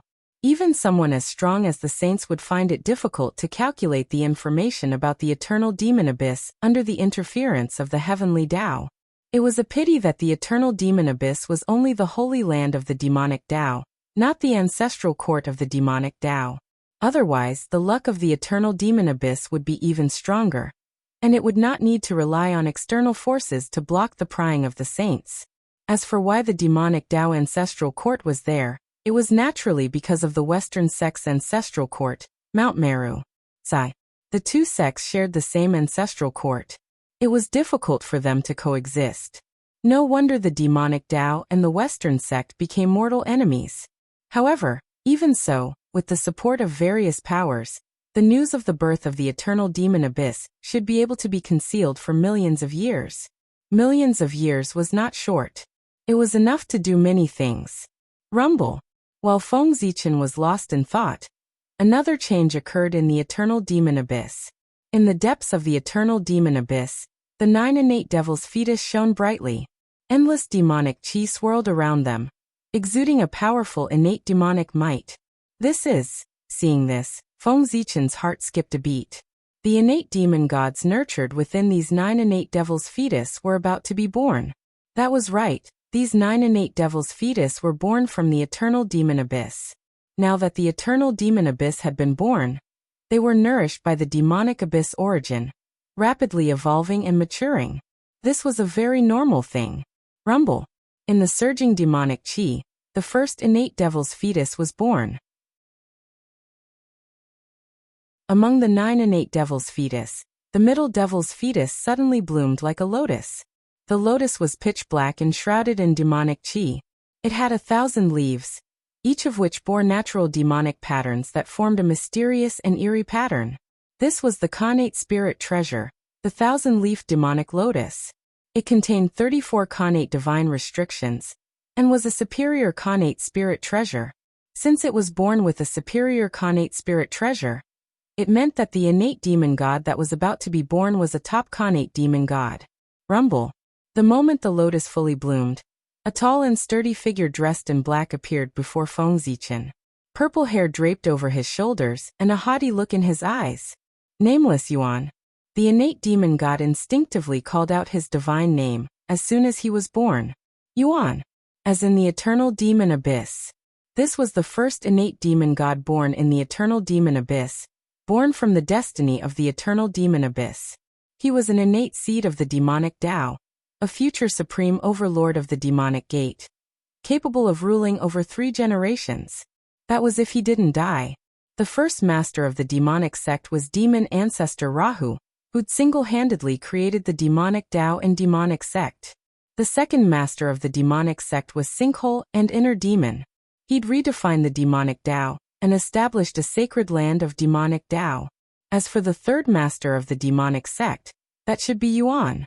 As for his accomplishments, if nothing unexpected happened, he'd lead the demonic sect to prominence and overshadow the mystic sect in one fell swoop. Obviously, this was impossible to do. In other words, the future master of the demonic sect would never be free of the word future. In the future, Yuan would be the master of the demonic sect, but not in the present. Just like demon ancestor Rahu, he'd been the master of the demonic sect in the past, but not in the present. The current master of the demonic sect was Sinkhole and Inner Demon. Not in the past, not in the future, but in the present. After Yuan was born, he naturally understood the situation here from the consciousness of the eternal demon abyss. He reigned in all his arrogance and bowed respectfully to Feng Zichen. Greetings, master. His arrogance was worthless in front of the Taoist priests, let alone in the eyes of a top great master. It was human instinct to judge the situation and size up the situation. At this moment, Feng Zichen was wearing Sinkhole's face. Yuan called him master, so there was no problem in thinking that he was a top great master. Feng Zichen sized up Yuan. His burly figure and surging baleful aura, accompanied by demonic chi that made it difficult for others to approach him, all indicated that he was a natural demon. As for cultivators, they were at the golden immortal realm, the standard for top Khanate godfiends. In the end, the demonic Tao's fortune wasn't as good as the mystic sect's. The birth of a sacred land could only nurture a top Khanate godfiend, not an innate saint. The difference was still too obvious. Though a little disappointed, Feng Zichen didn't show it. He only nodded and motioned for Yuan to stand aside and wait with him for the birth of the other 8 Khanate demon gods. In the next moment, another Khanate devil's fetus exploded, and a figure that resembled a demon god walked out with a halberd, exuding an unparalleled domineering aura. "My name is Purgatory," the Khanate demon god said as soon as he was born. Purgatory demon god was his name. Feng Zichen's eyelids twitched at the sight of his birth. This Purgatory demon god was also a top Khanate godfiend. The halberd in his hand was a superior grade Khanate spirit treasure that contained 33 Khanate divine restrictions. However, this wasn't the main reason Feng Zichen was surprised. What surprised him was that this Purgatory demon god's appearance was somewhat similar to the Purgatory demon god of the Chaos demon god. No, even their names were the same. When he first saw the Purgatory demon god, Feng Zichen thought that the Chaos demon god had reincarnated into the untainted land. He was so shocked that he almost pinched this newborn Purgatory demon god to death. Fortunately, Feng Zichen soon realized that something was wrong. Although their names were the same and their appearances were somewhat similar, the Purgatory demon god in front of him wasn't the Chaos demon god. This was because he didn't have the innate noble aura unique to the Chaos demon god. This was incarnate demon god born in the three realms. With a thought, Feng Zichen silently used the divine calculation of Dian, and finally figured out the cause of all this. Although the purgatory demon god wasn't the reincarnation of the chaos demon god, he was still affected by the chaos demon god. After the eternal demon abyss devoured the 7 true spirits of the chaos demon god, it eventually affected the connate devil's fetus that it was born with, causing it to mutate and spontaneously move closer to the chaos demon god. This was both a good and a bad thing. The good thing was that under the influence of the chaos true spirit of the chaos demon god, the connate devil fetus that was supposed to be a superior connate demon god transformed into a superior connate demon god. The bad thing was that if they attained Tao in the future, they would inevitably have to face the chaos demon god that was their counterpart. For them, the tribulation of Tao attainment was really a tribulation of life and death. If they were not careful, they would be possessed by the chaos demon god, and their cultivation would go to the chaos demon god. However, on the whole, this was a good thing. After all, no one knew how many years it would take for these connate demon gods to attain Tao. At that time, they might have a way to deal with the chaos demon god. Or, to put it bluntly, they might not have the chance to attain Tao in the future. In any case, for these connate demon gods, transforming from superior connate gods to superior connate gods was undoubtedly a great thing for them. The difference between superior and superior demon gods was very obvious. One had a superior connate spiritual treasure, while the other didn't. It was a very obvious difference. Boom. Boom.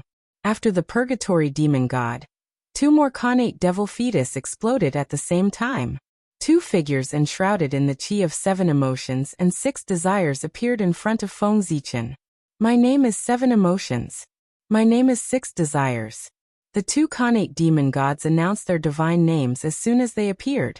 6 desires demon god and 7 emotions demon god. Just from their names, one could tell that these 2 were born as connate demon gods under the influence of the 7 emotions demon god and the 6 desires demon god. As Feng Zichen had expected, these 2 connate demon gods were also superior connate demon gods. They each had a superior connate spiritual treasure and 33 connate divine restrictions. They were called the 7 emotions banner and the 6 desires banner. That's right, they were a complete set of connate spiritual treasures. When the 2 treasures combined, they formed the supreme grade connate spiritual treasure, the banner of 7 emotions and 6 desires. These 2 connate demon gods were also a pair of brothers. After the birth of the emotion demon and the lustful demon god, the other connate demon gods were born as well. Although their attributes differed, they were all superior connate demon gods with superior connate spiritual treasures. Very good. All of you are the future hope of our sky demon Tao. Feng Zichen said to the 9 connate demon gods in front of him. Although there were no connate saints, 9 superior connate demon gods wasn't too shabby either. Once they matured, the sky demon Tao would have some foundation and wouldn't need the sect head to personally attend to every matter. Moreover, the power of the chaos demon god's true spirit hadn't been completely refined after the birth of the eternal demon abyss. Once it was completely refined, a new batch of connate devil fetus would be born. Perhaps there would even be connate saints among them. Feng Zichen's mind was filled with thoughts, but he did not show it on his face. He just said to them, although you are extraordinary, you were born too late and missed the opportunity to listen to the lectures of the top 10 cultivators. Compared to the connate gods of the 3 realms, all of you lack some foundation. When you meet them in the future, it will be difficult for you to compete with them. The 9 demon gods immediately panicked at Feng Zichen's words. They bowed to Feng Zichen and said, "Please teach us." Even though they'd just been born, they knew from their heritage that the connate gods of the 3 realms were their future opponents. Now that they'd learned from Feng Zichen that they were inferior to them, how could they not panic? Nodding, Feng Zichen seemed very satisfied with their attitude. He smiled and said, "Don't panic, all of you. Although the celestial sect of wonders is powerful, our demonic sects aren't too bad either. It doesn't matter if you miss the opportunity to preach, I will teach you. The great Tao of our demonic sects may not necessarily be inferior to the great Tao of the celestial sect. These 9 Khanate demon gods were the future pillars of the demonic sections. Feng Zichen naturally had to nurture them well, so he decided to preach to them personally. Upon hearing this, the 9 demon gods hurriedly bowed and said, "Thank you, sect head." Then Feng Zichen preached the Tao to the 9 demon gods as the sinkhole. After Gui Su finished, he still had to transform into a mental demon and continue preaching to the 9 demon gods. One person playing 2 roles, and both of them were himself. Feng Zichen was rather interesting.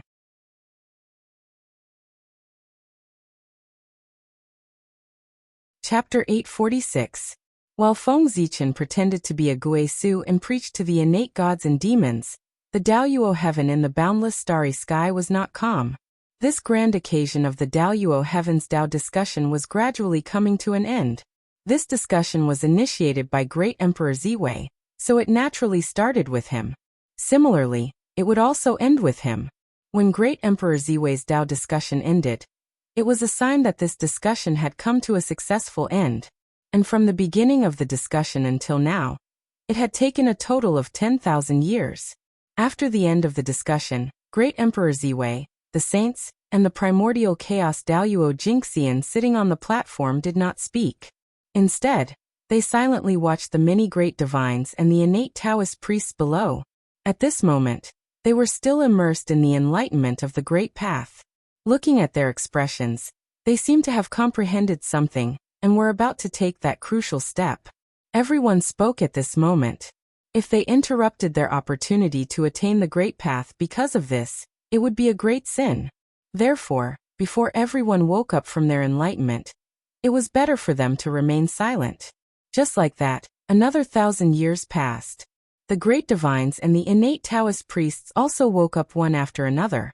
Feng Zichen and the others looked at everyone with slight anticipation, hoping that a few primordial chaos Daoyuo Jingxian would be born among them. Unfortunately, they were destined to be disappointed. After everyone woke up, none of them had attained the realm of primordial chaos Daoyuo Jingxian. Even Patriarch Nether River, who had the highest cultivation base among the great divines and was closest to the realm of primordial chaos Daoyuo Jingxian, failed to break through to become a primordial chaos Daoyuo Jingxian. However, after the end of this discussion, although Patriarch Nether River did not break through to the next realm, he seemed to have become different from before. It was difficult to describe the specific difference in words. If one really had to describe it, it would be that he had become more perfect. Yes, perfect. The current Nether River Patriarch was even more perfect than before. Although he had not broken through to become the primordial chaos Daoyuo Jingxian, he vaguely gave people the feeling that the primordial chaos was one. Facing the Nether River Patriarch was like facing a primordial chaos golden immortal. If Feng Zichen's guess was correct, the Nether River Patriarch's combat strength was now on par with the Daoyuo Jingxian. Even in terms of cultivation realm, he had also touched the critical point. But that was the strange thing. Both his combat strength and realm had reached the primordial chaos realm. But the Nether River Patriarch had yet to make a real breakthrough.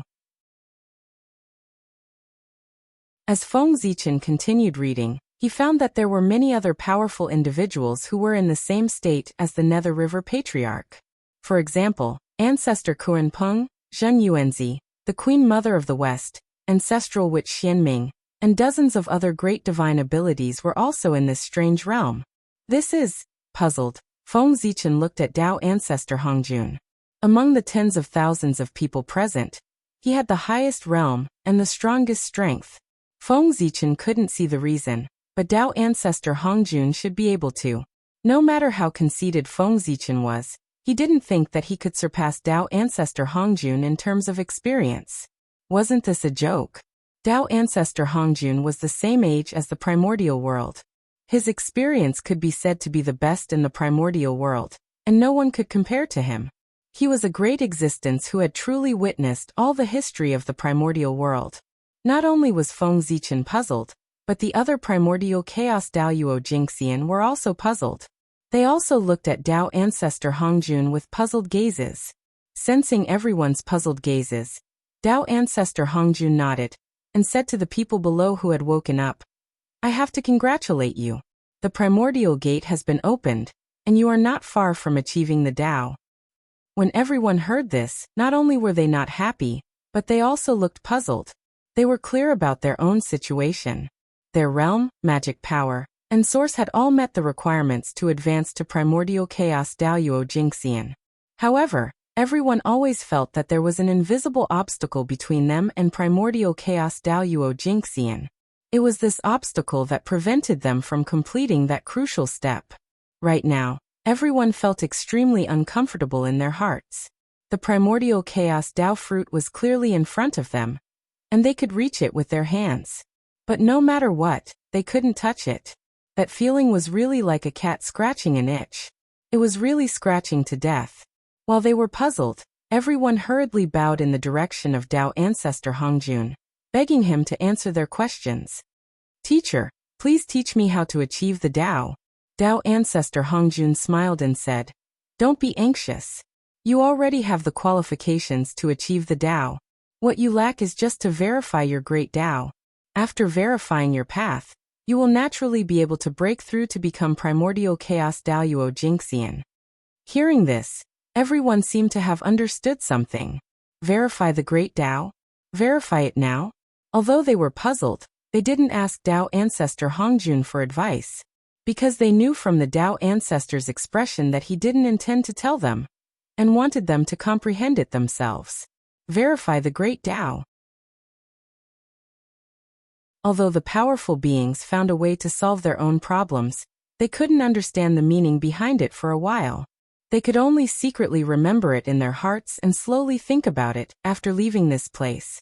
While the Grand Masters were confused, Feng Zichen, the incarnation of the North Star, who had nothing to do with this matter, felt his heart skip a beat when he heard the words verify the great Tao. He vaguely felt that this matter had something to do with him, no, with the human race. Subconsciously, Feng Zichen's mind crossed the endless void and escaped into the long river of time and space, quickly tracing down. In an instant, all kinds of future were reflected in Feng Zichen's mind. Then he saw that one day in the future, the long river of time and space trembled. One after another, peerless powerhouses separated a wisp of innate indestructible true spirit, and fell from the long river of time and space into the human world. After that, the innate indestructible true spirits of these powerhouses reincarnated into the Central God Prefecture, and became ordinary living beings. As they grew, they spread their own Tao and principles. In the Central God Prefecture, magnificent scenes were played out. At this point, the scenes suddenly disappeared. At the same time, the long river of time and space trembled. An unparalleled force attacked and pounced on Feng Zichen's mind, blasting him out of the long river of time and space. After coming back to his senses, Feng Zichen was still in a daze. He seemed to know what the Tao ancestors' so-called verification of the great Tao was. It was to let those powerful beings reincarnate into the Central God Prefecture and spread their Tao and principles among the human race. These principles would constantly collide and fuse, bursting out sparks of wisdom. In this way, they would verify their gains in this Tao discussion and make the great Tao more and more perfect until it was enough for them to achieve Tao. 100 schools of thought contending. Recalling what he had seen just now, these 4 words appeared in Feng Zichen's mind. P.S. That's all for today. Carvin. Sort out the plot, then continue writing. If you don't do it well, it's almost over. My head hurts. I clearly have many ideas in my mind, but my writing is trash. I just can't write them. It's really uncomfortable. Sigh, it's urgent to improve my writing. Is there any good way?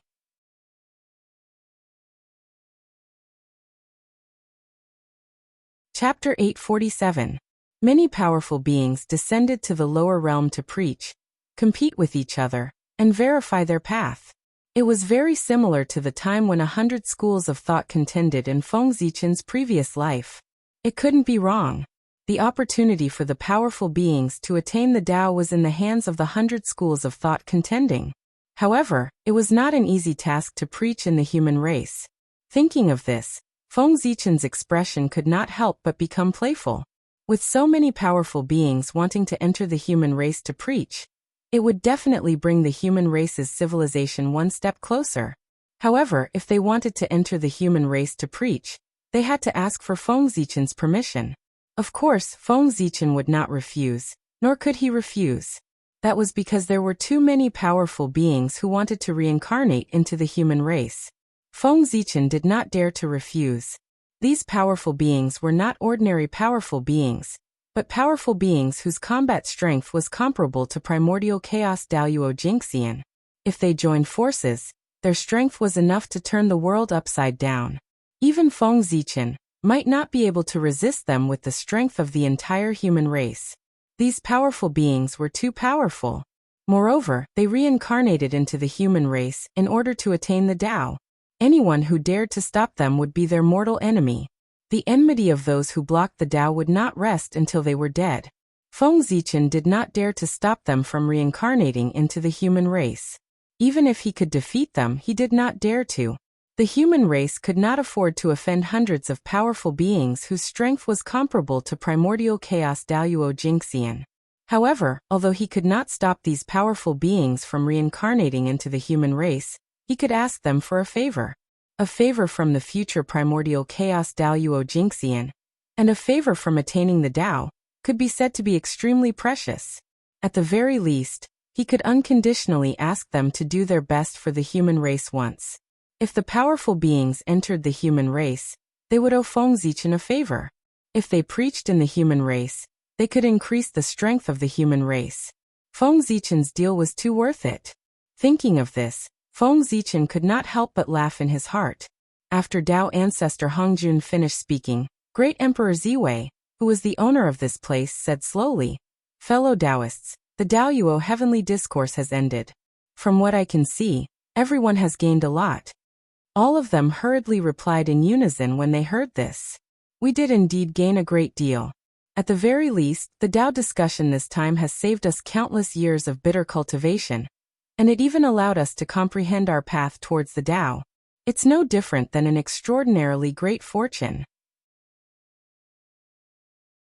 Seeing that everyone had gained something, Great Emperor Ziwei nodded in satisfaction and said, "Since everyone has gained something, it means that this sparring session was undoubtedly a success. If that's the case, why don't we continue with the Tao discussion as usual? What do you all think?" Everyone agreed, so they replied, "Emperor, you're right. I wonder how often will the Tao discussion be held?" The Tai Tao Lord, Daoyuo Jingxian, and the others who had rushed here to listen really wanted to roar in their hearts when they heard the questions of the great magics. It was held once every 100,000 years. To them, the shorter the time between the Tao discussion, the better. This was because they wouldn't gain much from a single Tao discussion, due to their low cultivation levels. It would be great if they could listen to it a few more times. However, 100,000 years was still too short for most of the Khanate Taoist priests and the great magics. Therefore, Great Emperor Ziwei thought for a moment and said, "Why don't we hold it once every million years? What do you all think?" Everyone thought for a moment and replied, "All right." Obviously, they agreed with Great Emperor Ziwei's suggestion. As for the opinions of the Tai Tao Lord and Daoyuo Jingxian, these Khanate Taoist priests didn't care. Seeing that no one objected, Great Emperor Ziwei smiled and said, "All right, since that's the case, I'll see you again in a million years." With that, the exit of the Daoyuo heavens opened again. When everyone saw this, they bade farewell to Great Emperor Ziwei and left one after another. They still had to go back into seclusion to organize their recent gains. Great Emperor Northstar also hurriedly returned to the human race. He had to go back and wait for those great magics who were eager to attain the Tao to come to him. When they understood the words of the Tao ancestor, they would naturally come to see Feng Zichen. Then it would be time for him to slaughter them. After everyone left, the 3,000 Khanate Taoist priests of the Daoyuo heavens also took their leave. They went back into seclusion to organize their gains from the Tao discussion. For a time, Great Emperor Ziwei actually had nothing to do. However, it didn't matter. He was just an incarnation. He only needed to pretend to be his original body. Just like that, 3,000 years had passed. On this day, at the bottom of the ultimate, in the eternal demon abyss, the ultimate and inner demon, who had been in seclusion for thousands of years, finally woke up one after another.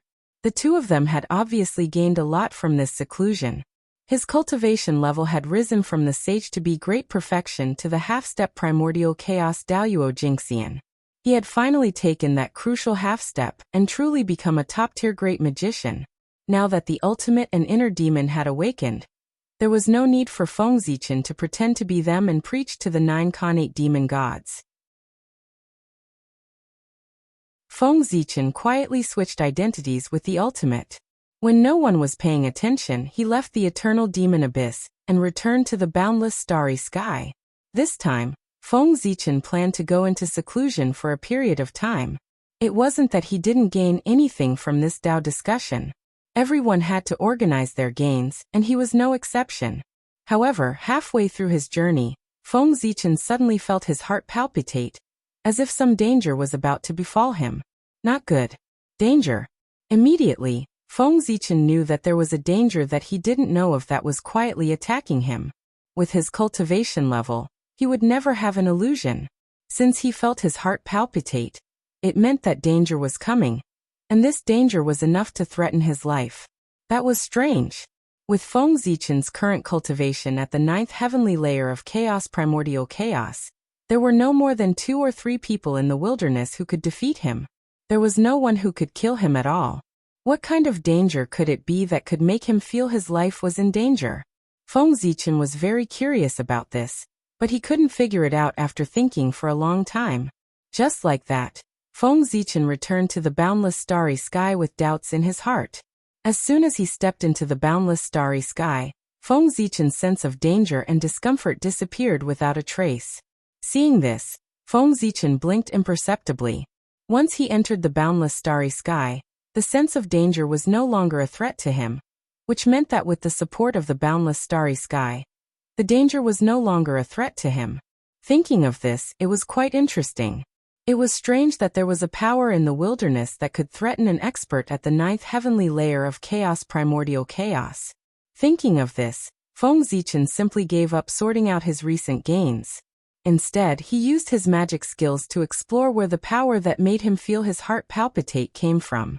However, Feng Zichen spent thousands of years combing through the entire 3 realms, but he still didn't find any information about the power that made him feel his heart palpitate. By this time, Feng Zichen had already faintly understood that the power that made him feel threatened should not come from the 3 realms, but from outside the 3 realms. Outside the 3 realms. Who could it be? Soon Feng Zichen found his target. Outside the 3 realms, who else could it be but the chaos demon god who had a grudge against him? In this way, the power that made him feel threatened should come from the chaos demon god. He just didn't know how the chaos demon god would deal with him. As Feng Zichen thought about it, the palpitations that made him uncomfortable resurfaced. Oh no! At first he was stunned. And then Feng Zichen's face completely changed. Even in the boundless starry sky, he could feel his heart palpitate. What did this mean? It meant that the impending danger might not be able to withstand even the boundless starry sky. Thinking of this, Feng Zichen's face became more and more gloomy. This is troublesome. The chaos demon god has been forced into a corner this time, and he's going to do something for real. At this time, Feng Zichen had almost guessed the reason why the chaos demon god attacked him. It was most likely that he had been schemed against by him many times, and the anger in his heart could no longer be contained, so he decided to use his base to kill him. Although Feng Zichen did not know how the chaos demon celestial was going to deal with him, he could roughly guess that the chaos demon celestial was going to use unimaginable means to deal with him from the fear in his heart. Feng Zichen had underestimated the chaos demon god. If he had known that the chaos demon god had such means, Feng Zichen would not have been so ruthless when he schemed against the chaos demon god. However, it was useless to regret now. The chaos demon god had made up his mind to kill him, and Feng Zichen had to deal with him accordingly. Now the first thing to do was to strengthen his defense as much as possible. Secondly, he had to figure out how the chaos demon god was going to deal with him. Only by figuring out the means of the chaos demon god could Feng Zichen formulate a suitable means of defense and prepare for the next stage of the plan. Rumble. Feng Zichen's heart stirred, and the boundless starry sky suddenly shone brightly. The galaxy of universal light formation quietly operated, and the mighty galaxy surged in the starry sky, and the bright universal light kept flashing in the starry sky. At this moment, Feng Zichen activated the galaxy of universal light formation. However, he did not use the full power of the galaxy of universal light formation, but only used a part of it to manifest the first form of the formation. The moment the galaxy of universal light formation began to operate, Feng Zichen's palpitations gradually weakened and then disappeared. However, Feng Zichen did not relax because of this. Instead, he became more and more nervous and focused on the changes in his body. Sure enough, after a few years, the familiar palpitations appeared in Feng Zichen's heart again. As time passed, the palpitations became more and more intense, making Feng Zichen's heart palpitate uncontrollably. At this time, Feng Zichen still didn't know that the Chaos Demon God was going to combine the power of the crowd to curse him to death. Thousands of years had passed, and the Chaos Demon God had already gathered, and began to work together to build the altar used to curse Feng Zichen. As the Chaos Demon God's preparations became more and more complete, the shadow of death became closer and closer to Feng Zichen. Therefore, under the threat of death, Feng Zichen naturally felt palpitations. This was a warning from his great Tao. The more intense the palpitations were, the closer it was to the time when the Chaos Demon God would attack Feng Zichen. Rumble. Under Feng Zichen's control, the grand universal light formation of the Milky Way changed again. The second form quietly appeared. The galloping Milky Way was converging, and the universal light was also condensing. Soon, a huge wheel of the way appeared in the starry sky. It was the wheel of time and space, which had the power to distort the void. The moment the wheel of time and space appeared, the palpitations disappeared again. However, Feng Zichen did not stop activating the galaxy of universal light formation. More and more starlight gathered towards the wheel of time and space, causing it to begin to rotate slowly. Scenes of the future were quietly reflected by the wheel of time and space. Feng Zichen wanted to use the power of the wheel of time and space to forcibly peek into the future. He wanted to see how the Chaos Demon God would deal with him. Rumble. As the wheel of time and space rotated, more and more scenes of the future were reflected. Then, Feng Zichen saw that about 3,000 years later, a terrifying dim light, which emitted an endless ominous aura, came from nowhere. It blasted through the seal of the boundless starry sky and hit him, who was sitting cross-legged on the Emperor Star. After that, Feng Zichen saw that under this dim light, his physical body, which was comparable to a primordial treasure, was easily torn apart like a piece of paper. Then his divine soul was burned to ashes. Then his primordial indestructible true spirit struggled in the dim light for a moment, and then disappeared. Finally, the dim light turned into a black flame, which emitted a strong power of destruction, and burned his great Tao into nothingness. At this point, Feng Zichen had completely fallen. There was nothing left. Even if he wanted to be resurrected, it would be many years later. Rumble. At this point, Feng Zichen wanted to continue watching, but an inexplicable force rippled out and interrupted the wheel of time and space's continued deduction. The scene then became blurred and nothing could be seen. What a ruthless method! Seeing this scene about the future, Feng Zichen could not help but feel a chill in his heart. The Chaos Demon God was really too ruthless. Although he did not know what the dim light was, he knew that it was especially terrifying from the consequences it caused. Feng Zichen, a master of the ninth heaven of Hunyuan, only held on for a moment under the dim light, before he was completely burned into nothingness. Its power was frightening. It had definitely surpassed the category of Hunyuan, and reached the level of Daluo Jingxian, the peak of it. It might even surpass Daluo Jingxian. Needless to say, it would be very difficult to be resurrected after being killed by this force. He would not be able to come back at all without a few eons. The Chaos Demon God was going to cut off Feng Zichen's promotion. Judging from the current changes in the untainted land, Feng Zichen's realm would be surpassed by others if he was really delayed for a few eons. He would fall from the strongest to the weakest. Fortunately, what Feng Zichen had seen before was just a possibility of the future, not something that would really happen. There was still room for negotiation.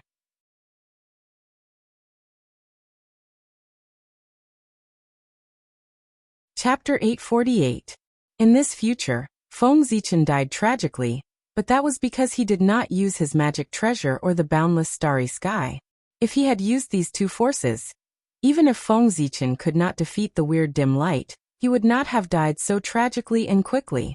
Thinking of this, Feng Zichen activated the Star River Cosmic Light Formation again, and evolved the third form of the formation, the deity Pangu. Although Feng Zichen knew that the demon celestial of chaos was going to kill him, he still wanted to continue to deduce. He wanted to see what the weird and powerful dim light was. It was so powerful that it could easily kill him. At the same time, he was also curious about the means of the demon celestial of chaos. The limitation of this means was not great. If it was not great, the untainted land would be almost finished. Today, the demon celestial of chaos could attack Feng Zichen with this means. Tomorrow, the ones who would be killed by the demon celestial of chaos might be the East Emperor Tai, the Emperor Fuxi, or other sages. Feng Zichen had to see clearly the means of the demon celestial of chaos, not only for himself, but also for the future of the untainted land. Rumble. Silently, the deity Pangu appeared. The power that was comparable to that of the Wuji Daoyuo Jingxian was added to Feng Zichen, forcibly raising his realm to the Wuji Tao realm. Unfortunately, even though he was at the level of the Wuji Daoyuo Jingxian, Feng Zichen still could not figure out the plan of the demon celestial of chaos. After all, the demon celestial of chaos was really too powerful.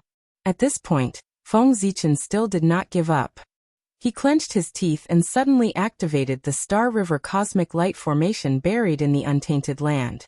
Together with the big formation in the starry sky, they operated together. Silently, a huge change occurred in the three dimensions. A dignified Pangu Dharma idol stood silently in the primeval world. It was neither happy nor sad, as if it was eternal and indestructible. This was Feng Zichen's biggest base, and also his invincible means in the untainted land. It was the Pangu Dharma form formed by combining the power of the entire untainted land. Previously, this Pangu Dharma power had at least the full power of the Wuji Daoyuo Jingxian. Now, with the promotion of the untainted land, his power had truly surpassed the level of Daoyuo Jingxian, and reached the legendary realm that only the Chaos Demon God could reach, the ultimate realm of creation. As for the specific levels, Feng Zichen did not know because he was not very familiar with this realm. He only knew the name, but he had no idea what kind of power it held. The moment Pangu Dharma idol appeared, Dao ancestor Hongjun seemed to have sensed something. He suddenly opened his eyes and looked inside and outside the three dimensions. After looking for a long time, he still did not find anything. In the end, Dao ancestor Hongjun shook his head in amusement and retracted his gaze. The inexplicable throbbing just now should be his illusion. Even Feng Zichen, who was at the ninth heaven of Hunyuan, would not have an illusion, let alone Dao ancestor Hongjun, who was already at the level of Daoyuo Jingxian. At his level of strength, he would not have an illusion at all. However, not only did Dao ancestor Hongjun think so, but he also firmly believed it. Feng Zichen did not know about this. Otherwise, he would definitely be amazed by the power of the creation realm. The reason why Dao ancestor Hongjun had such thoughts was naturally that Pangu Dharma idol had distorted his cognition. This was the power of the ultimate realm of creation. With a thought, he could create and destroy all things. With a thought, he could distort everything. With the addition of the power of the ultimate realm of creation, Feng Zichen instantly felt that he was different. It was as if with a thought, he could control everything in the world and change everything in the world. Subconsciously, a thought appeared in Feng Zichen's mind. That was, all his enemies would die. Rumble. The moment this thought appeared, an unimaginable and incomprehensible power suddenly spread out between heaven and earth. In front of this power, the great Tao was distorted. Heaven and earth stopped operating. Everything became indescribable and incomprehensible. Under this power, even the great Tao that Chaos Daoyuo Jingxian had painstakingly maintained was distorted. All concepts were becoming chaotic. They suddenly could not understand the great Tao that they cultivated. They lost all their divine abilities and became no different from ordinary immortals. And this was the power of the ultimate realm of creation. In an instant, it could beat the high and mighty primordial chaos Daoyuo Jingxian into the mortal world. Terrifying, unimaginable, incomprehensible. It was also at this moment that those who were enemies of Feng Zichen, such as the Eastern Emperor Tai, the two saints of the West, the primordial Lord of Heaven, and the others, suddenly felt a sense of impending doom. It was as if they were about to die. However, this feeling came and went quickly. Before they could be shocked, this feeling of impending doom disappeared without a trace. Did Feng Zichen change his mind? Yes. But this was definitely not his intention. It was not that he wanted to let these people go, but he had to give up. Just as Feng Zichen had this thought, a powerful shadow of death suddenly attacked. In an instant, it filled his heart. Danger, an unprecedented danger.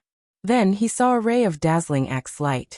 It came from nowhere, and he did not know where it was located. It was suspended above his head, flashing constantly. It was Pengda's axe light. Feng Zichen recognized it. Looking at this axe light, Feng Zichen naturally knew the meaning of its appearance. As long as he dared to have this thought, this Pengda's axe light would chop down and kill him before he could kill the primordial Lord of Heaven and the others. It could be said that this was the closest Feng Zichen had been to death. Then he was terrified and put away the thought in his heart that he should not have. What a pity! He was almost able to finish the book. No, he was almost able to wipe out all the enemies and sweep through the entire untainted land. At this moment, Feng Zichen really hoped that Pengda did not exist. Putting away the thoughts that he should not have, Feng Zichen focused his attention on proper business. Thinking about it, with the power of the ultimate realm of creation, he should be able to deduce the plan of the Chaos Demon God. Thinking of this, Feng Zichen suddenly felt a tearing pain coming from his body. Looking down, Feng Zichen discovered that his powerful physical body, which was comparable to a primordial treasure, was collapsing continuously. In an instant, Feng Zichen understood everything. It must be that the power of the ultimate realm of creation was too strong, and his physical body could not bear it at all. This caused the scene to happen. Thinking of this, Feng Zichen did not dare to delay, and hurriedly deduced with his heart. He could not delay any longer. If his physical body was destroyed before the attack of the Chaos Demon God arrived, he would be finished. Rumble. Once the power of creation was activated, Feng Zichen felt an unimaginable power surging in his body. Then, he discovered that the fog that shrouded the river of time and space had completely disappeared, and all the concealment no longer existed. The entire river of time and space was meaningless in front of him. It was really an addictive power. Although he thought of this, Feng Zichen did not forget about the important matter. His huge power spread out at an incomprehensible speed. Soon it came to the realm sea. Without hesitation, Feng Zichen began to search the realm sea using a carpet search method. Now his power was invincible in the untainted land. He did not need to have any scruples and could directly use the most powerful means to find the truth. No matter what the Chaos Demon God planned, it could not hide from his powerful perception. Rumble. As his divine thought surged, Feng Zichen soon found an ancient and grand altar in the deepest part of the realm sea. The altar was covered with runes that Feng Zichen did not recognize. They all released the aura of the great Tao, making the altar more and more extraordinary. This altar gave Feng Zichen a feeling that it was abnormally noble, far surpassing all the altars he had seen before. Whether it was the altar used by the Xian sect to worship heaven and earth, or the altar used by the wizard tribe to worship Pangu, they could not be compared to it. Because this altar was made to worship the Great Tao, the Supreme Great Tao, which was also the true perfect existence in the world. Below the altar, almost all the Chaos Demon Gods in the realm sea had arrived. They surrounded it and kept making Tao seals, as if they were carving something. Feng Zichen looked at it for a while and recognized the origin of this altar. This was a curse altar, which was used to carry out great Tao curses. The reason why he could recognize this altar was that he had seen it before. He saw it in the memory of Pengda's left eye. In the past, at the beginning of the world, when 3,000 demon gods besieged Pangu, there was a chaos demon god who set up this altar and joined many chaos demon gods to curse Pengda together. Then even someone as strong as Pangu could not help but stagger in front of the power of the curse. A bloody mark split open between his eyebrows, and blood dripped down. Affected by this, Pangu was seized of the opportunity and was attacked several times in a row. His physical body was almost destroyed. Therefore, Feng Zichen had a particularly deep impression of the altar. That was why he could recognize it at first sight. Chaos set up the curse altar, so it must be used to curse people. Who was it used to curse? For a moment, Feng Zichen had a bad premonition in his heart. When he looked up again, he saw a drop of essence blood shining with colorful light in the center of the altar.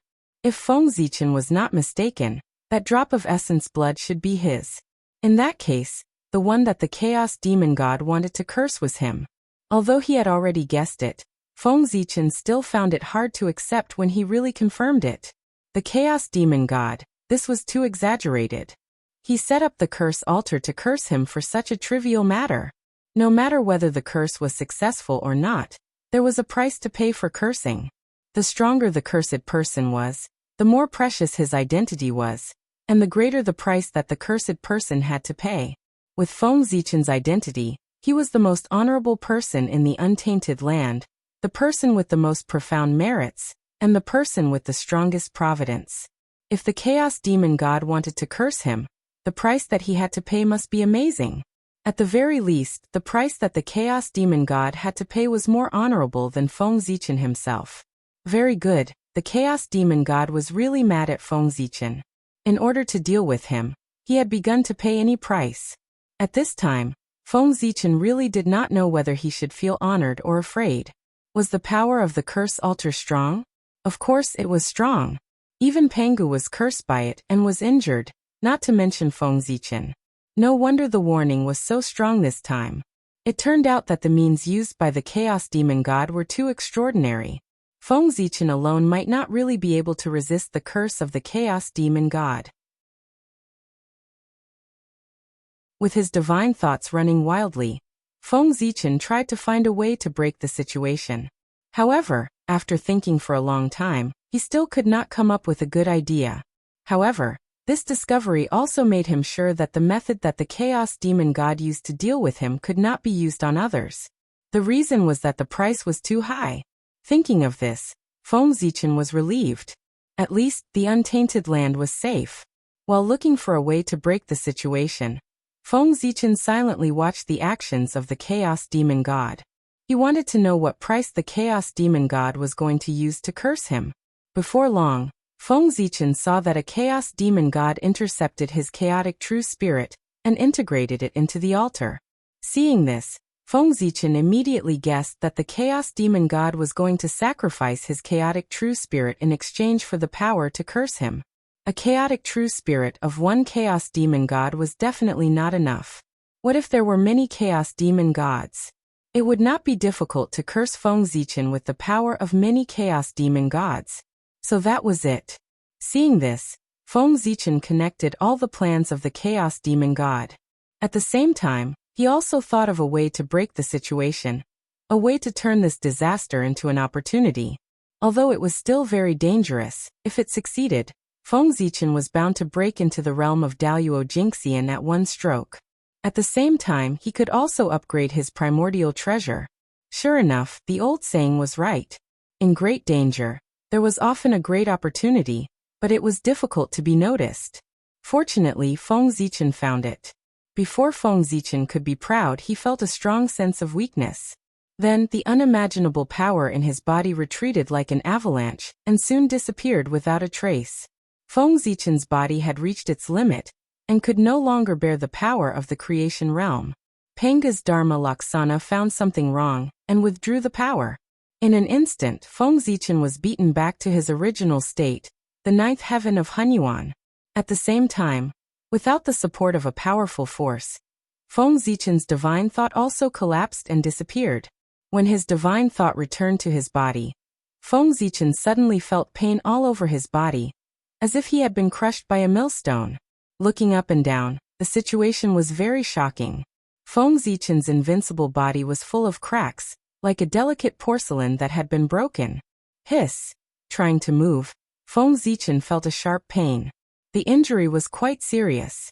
If he relied on self-healing, he would not be able to recover without tens of thousands of years. But now Feng Zichen did not have so much time. You're tuning in to the Li Mei's Sword of Destiny YouTube channel. We're so grateful for your support, and don't forget to subscribe to join us on this incredible journey through captivating stories. Your generosity through donations truly makes a world of difference, as it's the primary source of revenue that allows me to expand and enhance this channel for you. Thank you from the bottom of my heart for being a part of this adventure.